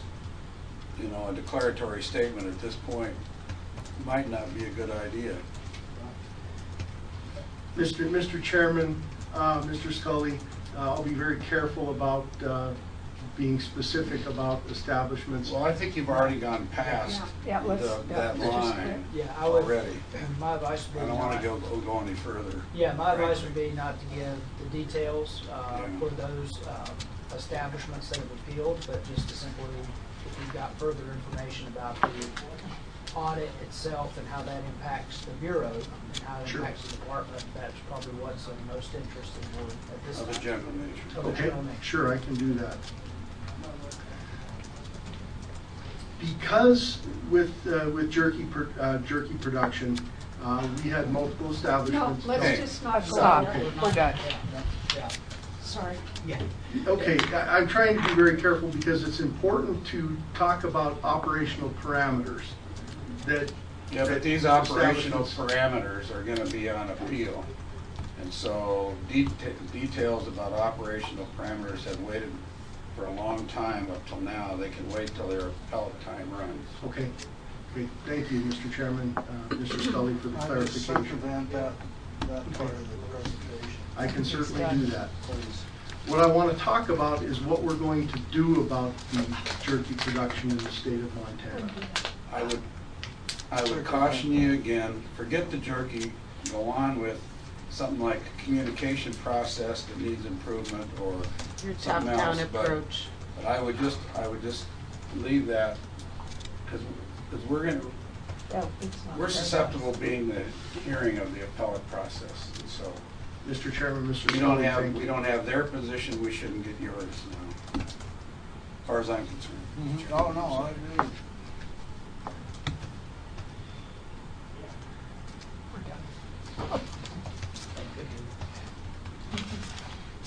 Don't mean to put you on the spot, but it's... Mr. Chairman, Yes, ma'am. can I ask Gary a question?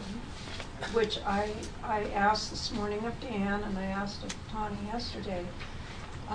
With the reorganization that the legislature has suggested for the department, and your rear being put under the Animal Health Division,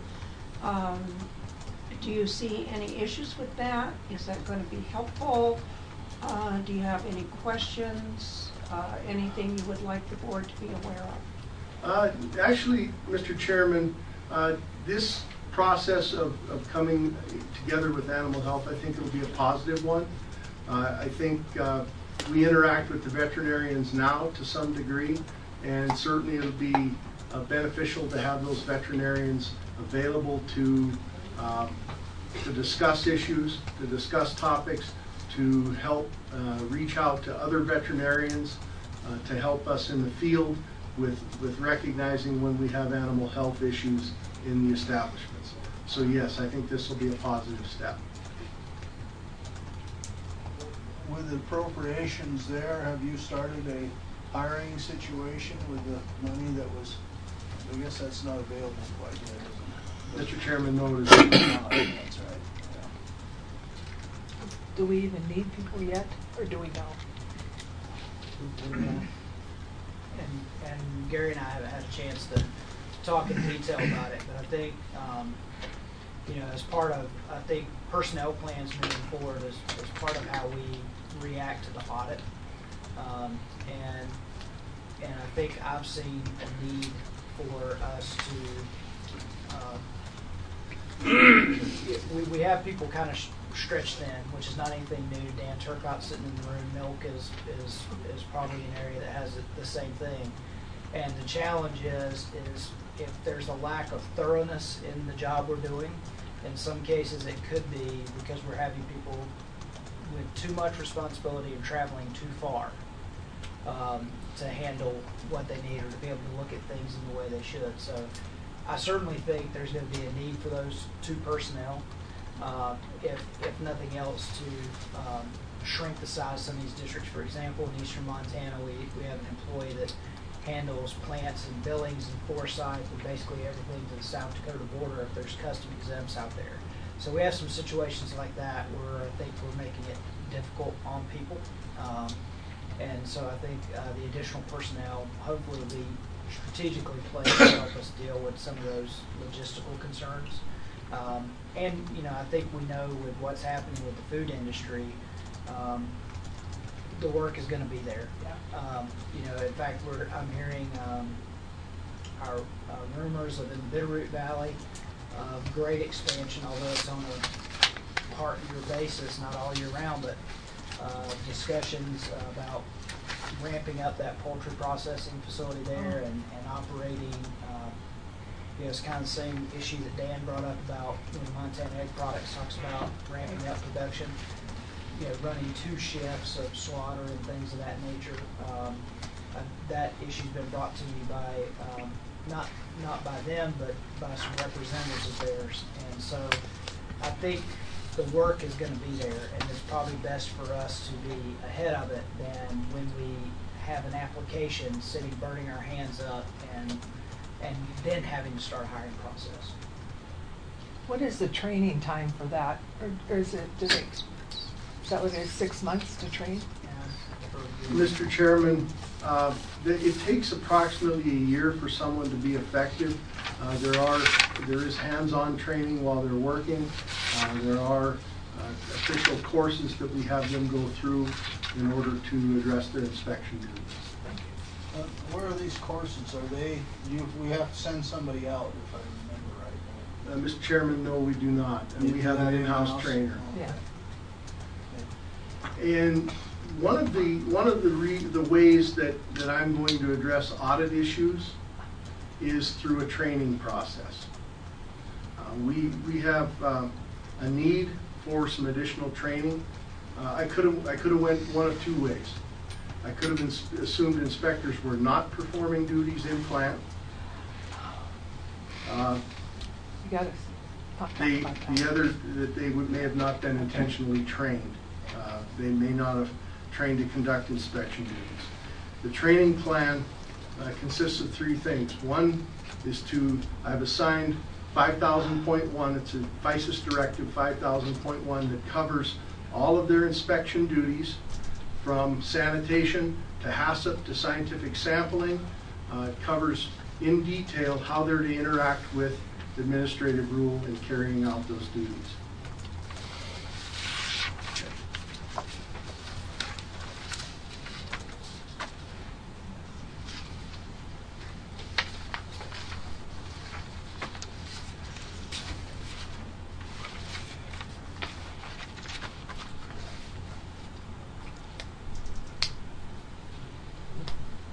One thing I do want to point out in the audit, there was no issues in the Helen office.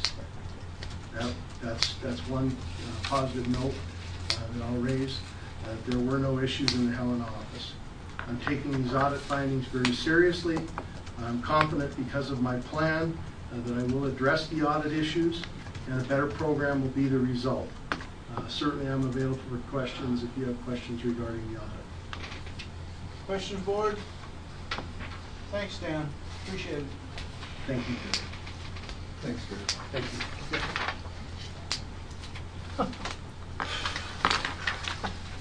Full day is too much for me. Oh, come on. Oh, come on, John. He meant to say Gary. Yeah. I understand. Doctor, véngase.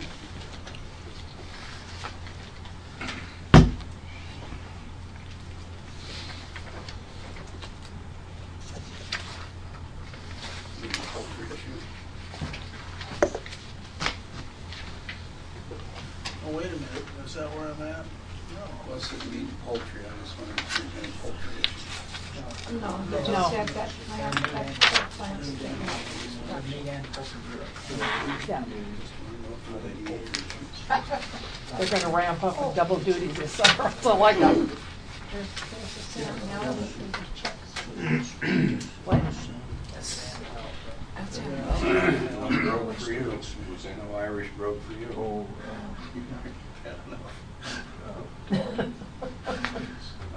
Okay. I can't talk. Yeah, well, we'll get this going. Let's start. I have several other items.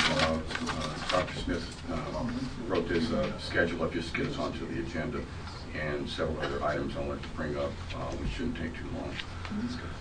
And actually, the first item, clinical pathology section upstate, shouldn't take too long either. As you are aware, 2 months ago, two boards ago, we came before with the situation that was occurring within that section. One was the section was identified at the legislature as having no zoonotic potential, so they felt that the section should be a little more self-sustaining. We have yet to address. We did bring forward our what would need to be increased as far as prices, and we're for self-sustainment, and that was about 2 times as much. And so that brought to the question. Now we're getting into the areas of close to a private laboratory, and so are we going to be able to compete? Would be the question. The next issues came up was we started to lose personnel, and that's the major issue. We lost one person was going to retire, and then within a short period of time, the other person decided they wanted to take a position in Denver, Colorado. And so having anybody there to perform the tasks was a major issue as far as candidate services, obviously. We also assessed that the section has older equipment, it has maintenance contracts, and so, and as well as volume had been going down significantly from 3 to 4 years ago, but had somewhat plateaued. And so we brought to the board, kind of a recommendation that we may want to consider shutting down this section. The board did not want us to pursue that action, and so we started to advertise for the position. And the position had been advertised for almost 2 months, with actually until last night at about 4 o'clock, we did not have a candidate that was acceptable.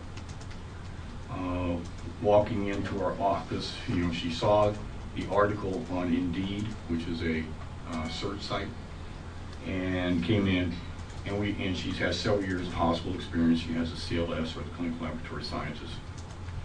She's rather young, but recent graduate list at least 3 years ago, so she does have background. Marie, in this interim, who is our current supervisor, was saying she would stay on. After this lady came up, she's willing to train her up and try to get her familiar with the equipment, familiar with the quality program, familiar with our personnel. This would still leave this section one person short. It has 2 full FTEs. So we would have to look for another body in there, and I'm considering if we were to continue the section to go to 0.5, and then take that other half-time, split it to another section which is busy, such as PCR or up in serology doing the Brucella testing. I have yet to offer her the position. I wanted to make sure that I was fulfilling the board's wishes is maintaining this section open. And so, you know, this came up, like I say, it just came up last night. And so until I know that that's still the board's intention, you know, I will not offer a judgment until I have that assurance. Board? You just heard the doctor. Does she have all the qualifications that you're needing? Yes, she does.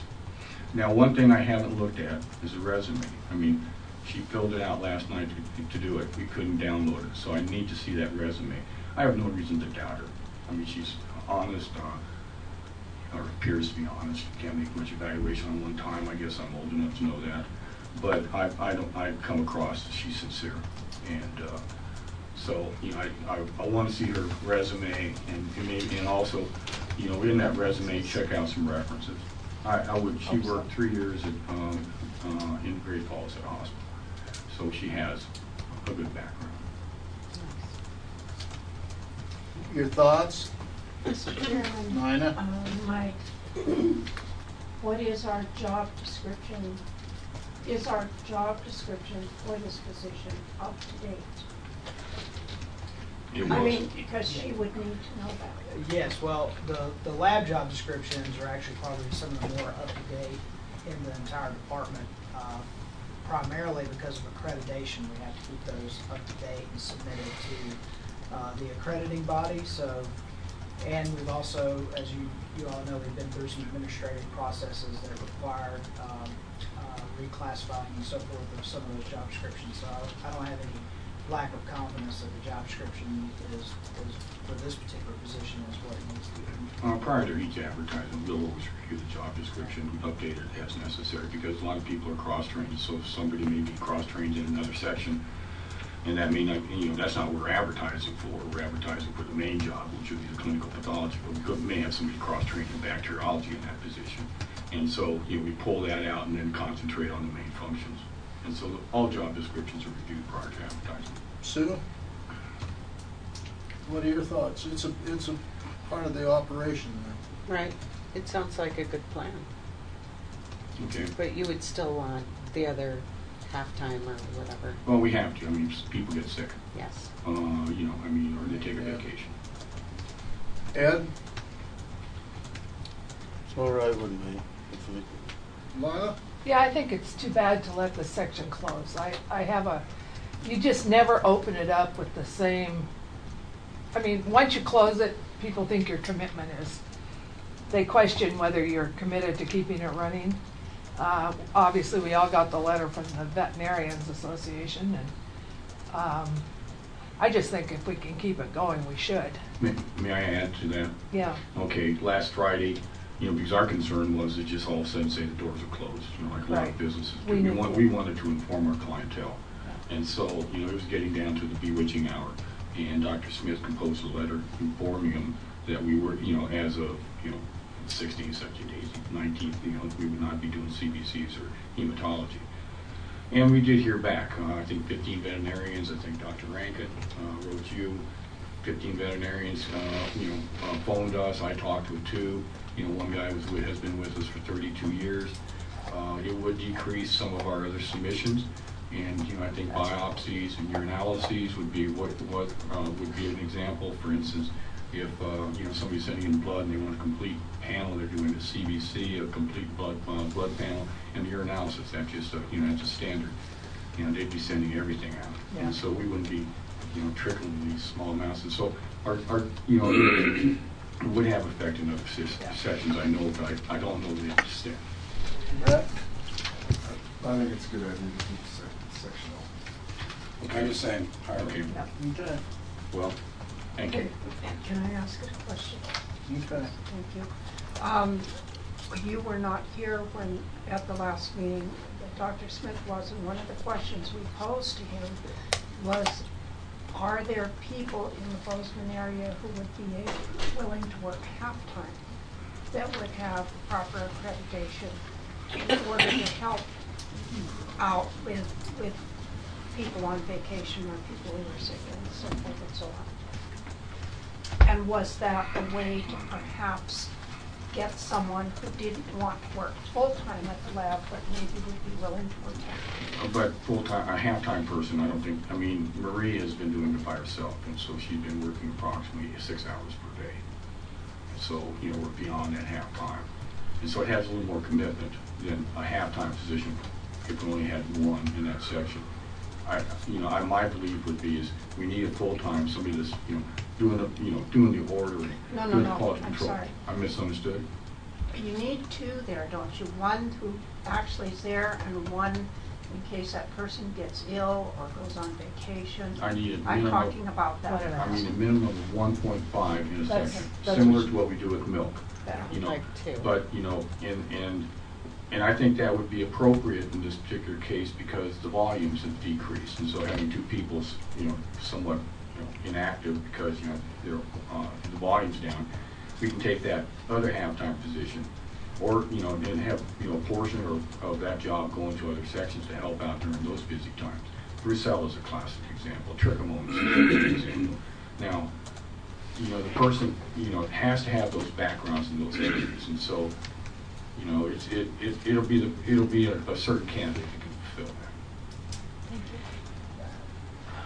Okay, we will. Get the word out, we're not closing it down. Yeah, I mean, Dr. Smith is, I asked him to compose a letter to get out immediately. Make sure it's approved by Mr. Honeycutt. Yeah. Well, and I also want to make sure, that the communication is approved. The other thing I want to make sure of here is to remember what we just talked about. That there's processes that need to take place. You just had an applicant come in last night.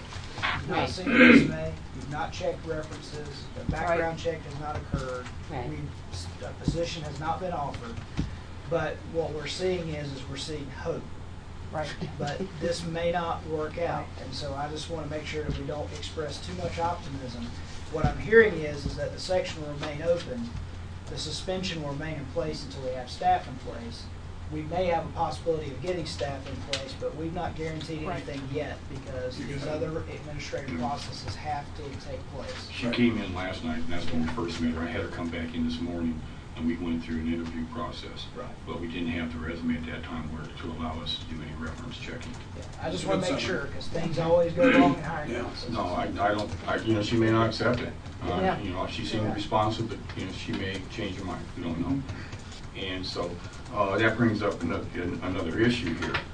And she's been looking for a job in our area for 2 months and did not realize that job was available until just the other day. And so, and I'm not trying to, say anything. This is not a knock on our HR person. It's just this is how things are now. We stopped advertising in the paper because it was expensive and we didn't think it was very rewarding. And so we went with the state system, or we went with Indeed, and then she found it through Indeed. And other areas that she was looking at was Craigslist. And so there's other ones out there that we need to make sure that we're exploring on these complicated positions to fill. We should we need to be beating bushes in a better fashion, I think. And I'm not I don't know what's all out there. Is there not a professional website for people like, I'm sorry, but I would hope we get some kind of assistance. Sheila may have more ideas. People from D of A may have ideas. I don't know. Well, I want to be clear. The state system and the jobs posted on the state system are picked up by Indeed. They're picked up by Monster. Because they're trying. The more jobs they have on their sites, the better they get. Now they have for-pay services. You can pay them to be at the top of the page when someone looks for a job in Bozeman, Montana. But I would point out, and I want to make sure it's clear, this job and our lab jobs have been on those sites. And so there might be some other ways that people are searching for jobs. Craigslist would be one I really wouldn't think about because of some of the services advertised on Craigslist. But I think the jobs are out there. One thing I did notice, and not that it would probably have affected this position, but particularly if we're in the future when we're hiring for management positions, we didn't have these positions listed on the American Association of Veterinary Lab Diagnostics. It was not on the DOD website when I looked at it the other day, any of our jobs that were currently open. And so that's another place if we potentially want to attract interest from out of state of people who are already in the lab network and already know to look there. You're not going to catch people who aren't members and aren't looking for jobs in diagnostic labs. But I mean, yes, there's some things that we can do through professional organizations too to try and get to the right people. This job's a little different because nobody's going to be going to that website for this particular job, but among medical technicians or something, there's got to be some professional organizations or others we can reach out to and have job boards. Well, something else. We can get out there specifically. Yeah, something else fell through the cracks in this one because Rhonda Craver, who is the head of the MedTech program, or the clinical laboratory science program, it's no longer called MedTech. Typically, if she knew a job, she would be passing this information on to her graduates. And either the email was not received, wasn't sent, I don't know. So I agree. I think, especially for these high professional jobs, pathologist, the ABLD would be the ideal one. ACDP, ABMA is more practice oriented. Well, we can solve that problem Yeah. later, but who's going to respond to Dr. Rankin? Are you going to respond to Dr. Rankin right away? Yes. Using the same cautionary process you did us? I think you should get the word out. So she's the one who corresponded with all of us. Right. I'll have Steve send you the letter as soon as he's completed. Which letter are you talking about? That will, Okay, yes. counter the Thank you. previous letter. Other positions. We have had some hires. We've hired one person in virology. He previously had applied for the histopathology job, and we selected another individual, and he found another job. And then when he saw this position open, he came back, and we were incredibly impressed with him, and so we hired him. Our prep aide has been filled. Our positions that are still open are, at this point in time, postponed path until we make an offer, or do further investigation. 0.5 or half-time. 0.5 FTE in serology. And the one that's going to be the most difficult is the dirtiest job, and that's the deaner, or is what we call it now, trying to give it a cleaner name, pathology assistant. And so, but that can be a very interesting job. There's one aspect of that job which, is not what you call satisfying. The incineration of carcasses. That's what I'm referring to. Pardon me? Nina wants to do it. I've done that. You want the job?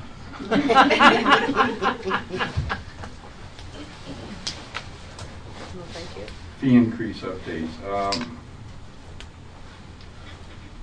I presume, because I shouldn't, I presume that our fee increase has gone to the Secretary of State. Is that correct? Yes. Okay, so we're in that process. Other items. Non-coordinated council. After I last met with the board, I went to Ames, Iowa for non-coordinating council. And coordinating council is comprised of laboratory directors, state veterinarians, who offer advice to the powers to be in APHIS and NIFA, and yet for procedures and funding and policies that are for the knowledge. And so one thing that came up, and it's all sparked because of the fact that we had a low-path AI outbreak in Tennessee, Alabama, Georgia, and one other state. And there's 4 laboratories, and they're all non-laboratories, and they're all level 2 laboratories.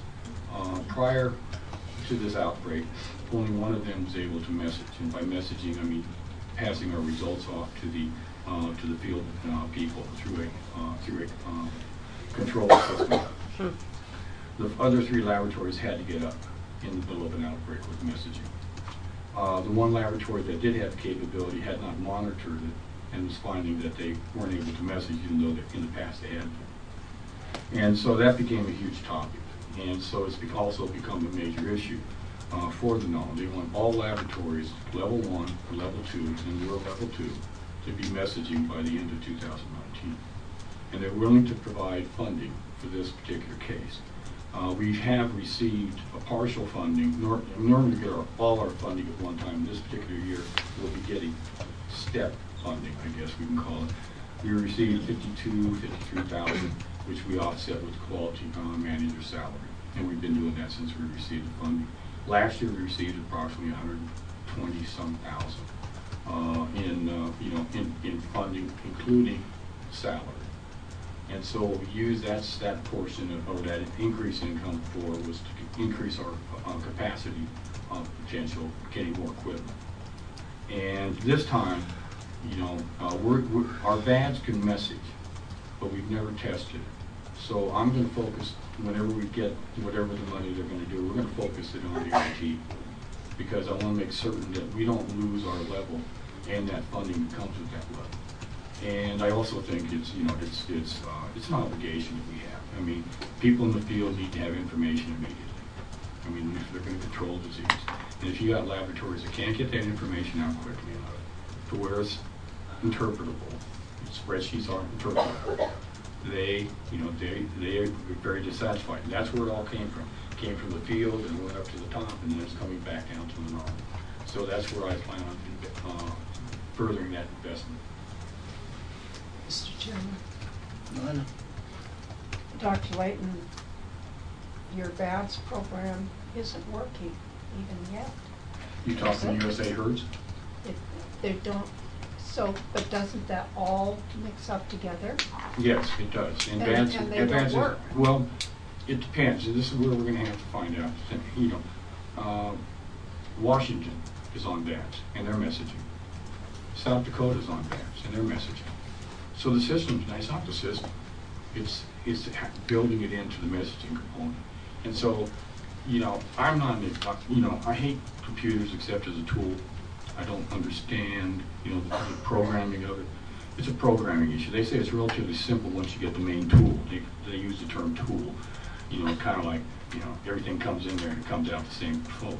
If you're trying to message for each individual disease, and there's, I think there's 10 known diseases, then, you complicate the system, and you have no flexibility to, just put another disease in there very quickly and easily. These people that are messaging say, it's simple if you have it set up correctly. And so I want to, we need to get, once we decide to have funding, make a decision how we're going to go about this. We're going to do this on an outside group, pay the people, the VADS people, to come back out there and try to get this up. They've been most helpful. We have most of it in place. It's just I'm not sure where we are totally with this as far as messaging. And so, we want to start, I would like to have it up by the end of the year if all possible. This calendar year. This calendar year. Mr. Chairman, Dr. Layton, I understand the needs for messaging, but you're 2 years now trying to get VADS to work on another program. How do you, how much money have we put in trying to get VADS to work with HERDS? Well, VADS will work, it's just a matter of getting it programmed. Okay, there's, you know, you have to put in all the codes, and it's where who has the time to put in all these codes. It's not the hardware, or it's not the software system, it's putting in the codes, which is the issue, and being uniform in your codes. Now, maybe we've been a little protective of VADS, especially since, you know, we haven't had as much support down there as far as, you know, the IT that, you know, we have become accustomed to. I don't think it's the VADS program. I think it's a matter of finding people that understand how to enter this data into the program so that it's functional. John? Well, it seems to me we have 3 IT people that are on staff. We need to communicate with them and have Doc meet with them, figure out a plan, forward it to Mike, and then find out where we're at. Maybe none of them can handle it. Maybe all of them can handle it. And we have to have VADS, but because we're not going to solve it here, right? No, I'm not. Yeah. So. Yeah, I'll delegate that to Steve because he knows more about VADS than I do. See, we need to get on with that. Let's get to our IT people.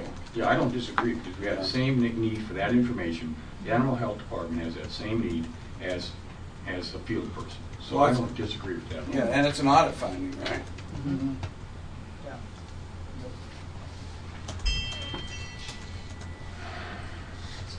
Okay, speaking of Steve, I thought Steve, he kind of assumed my duties, and I thought he did a very good job, and I want to commend him for it and thank him.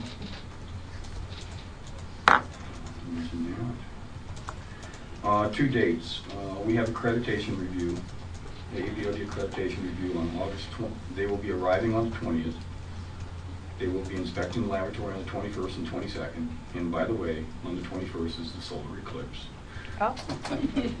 That was, think they planned that? When I talked to him, I had no clue that there was a solar eclipse coming.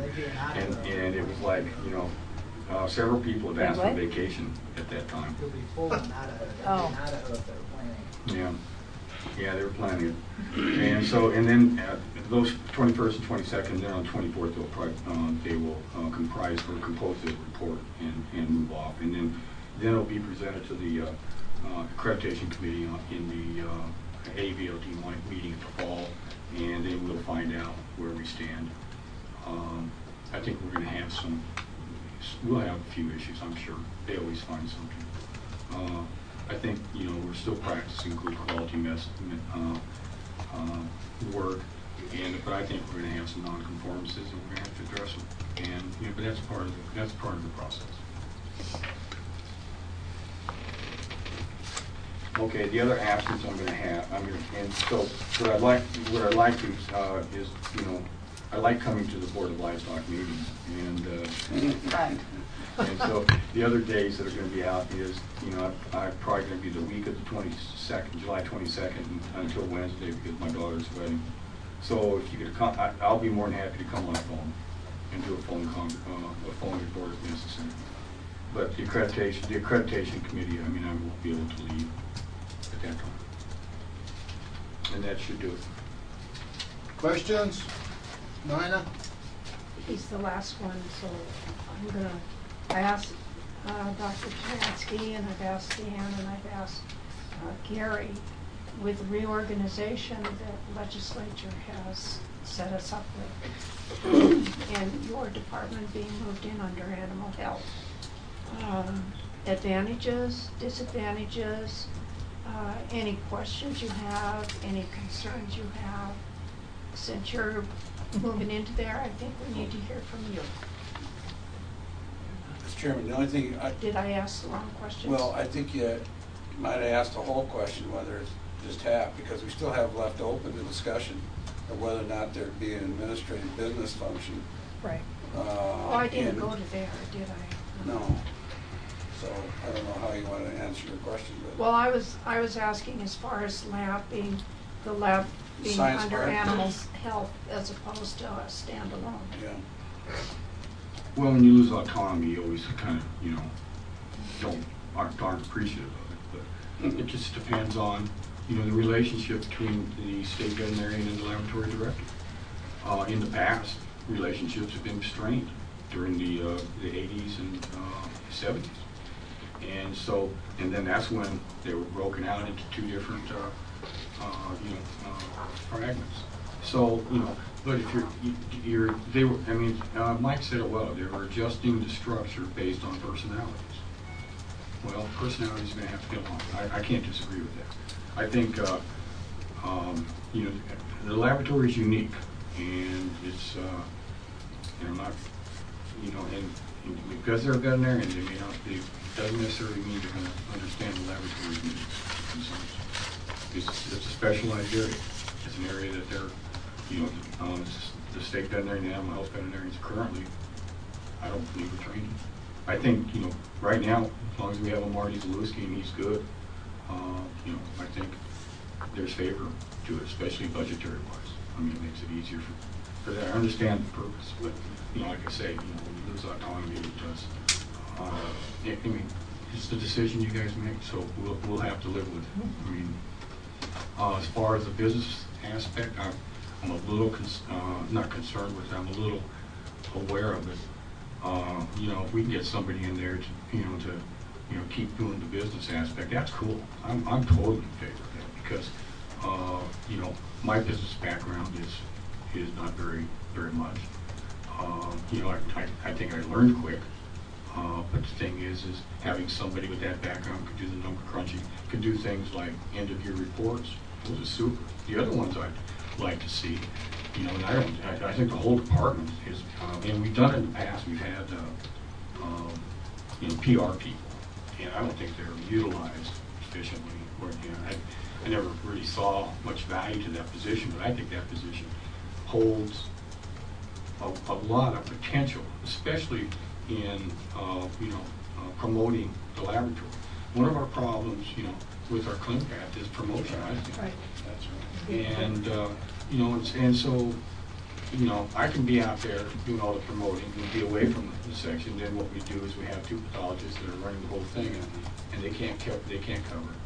And so, you know, I think that would be a great position if you gave it to the right person. In the past, you know, my observations, they became high-paid receptionists. And, you know, they should be writing a news article every week, and publishing it, distributing it. Not just, and Marty's newsletter is great. It's one way to communicate with veterinarians, but it's a quarterly thing. And if you got a PR person in here, they should be writing something every day, or, you know, have an article out a week, you know, with whatever section of, you know, of the department, promoting it, pushing it, keeping it in front. MSU does a great job of that. Of course, MSU has quite a few advantages too.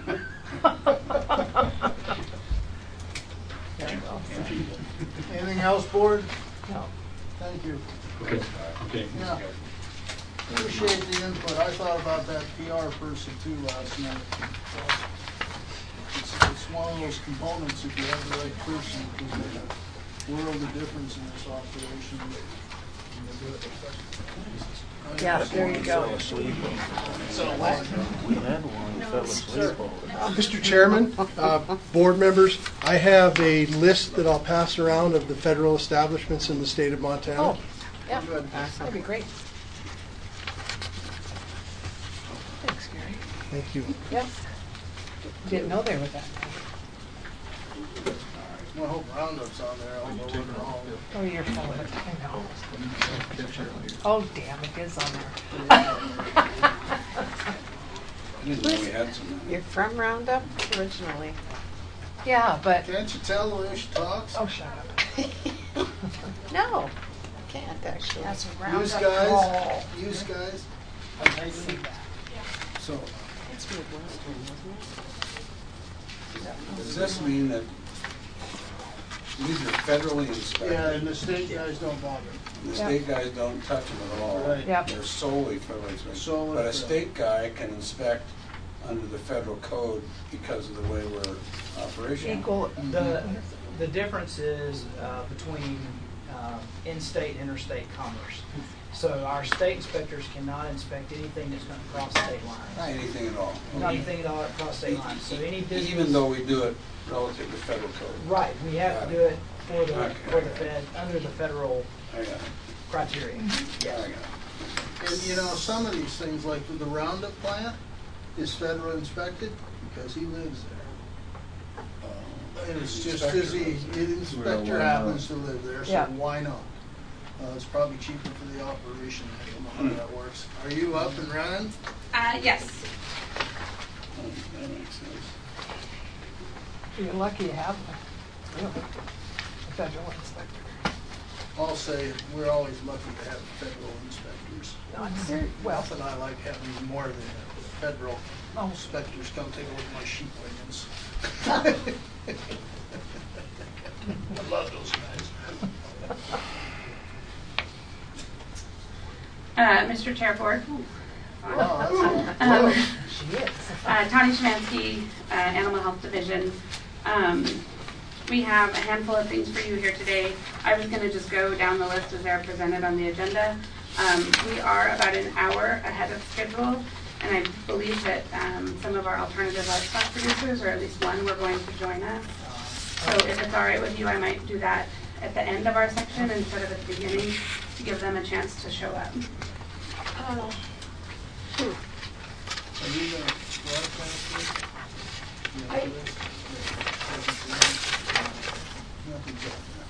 Okay, do we have opportunity to wordsmith this? Yes.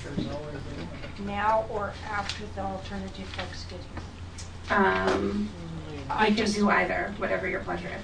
Well, whatever you want. Do it when they're here. Do it when they're here. Okay. The other ones are going to disagree with this. They might as well do it when they're here. Okay, so also under the animal health agenda today, as far as administrative rules are concerned, is a first-time presentation to you of a change to our import requirements for M-branded cattle. Following the outbreak of tuberculosis in Canada last fall that was in proximity to Montana, as well as the South Dakota investigation in spring, we received a request from the chairman of the agriculture committees from this legislative session to increase the testing requirements for M-branded cattle that would be entering Montana. Specifically, they asked us to look at the language that North Dakota uses in their import requirements. So we have drafted an administrative rule change that reflects that request, and just kind of can walk through it for you. So the basis of the structure of North Dakota's import requirements, they have some basic testing requirements which we currently have in place, but they also have a requirement that there is a TB test on the birth herd of origin in Mexico. And effectively what this does is makes it extremely difficult for M-branded cattle to come into the state.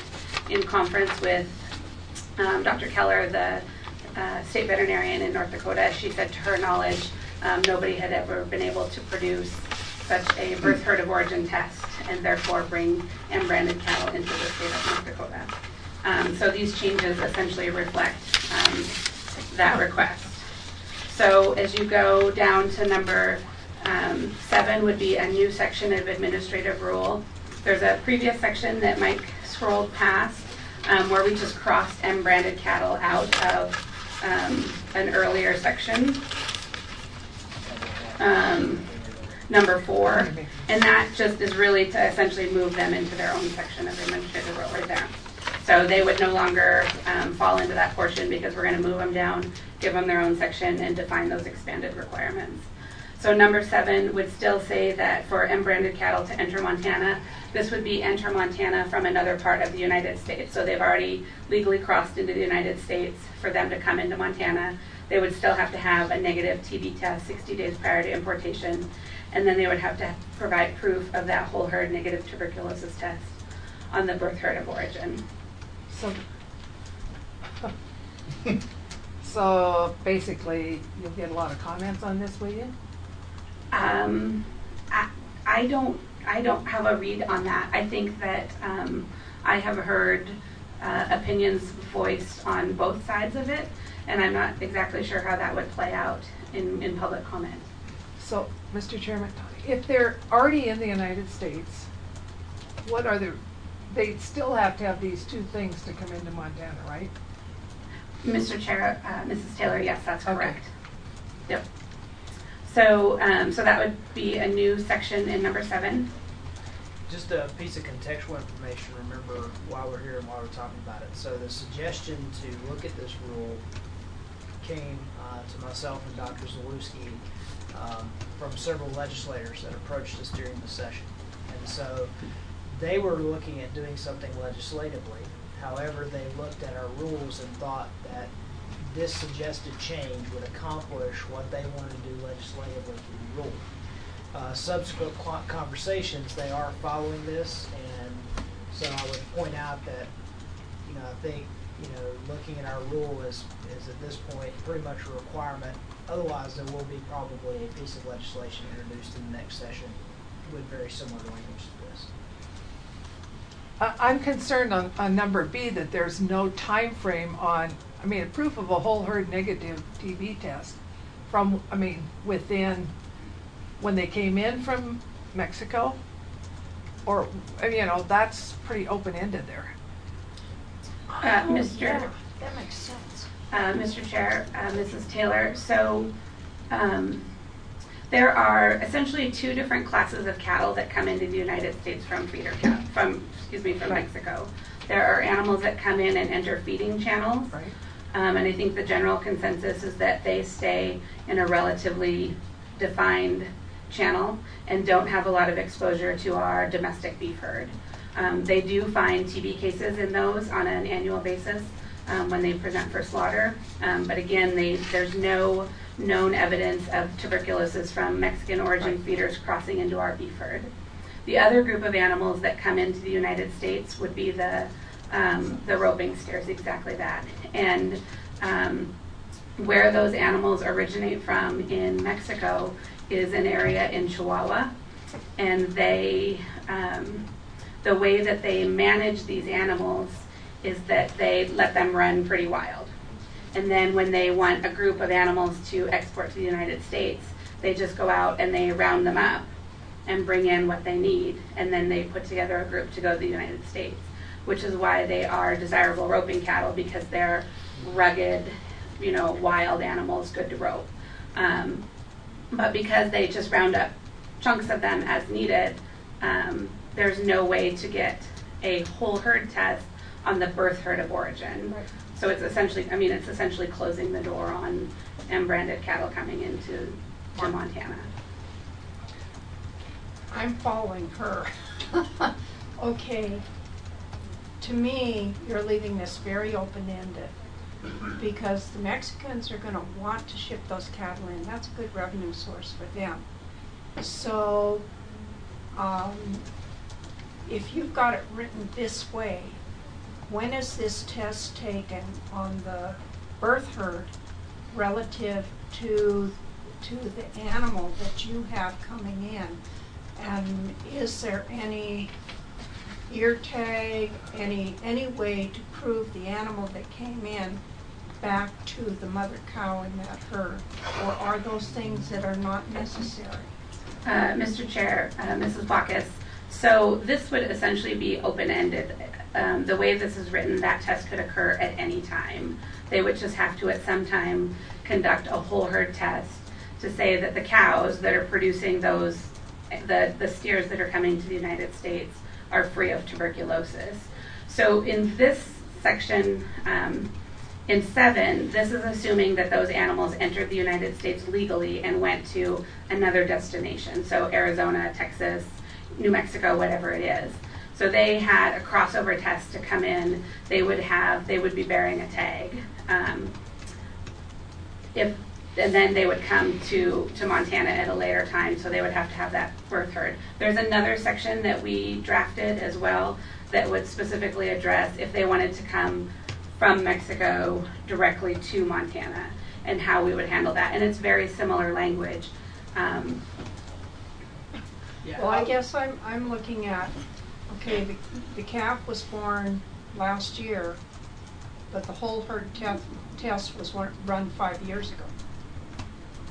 We could put absolutely, that's it, Mr. Chair, Mrs. Bacchus, that's a good point. I mean, we could put a too long out end on it. Yeah. Within the past 2 years, 3 years, something to that effect. I know Dr. Szymanski's trying to be very careful. I don't think we can address it without addressing exactly what that language means, and I think we need to be honest about what that language means. I think you're looking at it as open-ended, inclusive language. It's actually restrictive language, being that many of the cattle from Mexico that enter the United States, you can't establish a birth herd to begin with because they're rounded up off of open country, groups brought together, and then brought into the import channel. So those animals would not be able to ever come here because they have no birth herd. Right. So it would actually be more restrictive upon M-branded cattle ever being able to come into Montana. It's not open-ended, it's restricted. Maybe. Well, if you have to establish a birth herd. If you can't, then what are the requirements to let them into the United States, Mike? Or Mr. Chair, Mrs. Taylor, it depends on what area of Mexico they are originating from to come into the United States and what class of cattle they are. There are areas of Mexico states in Mexico that have status that are essentially equal to Montana's TB status in their cattle herd, and then they have areas that essentially have no TB status, and animals from those areas are not allowed to enter the United States. It's regional, yeah. So at the lowest end, there are some, I think a single negative TB test for these animals coming across the border would be the lowest end. And then the highest end would be not allowed to enter. John, do you by chance know, Doc, what Colorado's rules are or Nebraska's? Mr. Chair, Mr. Scully, when we were asked to draft this language, when I look at states, I always look at the ones that border us, so I apologize I didn't look at either of those. North Dakota's are by far the most restrictive. Other states range from no specification to similar to what ours are. There's a pretty good. South Dakota's. I think they require a negative test similar to us. I can verify that for you. Are they changing Oh, theirs? birth rate test? No. So, John? well, how do you, being a team roper, how do you think this is going to impact that industry? Mr. Chair. I know you don't have proof of one way or another, but what's your sense? Mr. Chair, Mr. Scully, we tried to, so when we go in and look at USA herds, there isn't a M-branded cattle box that is checked when animals are imported into the United States, so it isn't a really clean search. But just kind of knowing what we know about the Montana industry, we did look for all imports of sporting cattle in 2016 and tried to parse out which of those were M-branded cattle, and it'll impact about 4,000 sporting bovines in the state of Montana on an annual basis. But if those, that's just Montana, right? Yeah. So if Montanans are getting them from Nebraska or Colorado. Well, that would be every animal that was moved into the state that was marked as a sporting bovine and had an M-brand statement on it. Even on a temporary basis? Even on a temporary basis. What sort of fines, or do we have fines in place for non-compliance? Be broken muleys. What fines do we have in? What are the consequences of non-compliance? Mr. Chair, Mrs. Bacchus, so at this point in time, when we find animals that are in Montana illegally, that have not met our import requirements, we place those animals under quarantine, and then they're under quarantine until they are able to meet the animal health requirements for our state. Typically, we have not associated a financial penalty with that, knowing that just the process of coming into compliance costs them money. That being said, we haven't had individuals that have been, consistent repeaters as far as problem children. We recently had an individual in Yellowstone County that is actually importing Mexican feeder cattle into Montana. About, I think, 1,000 head so far, and scheduled for more to come to be fed. And just because of the way, when individuals import cattle from Canada into Montana, I think because of that proximity, there's a familiarity that there would be additional requirements in Montana. We don't import a lot of cattle from Mexico, and so when they're starting in Mexico, they just don't have that same familiarity with what our import requirements are. So these animals actually came into the state illegally, and when we were provided the paperwork by USDA that showed that those animals crossed at the border and were destined for Montana, we tracked them down and currently have them under quarantine. They have started the process of testing. They've done about 800 so far, all TB negative. And then we've been able to educate that producer so that he knows if he continues to bring more in, they will come in legally in the future. Okay, follow-up question on that. And it goes kind of back to some of the stray stuff. If we have them under quarantine, are they in our facilities, are they in their facilities, and who picks up the bill? Mr. Chair, Mrs. Bacchus, they're in their facilities. And they're responsible for all of the expenses associated with, testing, having the veterinarian out to do the inspections. So I'm not a roper like John. That's a good thing. So it's, it's not a real big hair off my back, okay? But I don't want tuberculosis in this state, or near my herd, or near my neighbor's herd, or even my enemy's herd. But is 7B potentially punitive? Yes, it's okay. I mean, I'm good. But I'm just asking. I mean, is there a different way to go about it, right? I mean, So, there's lots of people that like it. Mr. Chair, Mr. DeBrucker, Mike Honeycutt, please cut me off if you would like me to stop speaking. I opened the door, so just keep walking. So, Stepping in it, right? You gotta talk about it. Yeah. The discussion that I have been part of in deciding how to essentially make it difficult, if not impossible, for Mexican origin cattle to enter the state of Montana is that you can't tell them, no, you can't come here, but you can set the bar in such a way that it makes it difficult for them to. So that's the explanation that was given to me. I'm a veterinarian, not a lawyer. I appreciate that. So I'm not speaking punitively on the exporter. I'm talking punitively on John and his friends. If he has any. Somebody does. I don't have an answer to So, that. so let's take it a different step, okay?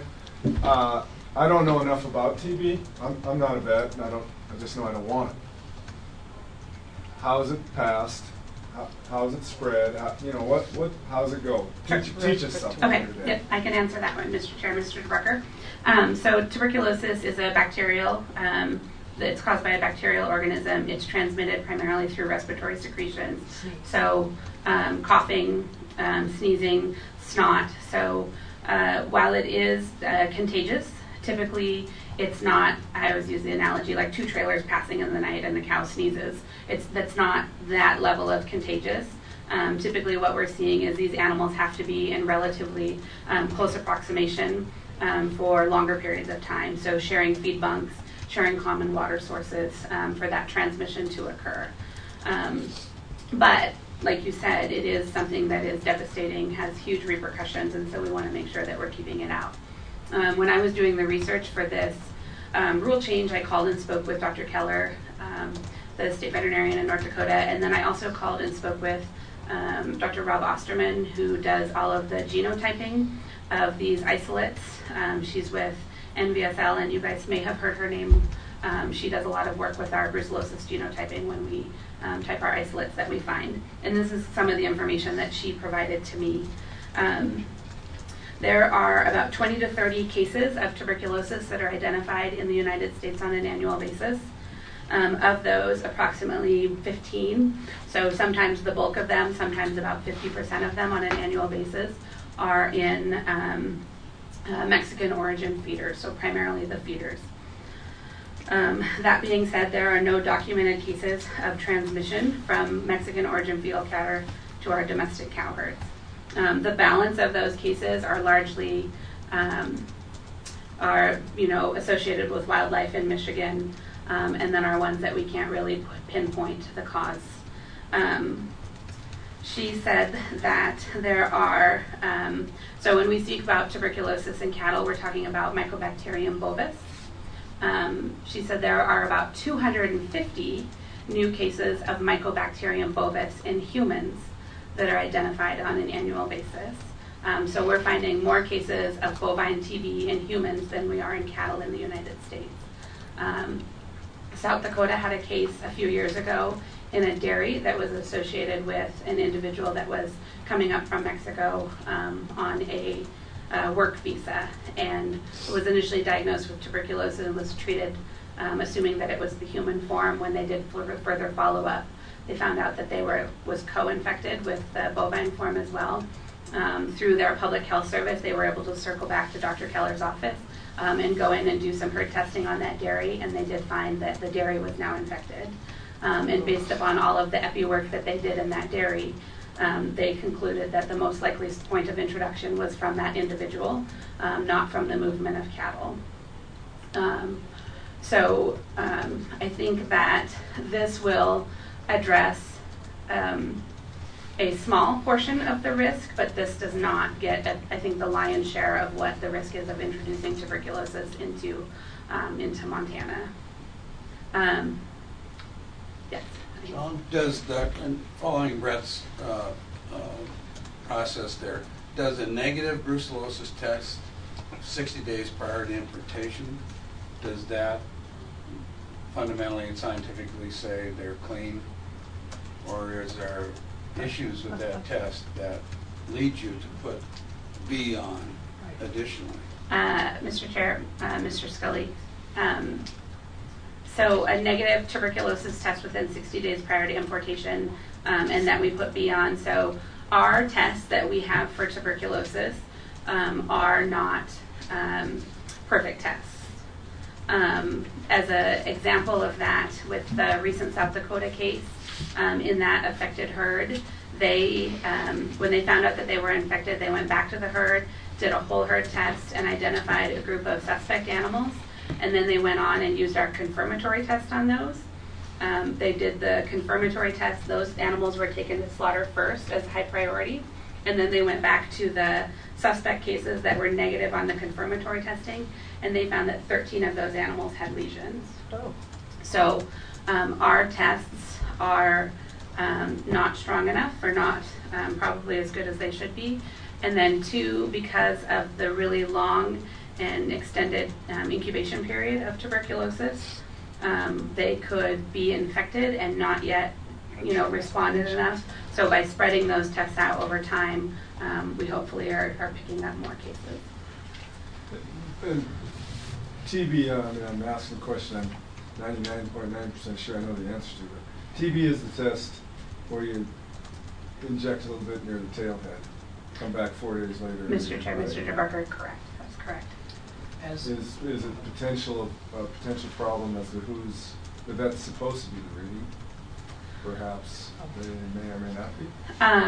Mr. Chair, Mr. DeBarker, absolutely. Accredited veterinarian compliance and administration of that test is something that we're always working on.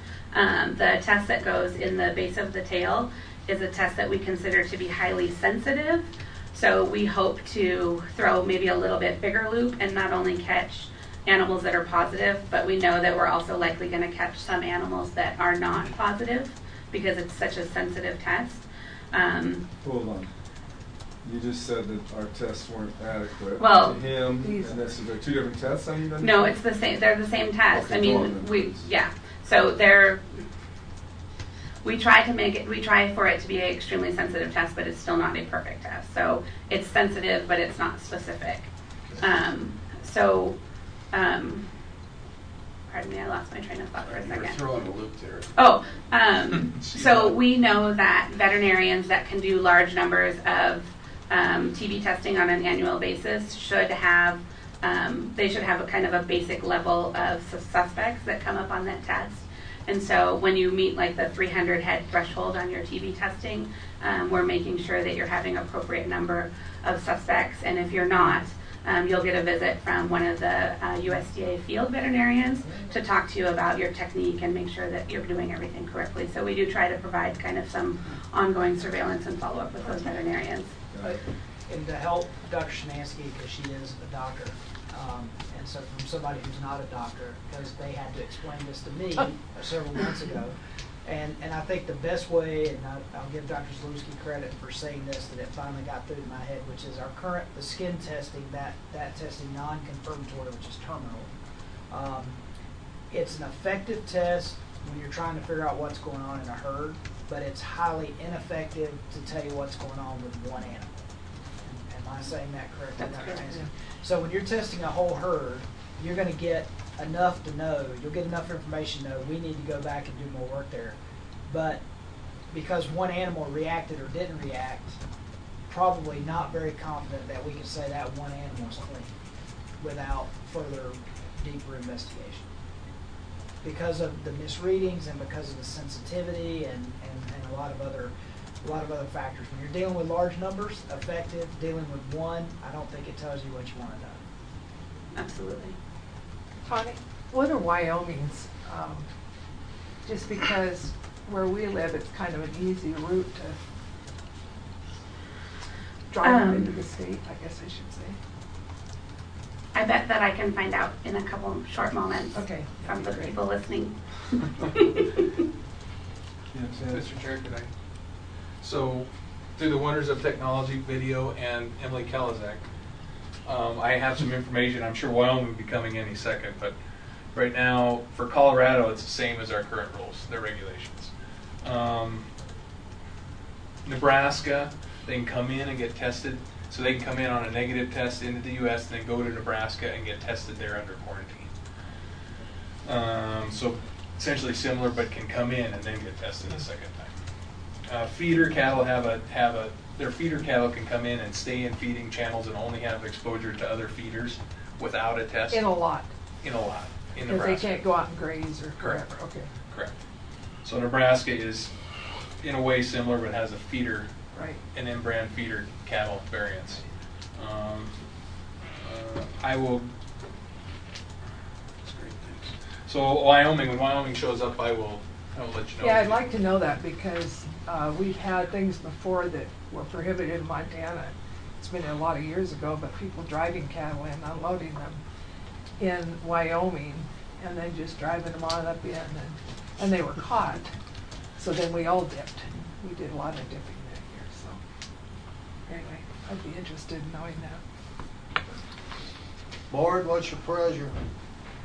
I look at this and I think, well, you know, I guess if you couldn't get them in, maybe it's an opportunity for somebody to start raising open steers. Do we need a motion on this? I know they are. Is that what we need to have it go for comment then, right? Mm-hmm. Go to comment. Or do we need to bring it back a second time? I wasn't. I don't see. Well, we usually do. We bring it. This is the first. Yeah, this is the first. Probably this look at it. This is the first look at it. If we vote to approve this, it goes out for public comment. And then do we get to see it again? Yep. Yeah. Okay. We'll see. I'd move the. You move? Yeah, Second? I move. Second. All in favor? Aye. So moved. Opposite? Are you opposed? No, I'm not opposed to it. I don't like it. But Well, I I'm don't not think opposed anybody to it. does, but I can tell you what, you wouldn't like TV. Yeah, I'm with you. We'll see what the public comment is. Oh, we're going to see what the public comment is. This is going to be fun. There are more and more people raising them now. Yeah, I know it, and it's not a bad And thing. the price has gone up pretty high. Pretty high. Yeah. I think Wyoming has arrived. Except the people in this country raising them do not have an M brand on them.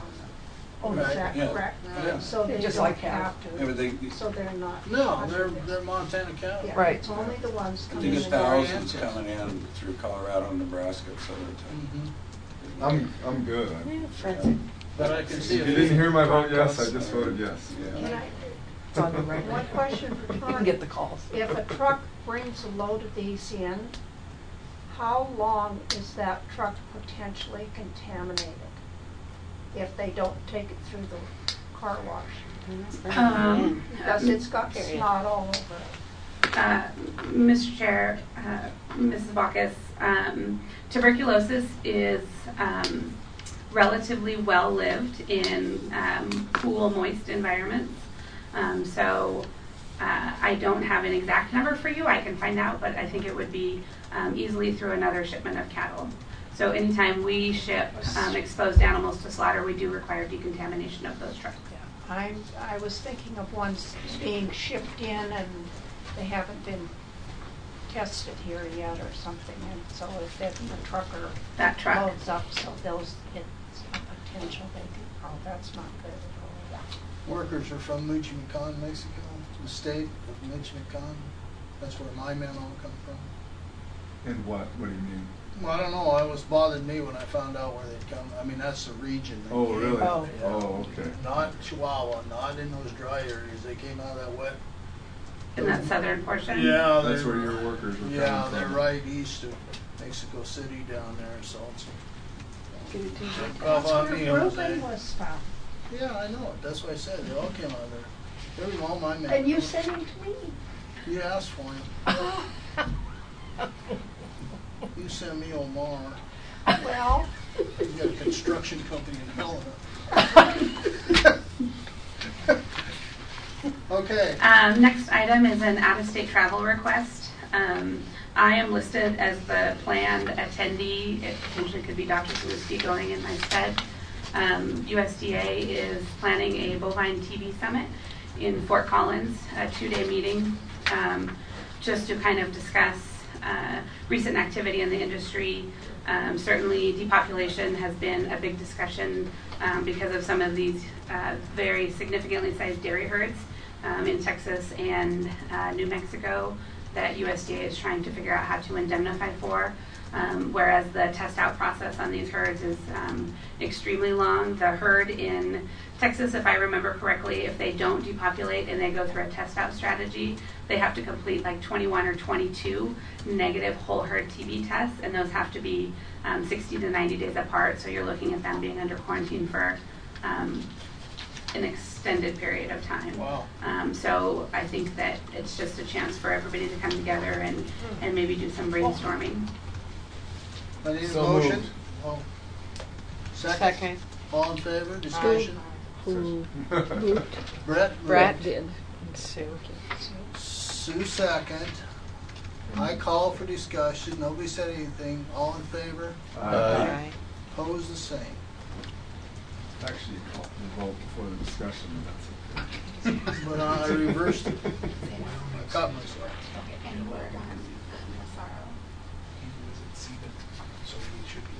Okay.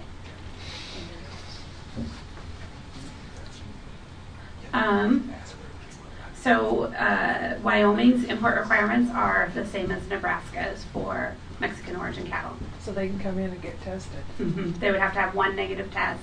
They could come in and complete the second test within Wyoming.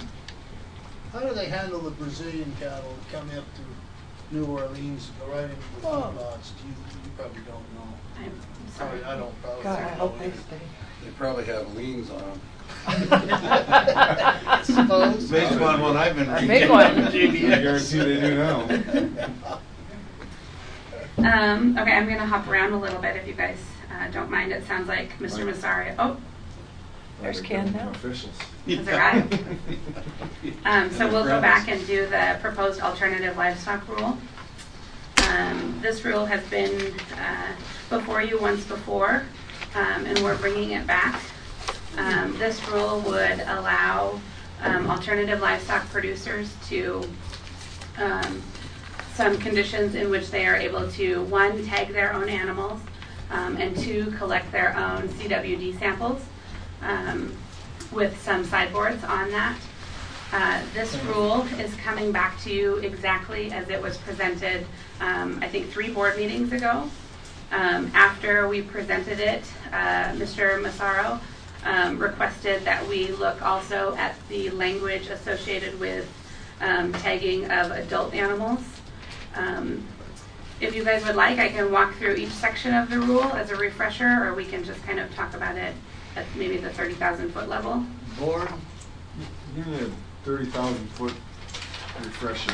Okay, so in 32.4.201, the section that Mike has up on the screen, this is the part that says that through their established relationship with a veterinarian, so having an official veterinary client-patient relationship, that alternative livestock owner may apply tags to animals that were born in the same year as the tagging event. So that would essentially let them tag their new calves instead of having a veterinarian out to apply those tags. And then the little I, the alternative livestock licensee may only apply tags to their own animals and to animals in herds that have achieved CWD certified status. So they can go to somebody else's herd? Mr. No. Chair, Mrs. Bacchus, no. So they would have to only tag their own animals, and they must have a herd themselves that has achieved that CWD certified status. So we can tidy that sentence up to make that a little bit more clear. Okay. Then on number 3, where you're talking about replacing tags, do they keep records showing a correlation between the tag that was lost and the new tag that's being put in if it's a different number? Mr. Chair, Mrs. Bacchus, yes. So we keep very detailed inventories of these alternative livestock herds. So they all have two forms of official identification, and we reconcile those numbers between each other. And if there is currently, if a veterinarian replaces a tag in one, they would fill out, I think it's a tagging report, and provide that information to our office so that we can reconcile that change in identification. So the herd owner will follow the same, will fill out that form of reconciliation.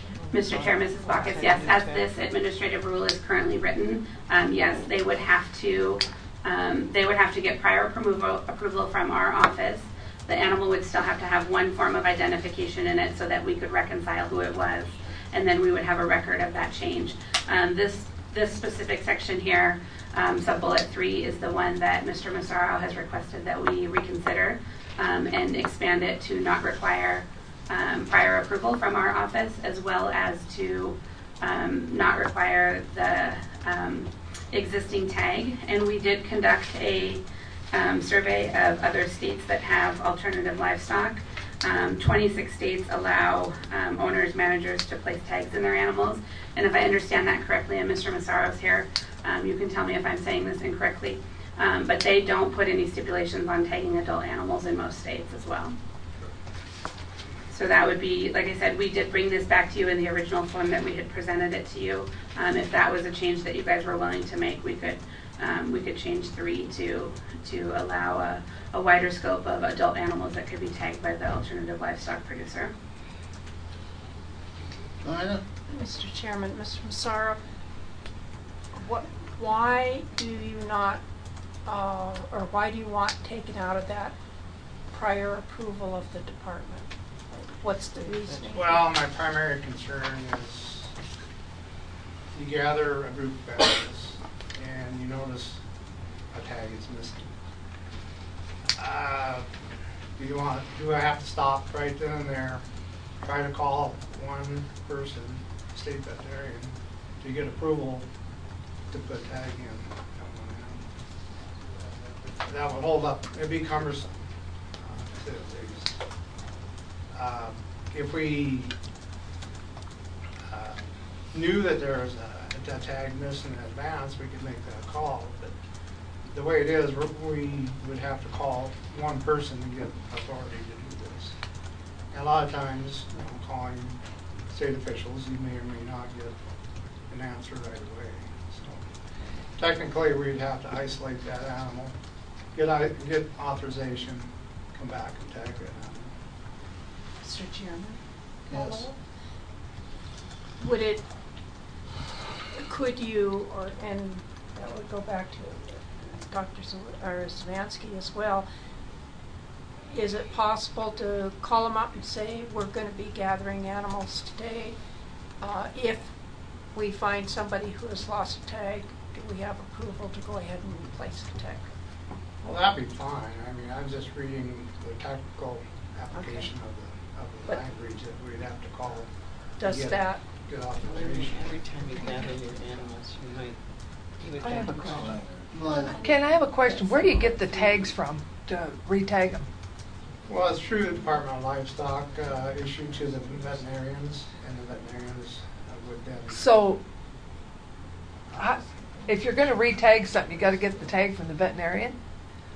Well, they would issue some tags to us. Oh, I and see. we would have X amount of tags. Tags that you could use. So we'd have them available. Okay. If the animal needed to be retagged, we would just go ahead and do Okay. it. That's what I was wondering. What do you do, Mr. Chairman, what do you do if an animal has no tags? Other than have a tag, animals ripped out ears, I guess, I don't know, but what do you do about that? Right now, they're required to have USDA tag, which is similar to the bangs tag. Oh, okay. State tag, which is their yellow dangle tag. And I also, we'll call it a Christmas tree, but I also put a ranch tag in. Yeah. So we have 3 forms of identification. It's possible to lose all 3, but it's very rare. Do those, If you do have to lose all three, that's process elimination. do those clip tags stay in wildlife any better, I mean, elk any better than they do cattle? Well, there we is a lose a tag lot of- made that you're not gonna lose in any type of animal. They stay in relatively well. Do they? Because we lose a But lot of cattle there's- tags. There's always, by rule, anytime we transport animals even to slaughter, you know, they have to have those tags in those ears. So you have to have them re-tagged then? Yeah. And that's why I approached this issue, because you know, we may have a group, say, going to slaughter, but technically the rule says they have to have these tags in them. I'd have to have a veterinarian come out, snap a tag in an ear for a 3-hour lifespan. That's the way it is right now. Yeah. That's what I'm trying to do. What's the downside?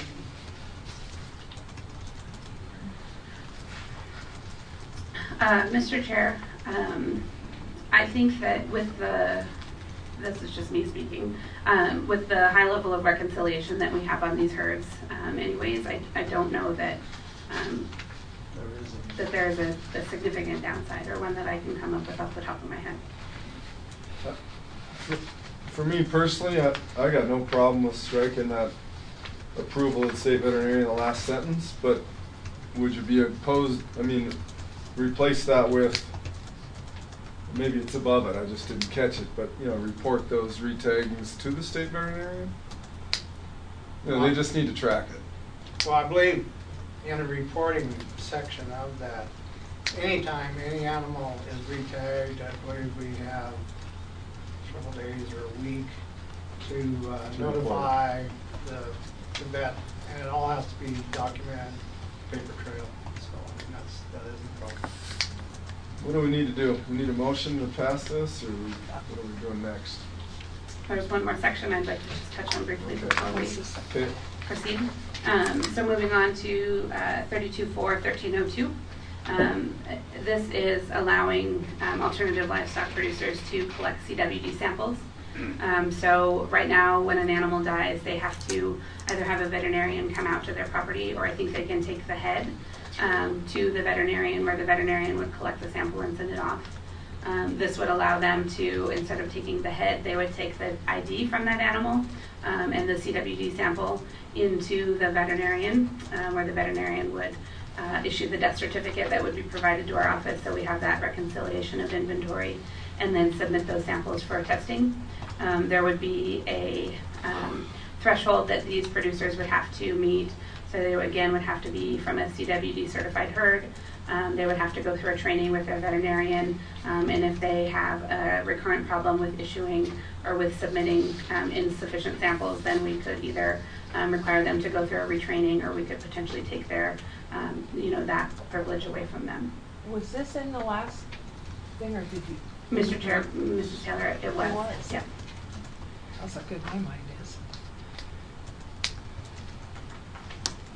And from our state survey that we did, 16 other states that have alternative livestock operations in their state allow owners to collect samples with varying levels of training and oversight. So you don't have a time on this? Within 2 days or a week? It says it, doesn't it? Does it? I can't see it. I think that that is in existing language. Okay. I read it, I thought I read it somewhere.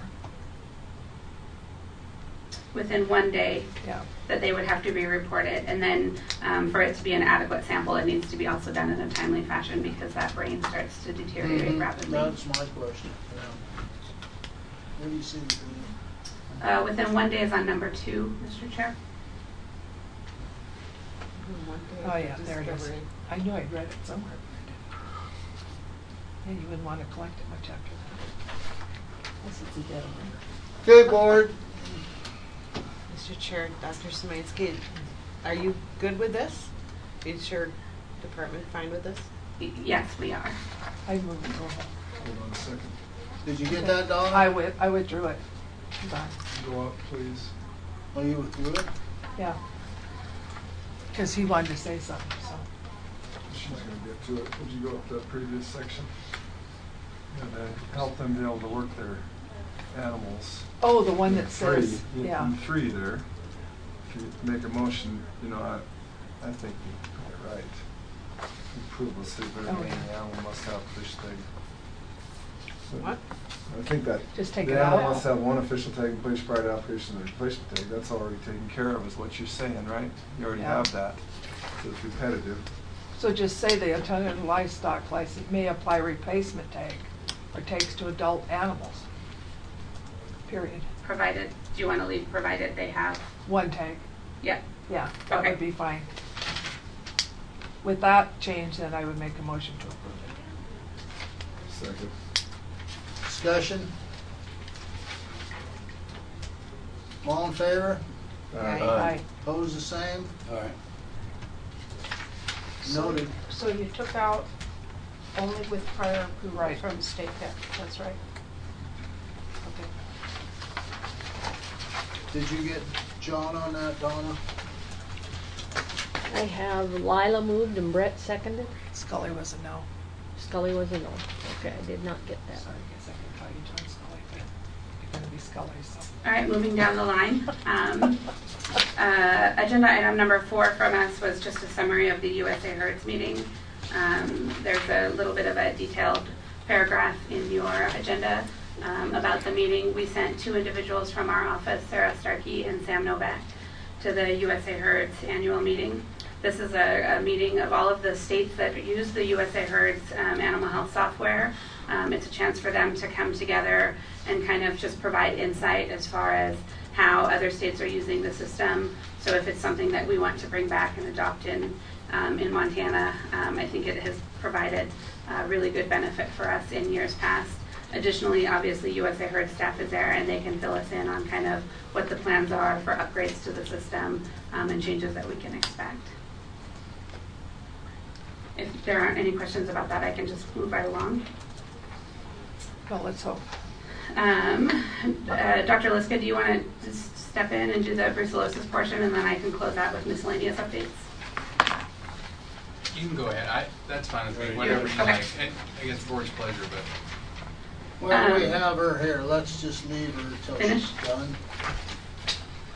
done. Just one miscellaneous update that we were going to touch on with the board.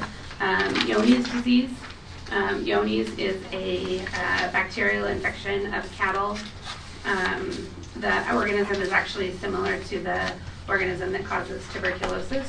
It infects the intestinal wall of cattle, and over time it causes a thickening of that intestine so that they are not able to absorb nutrients. That creates thin cattle with chronic diarrhea. This is something that we see positives on a semi-regular basis reported to our office. Recently, there has been, I think, an increased amount of discussion surrounding Johne's in herds in Montana specifically. We have heard a large amount of feedback from veterinarians that are seeing Johne's in purebred operations in the state of Montana. And there's concern about potentially it having an impact on the reputation of our purebred industry.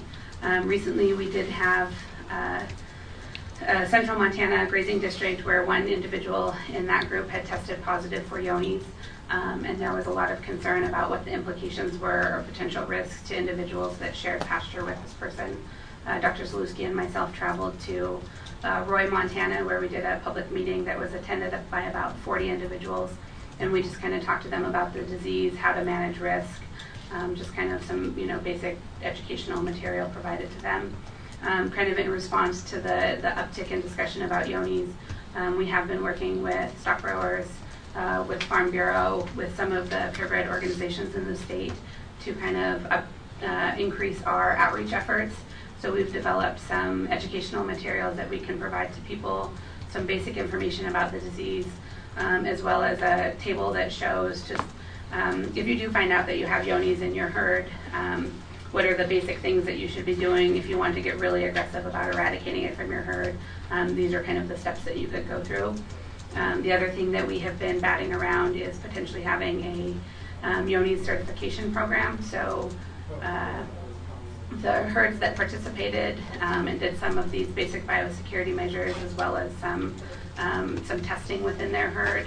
If they qualify, they could kind of move up this Yoni certification chain, and that would be something that they could potentially use to say, if you're buying cattle from me, the risk of me selling you an infected animal is lower because I've been doing my due diligence. So just wanted to provide you an update kind of on what our activities has been in regards to Yonis. Can you give us a brief thing, Mr. Chairman? Can you give us a brief thing? I mean, I'm just really interested in what you do if you have a, how do you know you have, what kind of a test is it for starters? Sure, so Mr. Chair, Mrs. Taylor. First, how is it spread? That's what I mean. Yep, so Yonis is spread in feces. What we know about the disease is that animals that are 6 months of age are the most susceptible to infection. Animals that are exposed to a huge whopping dose of the organism, that can overwhelm even older animals. But generally speaking, you want to manage the risk of exposure in your young animals. Decreasing fecal contamination in an environment. Similar to the tuberculosis organism, the Yonis organism can survive in the environment. There's actually studies that show it can survive in excess of 1 year in cool, dry environments. So calving sheds that don't ever really dry out, or that fecal material is not cleaned out of, organic material is not cleaned out of, you could potentially have a largely contaminated environment, and then you're bringing these cows in to calve, and those young animals are being exposed to the organism. So if you do have it in your herd and want to manage it, really managing what level of fecal exposure these calves have is the number one thing. 2, you want to make sure that you're not introducing it into your herd, so knowing the source of where you're bringing animals in. And then 3, if you are seeing animals that are thin or have diarrhea, you might look at doing some testing on them. So the testing options that are available, there's a blood test that will look for the animal's immune response to the organism.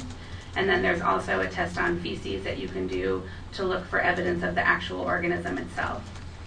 Generally speaking, we tend to think of the blood test as a good surveillance test for large numbers of animals, and the fecal PCR for diagnostic for the onesies and the twosies. Similar to some of the conversations that we had about diagnosing tuberculosis, animals may be infected but have not seroconverted. So generally we don't recommend testing animals until they're 2 or 3 years of age, because you can't pick up that infection in them. So there's also some constraints as far as testing is concerned. And it doesn't affect like cattle? Oh. Mr. Chair, it affects all species, all breeds of cattle, also sheep, goats. Sheep, it's bad in sheep. Wildlife? And wildlife, yes, thank you. And llamas and alpacas. There's no connection between chronic wasting and Yonis? There is no connection between chronic wasting disease and Yonis. Crohn's disease in humans, there is there's not conclusive scientific evidence in the literature to support that the causative agent of Yonis and Crohn's is the same, but there is enough evidence out there that it's something that we kind of keep in the back of our mind. They're trying to pin it on the dairymen. Of course they are. They are. No approved treatment. It's like There's no proof that Yonis and Crohn's are the same. Not conclusive. Any more questions? Thank you. That's interesting, thanks. Yeah. You're welcome. Appreciate it. Excellent job. Thank you. Oh, you're so good at this. Oh, thank you very much. I appreciate that. Blow us out of it. Thank you. Yes, sir. Yeah, and I'll take the hit for this not being a bullet point on the agenda, because I didn't look at Dr. Zalewski's list when he gave it to me and forgot to mention to them that we needed to talk about the official cat food vaccination rule within the DSA and bring that back. So I'm going to pull the rule up online in the ARM so we can look at it. That's what Dr. Lisko wants to talk to you about.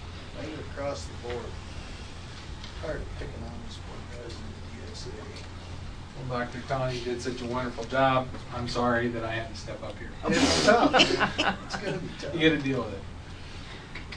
So I think, and as to bring that up. I think that I just would start out that if you all recall, there was some discussion on official CAFID vaccination, and I think that Mike wanted to bring it back to you really as a topic of discussion. There was some discussion of, probably just boils down to, do you want to expand it? Do you want to leave it the same? Do you want to shrink it? Do you want to change the terminology? Do you want to address and potentially simplify the terminology for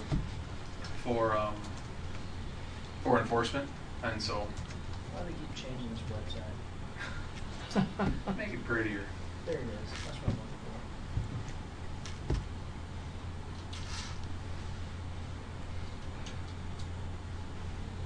Cover swipes are still around.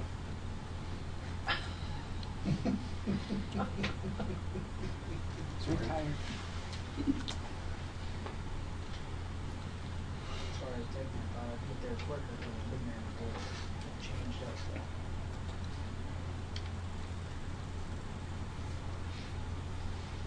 32.3.436. Going. Yes, sir. Some quick background on that administrative rule is it was around during the brucellosis action plan in 2010. Very similar to what we have now. It was countywide, and then it's countywide as well. Was changed to the current language in 2011, February of 11.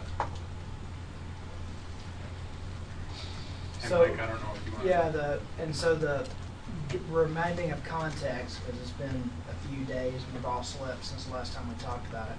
So we had some enforcement actions take place around this rule at the Three Forks Market, and some people explaining or making their case to me as to why they should not have received tickets.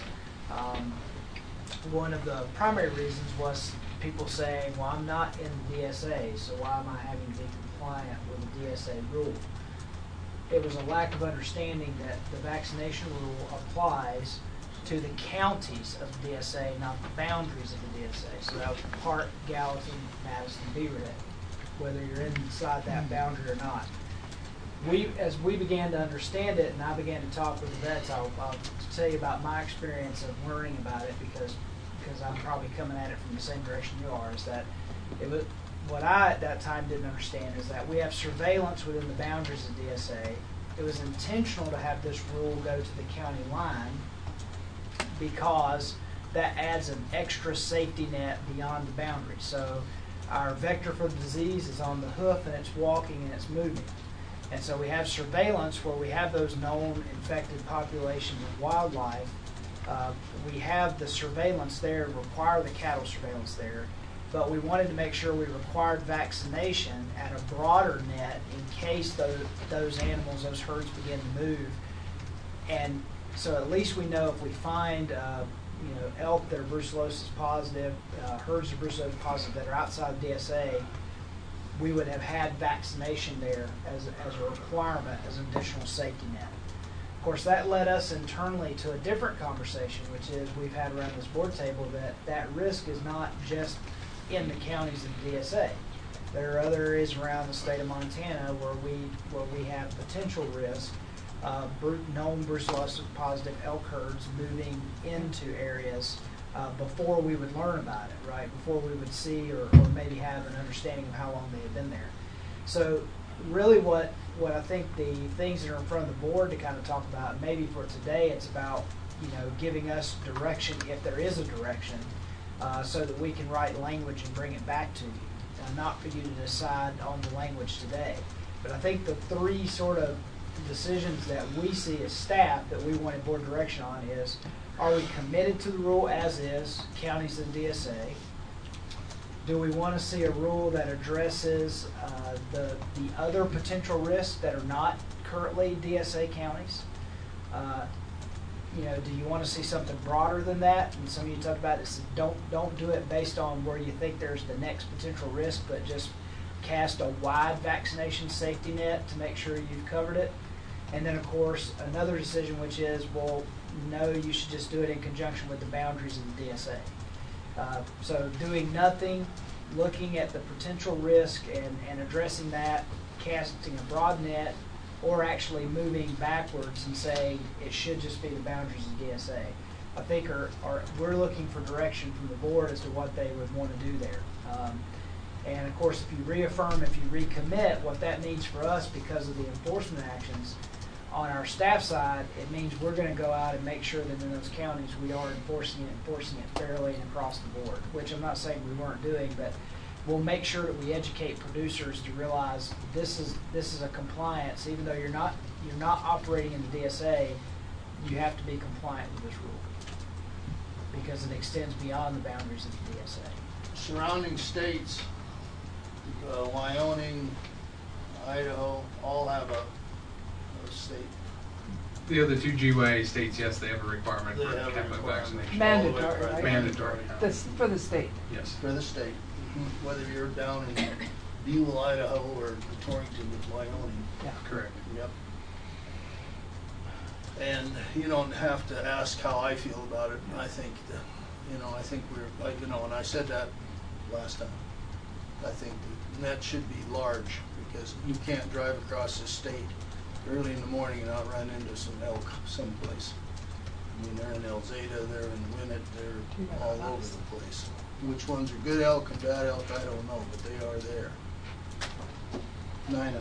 Mr. Chairman, Dr. Slutsky, or Liska, how does this address those intact females that were shipped into the DSA for grazing and then shipped home, and now it's January and they're over 4 months old? Those animals are considered DSA animals if they utilize the DSA. It's difficult when we're talking about counties, certainly, because if they are sold within that county or if they exist within that county, they are required to be vaccinated when they go into the county, once they step hoof into that county. Enforcing that is difficult because we don't flag brands, or impossible nearly, but I shouldn't say impossible. I shouldn't say impossible. It's difficult or has not been done because we haven't flagged brands per se just because they go into a county. So if those animals exist within the county year round and we know that their home ranch is Gallatin County, then it's much easier to enforce that those animals came from that county or have existed in that county. But if they were in, say, Silver Bow, grazed in Beaverhead, and then went back to Silver Bow and were sold out of Silver Bow, I don't necessarily know, unless they went into the DSA, that they ever existed at any time within that county of Beaverhead. Except for a brand inspection, and we don't, for vaccination, we have not checked that.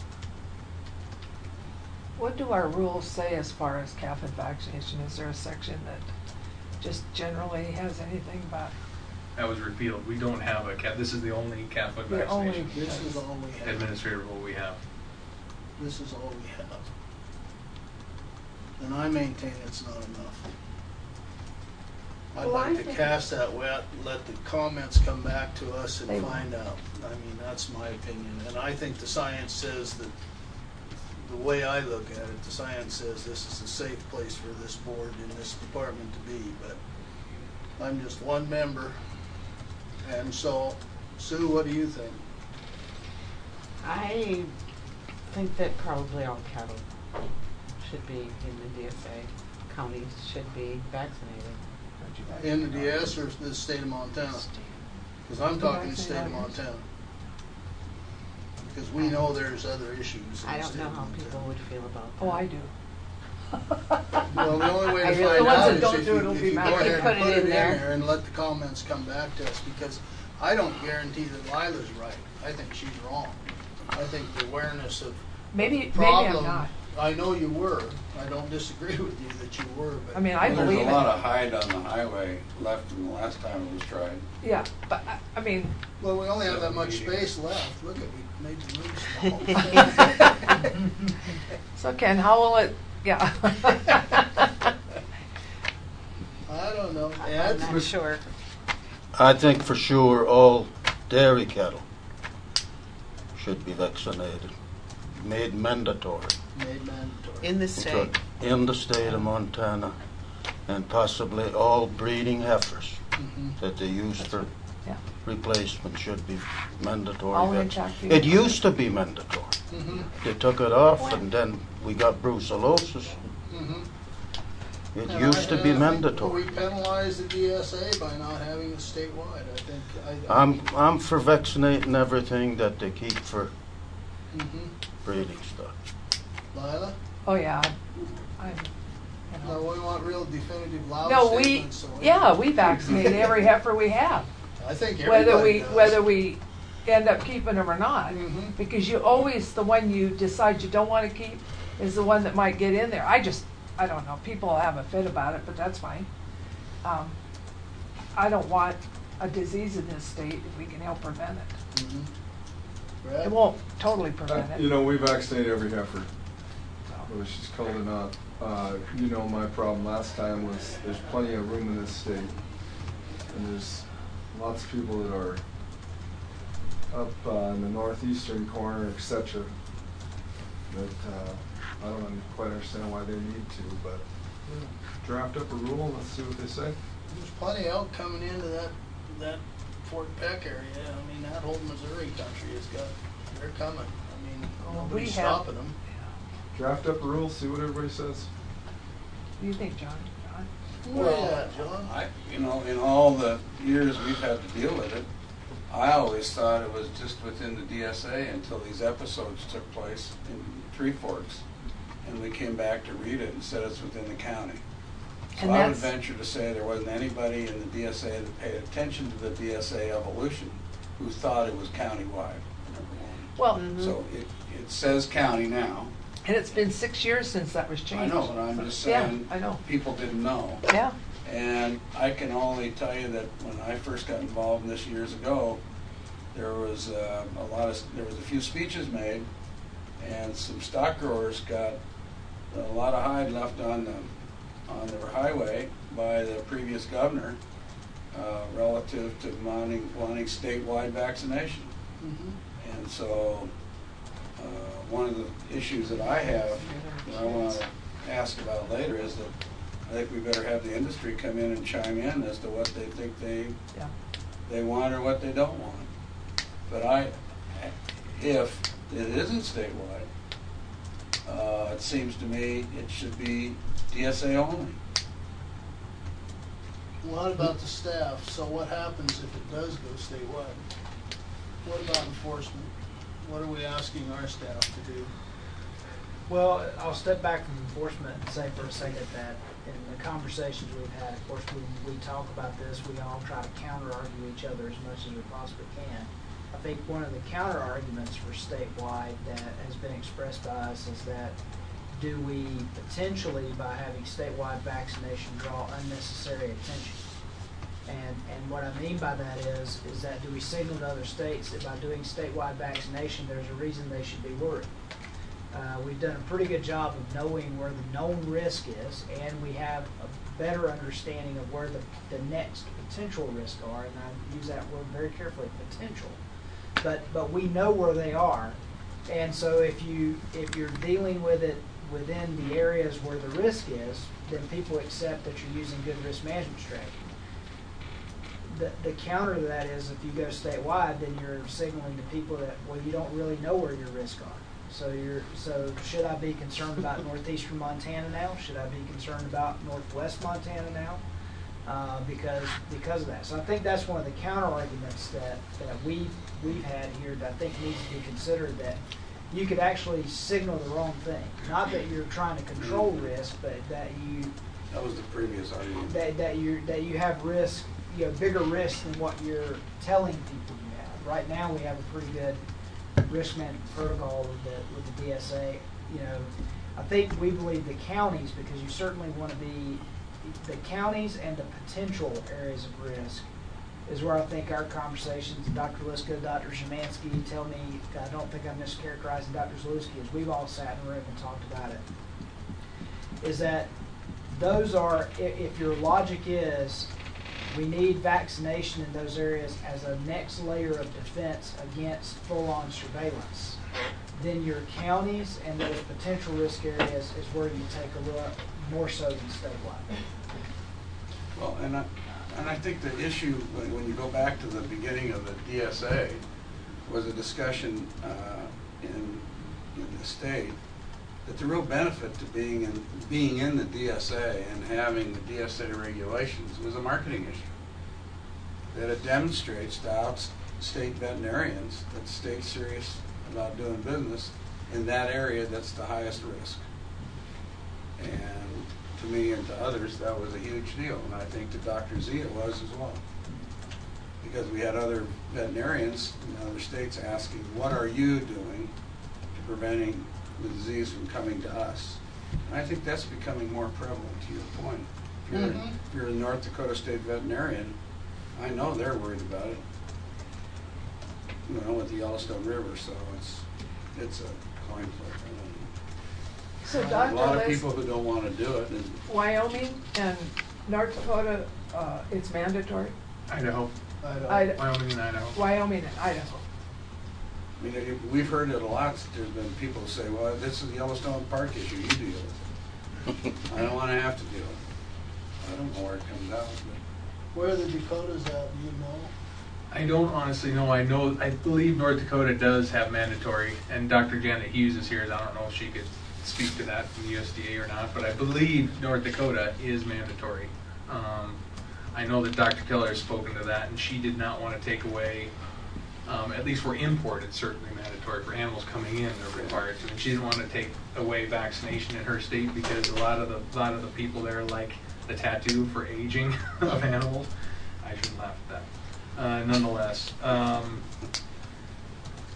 there are certainly other states that do require it. I think that as things have progressed and as states have gotten further and further away from brucellosis Class A status and been free for a number of years, a number of those states have removed their requirements for vaccination.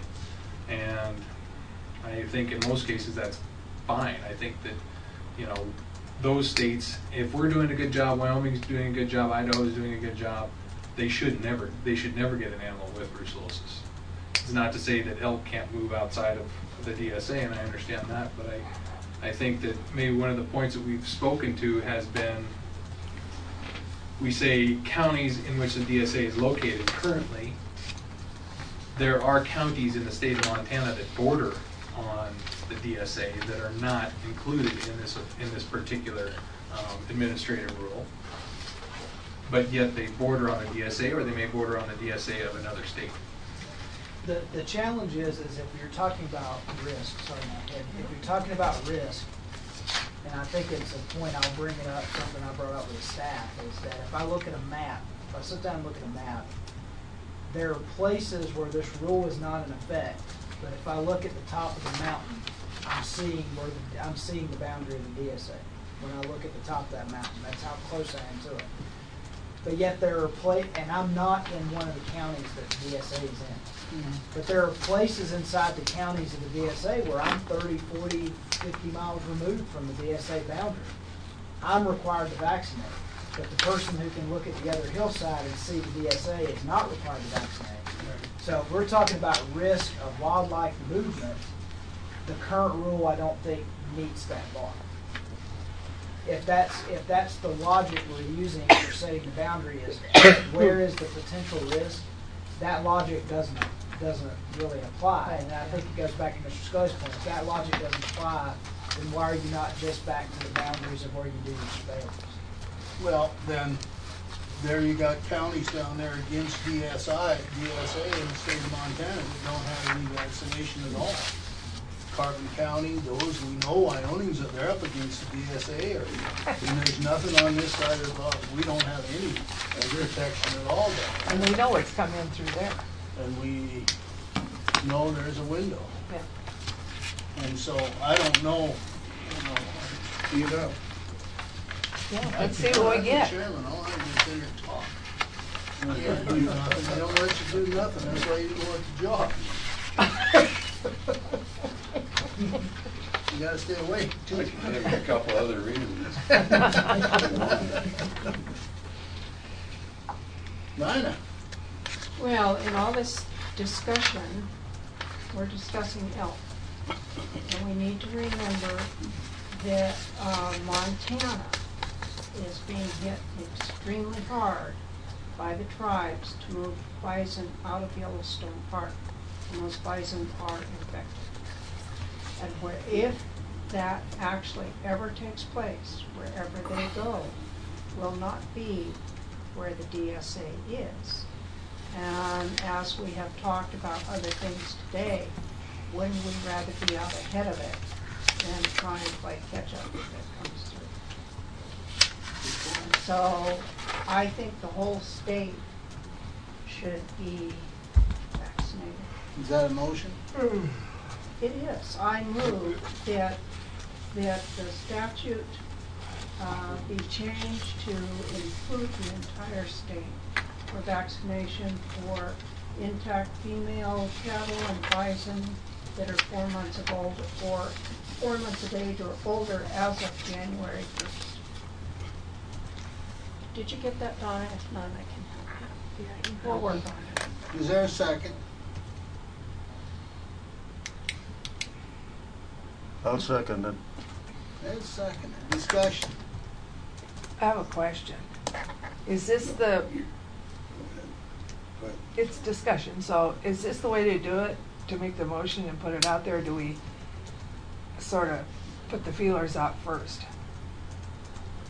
I'm all for it. I mean, I'm for having statewide vaccination, but, you know, I don't know. Well, this is as good a feeler as you're gonna get.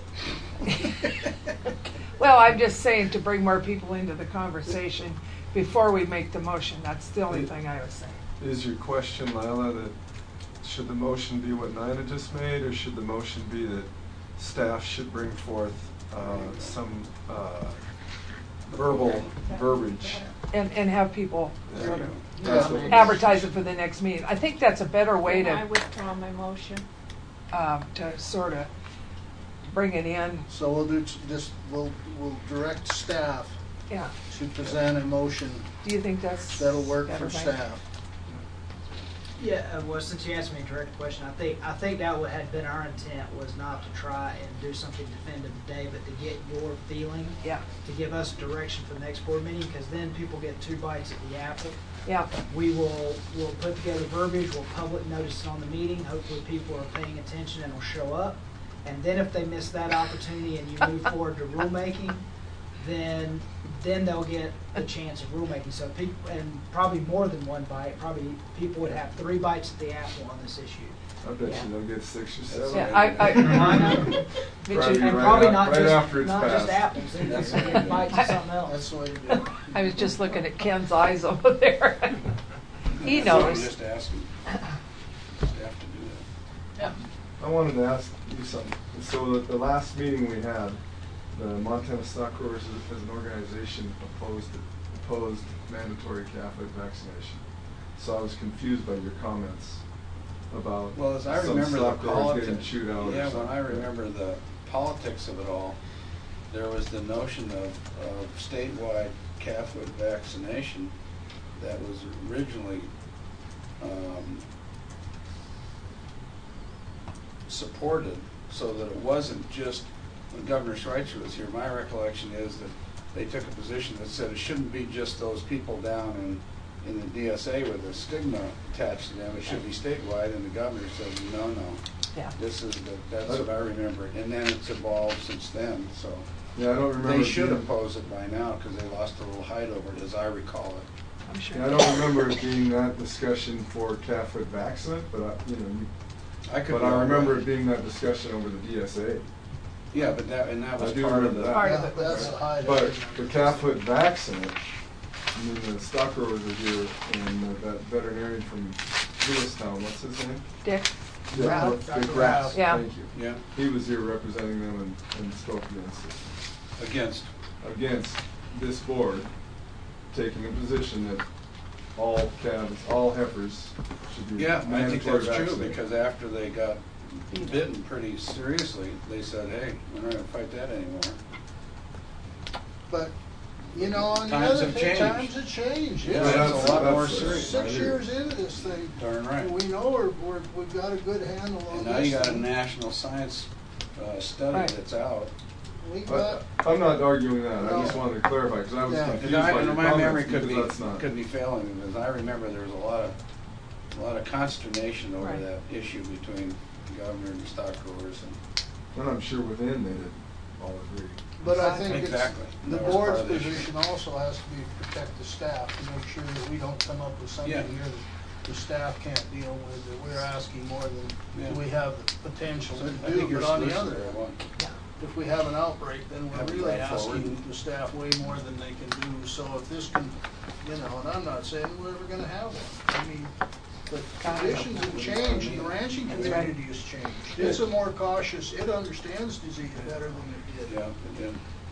Well, I think, yeah, the old industry really understood disease, and now it's coming around again. And with the Prairie Reserve issue in central Right. Montana now, where that wasn't the case then, Yeah. there may be more concern about what happens going May I forward. address No doubt. I just remembered there's a question that the chair asked me that I never answered. I'm Your answer that yes? question. Your answer yes? Well, you asked about enforcement. I talked about our internal conversations, but on the enforcement side, and it was, the conversation reminded me of it, because when you talk about staff, so we had staff who did their job, who wrote the tickets. They're misdemeanor tickets, so they went to the county attorney's office and it was handled through the court system.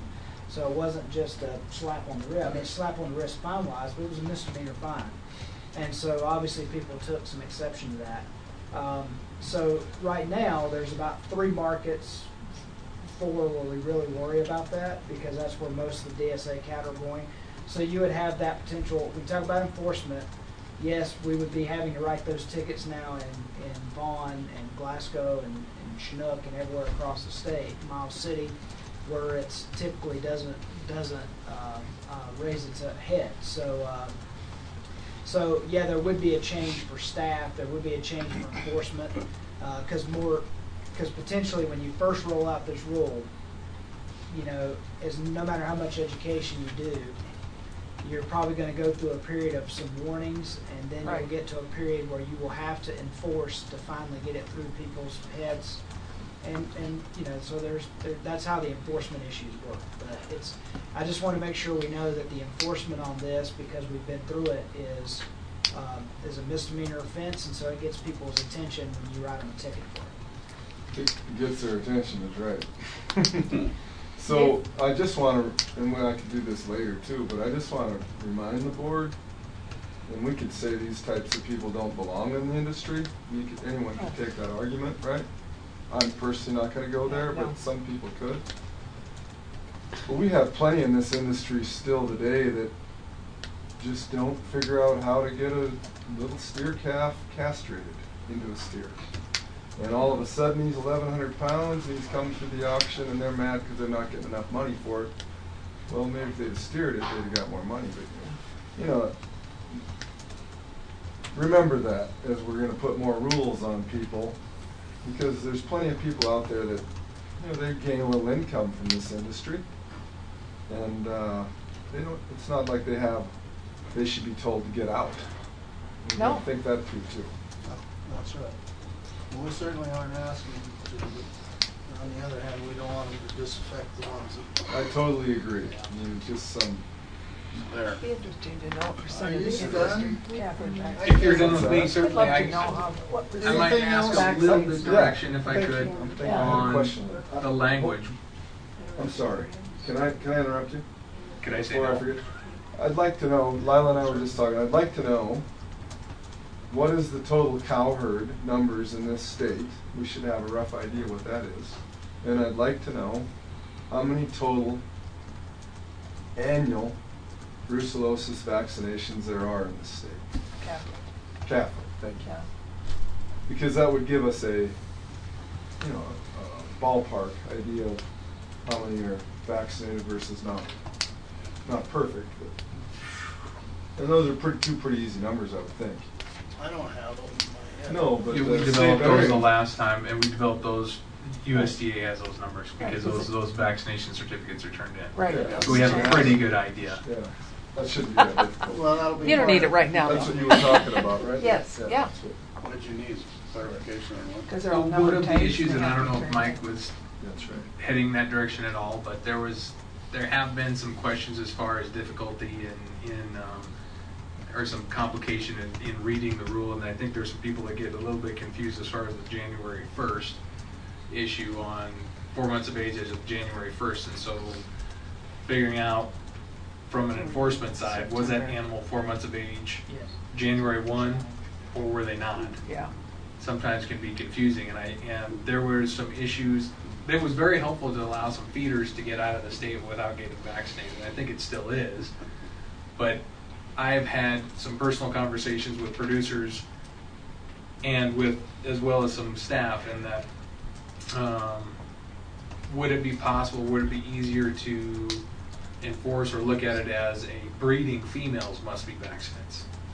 In other words, if they're a year of age and older, they would be considered a breeding female, or we, and I just bring that up as a question, but if you wanted me to bring you language that reflects this as it is, then I understand that completely. Just start with that. Okay? Yeah, because I think what Dr. Liska's saying, and we can talk about it later time, is from an enforcement standpoint, the more things you give someone to look at, the more complicated it gets. So now when you look at a rule that has enforcement, so location is a determining factor, gender is a determining factor, age is a determining factor, and the date that you're standing there. So you got 4 things really that you're looking at. And what Dr. Liska was talking about is trying to get down to a limited number of decisions you have to make. So is it sexually intact female? That age doesn't matter. Sexually intact female, and is it? And if you were statewide, you'd have 2 things you'd be looking at. It'd be 2 things to understand if you had an enforcement issue, because you wouldn't be worried about location anymore, and you wouldn't be worried about age. It's just, is it after January 1st? Is it a sexually intact female? It's got to be vaccinated. Makes it simple to make that determination. So yes, from an enforcement standpoint, sometimes looking at the simpler you can make the decision tree that they have to go through, the better from that side. But yeah, I think at this point, there's probably a bigger hurdle that has to be jumped before we would get there. Right. Anything else for Dr. Liska? Thanks, Doctor. Thank you. Well, we have recess here, or should we just move through? Just Chad even here. Chad here. I don't think Chad's even here. Do we have anything for Chad? I don't think so. You can relieve did it him of his yesterday, didn't we? obligation. Yeah, he talked to you yesterday. Comments from the public on non-agenda items? Hearing none. Comments from producer organizations? Hearing none. Set date for next board meeting. And Mr. Chairman. Oh, just before you do that, I was going just as a point before we good, broke, thank so you know, Leslie did do the, she didn't do it with individual names, but you can see what classes of employees are at that next level down in that org chart, so you'll have a copy of that to take home with you. Oh, good, thanks. I'll pass it on. Just give them your leave, it's up to you. Well, now this way, guarantee everybody's got one. Mr. Chairman? Yes, sir. I'd like to make sure that we have a discussion on the next board agenda dealing with what I think is the remaining House Bill 2 issue, which is the deputy director position, inasmuch as it will have been funded by them and included in our budget for the next biennium. That should be a discussion item. And I have a question, basically, of we have had less input at these meetings from the industry. Yeah. And I understand it during the legislative session. But I'm wondering, and I know that board members have attended industry meetings, but I'm wondering if at some point in the next 2 or 3 months that we should do a formal request from industry on a rotational basis or something to bring in any issues that they see that they have that are highlighting their concerns, in as much as we all represent different segments of it. It would be, we go there and deliver whatever it is we want to say, but not very often do we get back, this is an issue or that's an issue. Now that we're doing better, they kind of left us. Yeah. So if there's, and they don't have to, obviously, but I think we ought to make the affirmative act at some point, maybe next meeting we could do it, and just put a cycle together or something. There's the various industries and invite one each meeting or something to identify particular areas of concern they might have with regards to functionality or budget or some other issue, haircuts, whatever. Feeling ignored. There's I Chad. know. There he is. I want There's to Chad. add though, because we do have a recent example, I think, that'll give a clear understanding of what you're saying. For several meetings now, for example, we talked about the clam path section. And we all received communication with some feedback from the veterinary community about the direction that conversation was going. And because things are going good, people are paying less attention, but it means people can potentially get caught more by surprise, even if it's an issue we've talked about over several months. So I think that's wise to sort of force that engagement as much as we can. So I would agree, from a staff side, I agree with Mr. Scully that because you don't certainly want to make decisions and find out after the fact that there was major issues with that. Well, we did that with milk and found out, and we got it switched around, and got it changed. Bringing buttermilk today. Did you have, I didn't mean to leave you out, you just went around. Sort of did. Well, we're an hour ahead of So, schedule. yeah, you guys are in a hurry to get home. It should be raining today. So, are we ready to do the milk control report? Yes, sure. Okay. So, this will be the last thing I touch on. Oops. Okay, so as far as a report from the Milk Control Bureau, on June 9th, we had a major rule proposal published. And just want to publicly thank Cinda Young and Rob Stutz for their support in that. It was a 41-page document. And anyway, they did really good work. The comment period on that rulemaking ends July 7th, and there will be a hearing scheduled for that day, I think at 9 in the morning at the Agency Legal Services office. The Bureau has also been busy rebuilding the spreadsheet we use for the pooling calculations. It is something that I've seen as a critical need for 3 years, and now we're getting set to have that to implement when those new rules go into effect. And so at the stage we're at right now, we're kind of double checking it. We've rerun some months, and we're comparing that to the calculations we had before. And then we'll take that and provide that to Mdol and Dairygold and discuss it with their accountants. So that's something we're working on that's close to completion. Then in terms of the milk control study, request for proposals, I've been spending time on doing that. Hopefully within 1 or 2 weeks I'll be talking with the State Procurement Bureau and to the board, going back and forth on getting the finer points of that developed. I still don't think that we'll have that published or out till mid-August. And the process from the time that it's published and made public, it's usually about 6 weeks till it's due. And you can have basically a conference call meeting where the consultants who are interested in putting in a proposal can ask questions to the Bureau. And after that, there's not supposed to be contact with the Bureau so that all parties have the equal chance. Then you'll probably have another 6 weeks after that when it's received, so sometime after mid-September, that you'll have an evaluation committee that will review the proposals that have come in and score them. We'll have 3 to 4 people probably on that committee. We need to identify who that should be.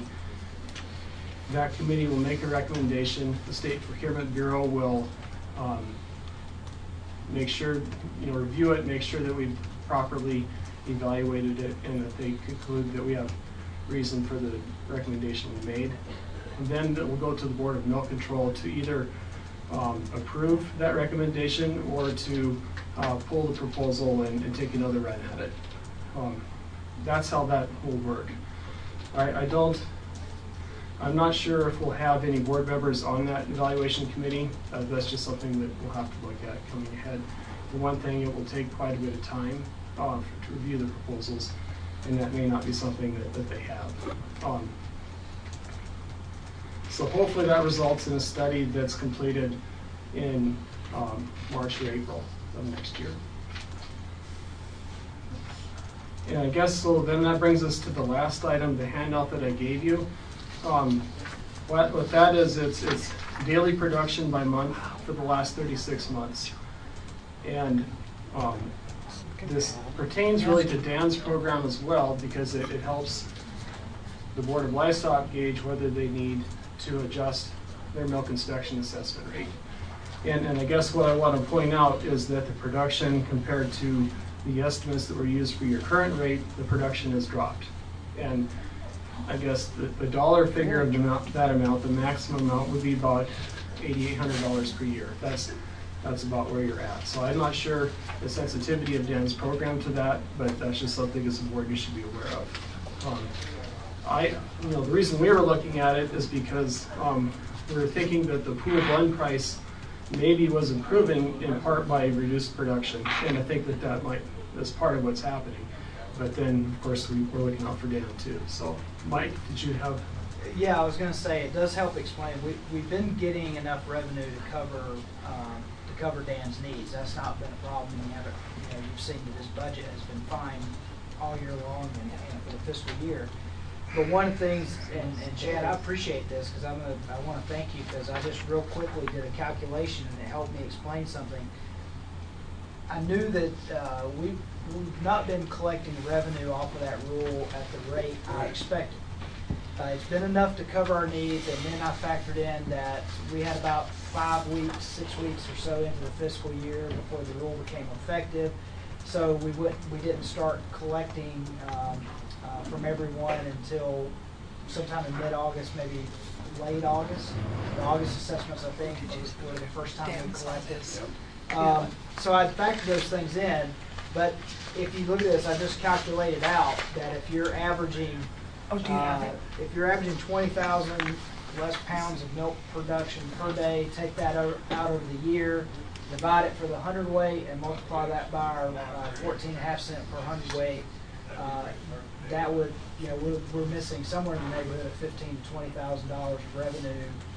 I mean, yeah, you got to factor in maximums and mins, and so it's not completely scientific, but that right there just helped me explain why the revenue, for me, why the revenue is not where I expected it to be off of that rule change. So it has had an impact. So thank you. But if you take that calculation and then take the labs, after all that we went through last year, we got the general fund portion for the lab, however. That's what's saving that. So that has saved us from increasing the fee, but the fee is probably not going to cover the whole amount required at the rate it's if it now continues to decline, getting to, right? I haven't been analyzing that. Dan or Evan might be able to. That might be a good thing for you to check on, just because it would be a major part of the enforcement process going forward, as you have in the past. That smile. Even though. That's the best fake laugh I've ever seen. I know. Yeah, I would say if that represents a trend and not an anomaly, then yes, within a year or 2 years, we would definitely need to be ahead of another potential situation. And I think this chart would indicate that it's a trend. Yes. It's about the same as it was from the year before. There may be a number of dairies that are considering exiting now. And maybe the dairy cow prices aren't high enough, so they're hanging in there. And with this, what's happened is you've had not very many dairies. I mean, Montana's been very fortunate compared to other states as far as not losing as many dairies. But those dairies, mostly the cows have left the state, so that's why the production's dropped. Yeah. Well, and if you straight line this graph, it's even more dramatic. Right. Don't do that. Well, but it is. I mean, that's your trend position, right? But the reason for presenting it this way is so you have a month-to-month comparison. Right. Because if you it is straight like line on an annual basis, you got a huge gap. Yeah. at least eyeballing it. Yeah. Any more good news? I was just But gonna. that's good. That's, we needed that. That's all that I was gonna talk about today. Are there any more questions or anything left Board? over from yesterday? Or? Seems to be pretty quiet. All right. Thank you. Thank you guys. Appreciate it. See you. Well, let's not get us in the deal like we got in before, okay? I'm for that. We'd like that to Maybe the state will write itself in 2019, we can have to Let's not go that way either. Let's get a different I'm one. for that. We're trying to- You know, it's we're really- trying to- You know, it's to their credit, you know, when you think about it during this winter, that you did get that general fund. And they did, the industry did what they said they were gonna do to help out, to solve that problem. Okay, next meeting, I think. Am I missing anything? Next meeting, everyone, let's see, this is July, this is June. July meeting, or August meeting. What's everybody, where's the staff at? You know any idea? Where's the staff at? Well, it's summertime. Yeah. Oh, this? As you can see from my calendar, I know where I'm gonna be on Your July camper. 14th. It's in there. I'll be in Nine. No, it was in- But, She gave it to us yesterday. What's in Nye, Montana? You know, Oh, camping. before you go there, before you get your head on that piece of the puzzle, let me ask a question. I don't think we made a motion to approve the transfer conduct that needs to take place prior to the end of the year, if my memory serves me correct. And it seems to me we have to do that as board action, right? For the transfers. Or do we? No, you don't have to. If you'd like to have it for the record. but- We have in the past, as I recall, Is that for the two transfers? which is You why wanna we see asked them to come in now. The reason I would say you don't need board action is because those BCD transfers have to be in state government, don't even require director approval. Okay, so none of the transfers we have require approval. Evan's saying no. Fine with me. Yeah, I don't. Because in most agencies, the director doesn't sign off on that, and there's no document that I have to sign when we're done. So does anybody have I need comment here on August, July, what's going on, meeting? I'm what's glad he's everybody's camping on the feel? 14th because I got two grandkids that have birthdays. Wait a minute, are we in July or August, and let's first of all pick a month. Well, let's think what we have to do. July because of the Yeah. discussions. Yes, we need What? But we can do that on a conference call. Yes. We got a I special hate meeting. conference. Yes, I sir. hate conference. Evan? Evan Waters. Just to remind everybody that about the first 3 weeks of July, we're doing the book and the closing, and we won't have anything ready for the year end until the very end of July at the earliest. August 10th. Okay. August 10th? That sounds I'm just good. saying they won't be ready until after the first week in Well, August, yeah. at least historically. And I'd point out to the board for the special considerations that we have, I had always foreseen we'd have to call a special meeting when we have more information for you. Okay. Because it'll have to be dealt with quicker than Right. our meetings. Right away. Meeting schedule, so if we Is that put a this in phone August- meeting? We'll have to I have hate a- phone meetings. I know you do. We'll have to have a special meeting though before the next 2 weeks are out. You can just spend the night with Nina and come to the office with her like she does every time we Oh. have a phone meeting. Would you like, so the second week in August, does that have hiccups for anyone? For the 6th through the I 12th? won't be here in August. We won't be here at all. Only way is if it rains. Raise your hand higher, please. Which week? Yes, ma'am. Dr. Zaleski will be out that week. The 6th through the This time 12th? to have a Yes. meeting, I guess, I'll be out the following week. Well, you two did great. Yeah. We can handle it. I'm just providing. Just some additional information. You guys Why did. don't we ask the staff to recommend a 10th. couple of dates and everybody can respond in August. I'm supposed to be. Did we the 14th? Did you? In August. Yeah, well, you- Archaeological. What about, That's the week that's supposed to be say, and I know there's, and it's not gonna rain in August, so we know we're not gonna have rain. We're getting all our rain right now. So, the second week of August, I'm looking at, I don't see any major things on my calendar. Second week of August. 10th. 7th. No, like the 14th. That the 14th sounds difficult. I'm gone. There's an eggplant opening, and Evan will be out. So then we're into the week of the How about the 21st of 10th? August. The first couple of days of the 14th, 15th would work. Yeah, we could go 2 months, I think, without a full-on meeting, with the understanding that at some point in the near future we'll have a special meeting put on the calendar. No, I've got Okay. a wedding sometime, but I'm not sure when. It's the latter part of August, I think. That's why I say, why don't you send out, because I don't think. Well, maybe we can't make a decision today. Right, because just it's send out a too- couple of what ifs and let Okay. people decide. Yeah, I can do just that. throw some emails out and see what we can All right. do. We gotta have Evan here. We gotta have. You gotta That have it in portion here. of the equation needs to be here. Yes, but if Evan is spending the first 3 weeks of July balancing the books, he's gonna need a vacation. Well, we're just gonna take a vacation. You said you were here the 14th of August, though, didn't you? I can be here the 13th, 14th. Well, 13th is Sunday, right? 14th, 15th. 14th, Yeah. 15th, yeah. Evan works on Sunday. You know, Well, okay, that's fine. I can come on. It's good with me. I think when I go broke, I'm gonna go to work for Nana. She gives vacations out willy-nilly. You can go on an archaeological dig. If you've ever. Beautiful. You do your books, or does your wife do them, or? If you've ever sat to sit there and do the books, you know the bookkeeper needs a vacation. It's a combo. It's got to be not in our house.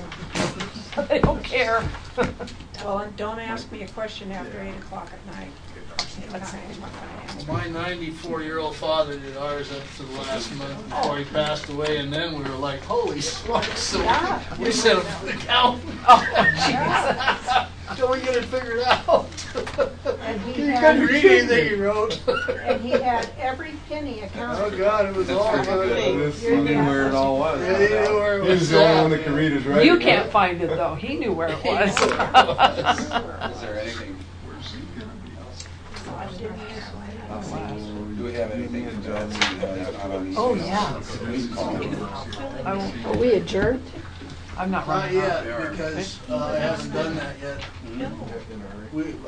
Not a big hurry, I gotta be in Townsend here with But I can't. an hour. We got meeting adjourned. Donna, what are we getting? I'd be happy to. Yeah. Yeah. Yeah, you have an agenda for next week's meeting. No, So- I'm very thankful.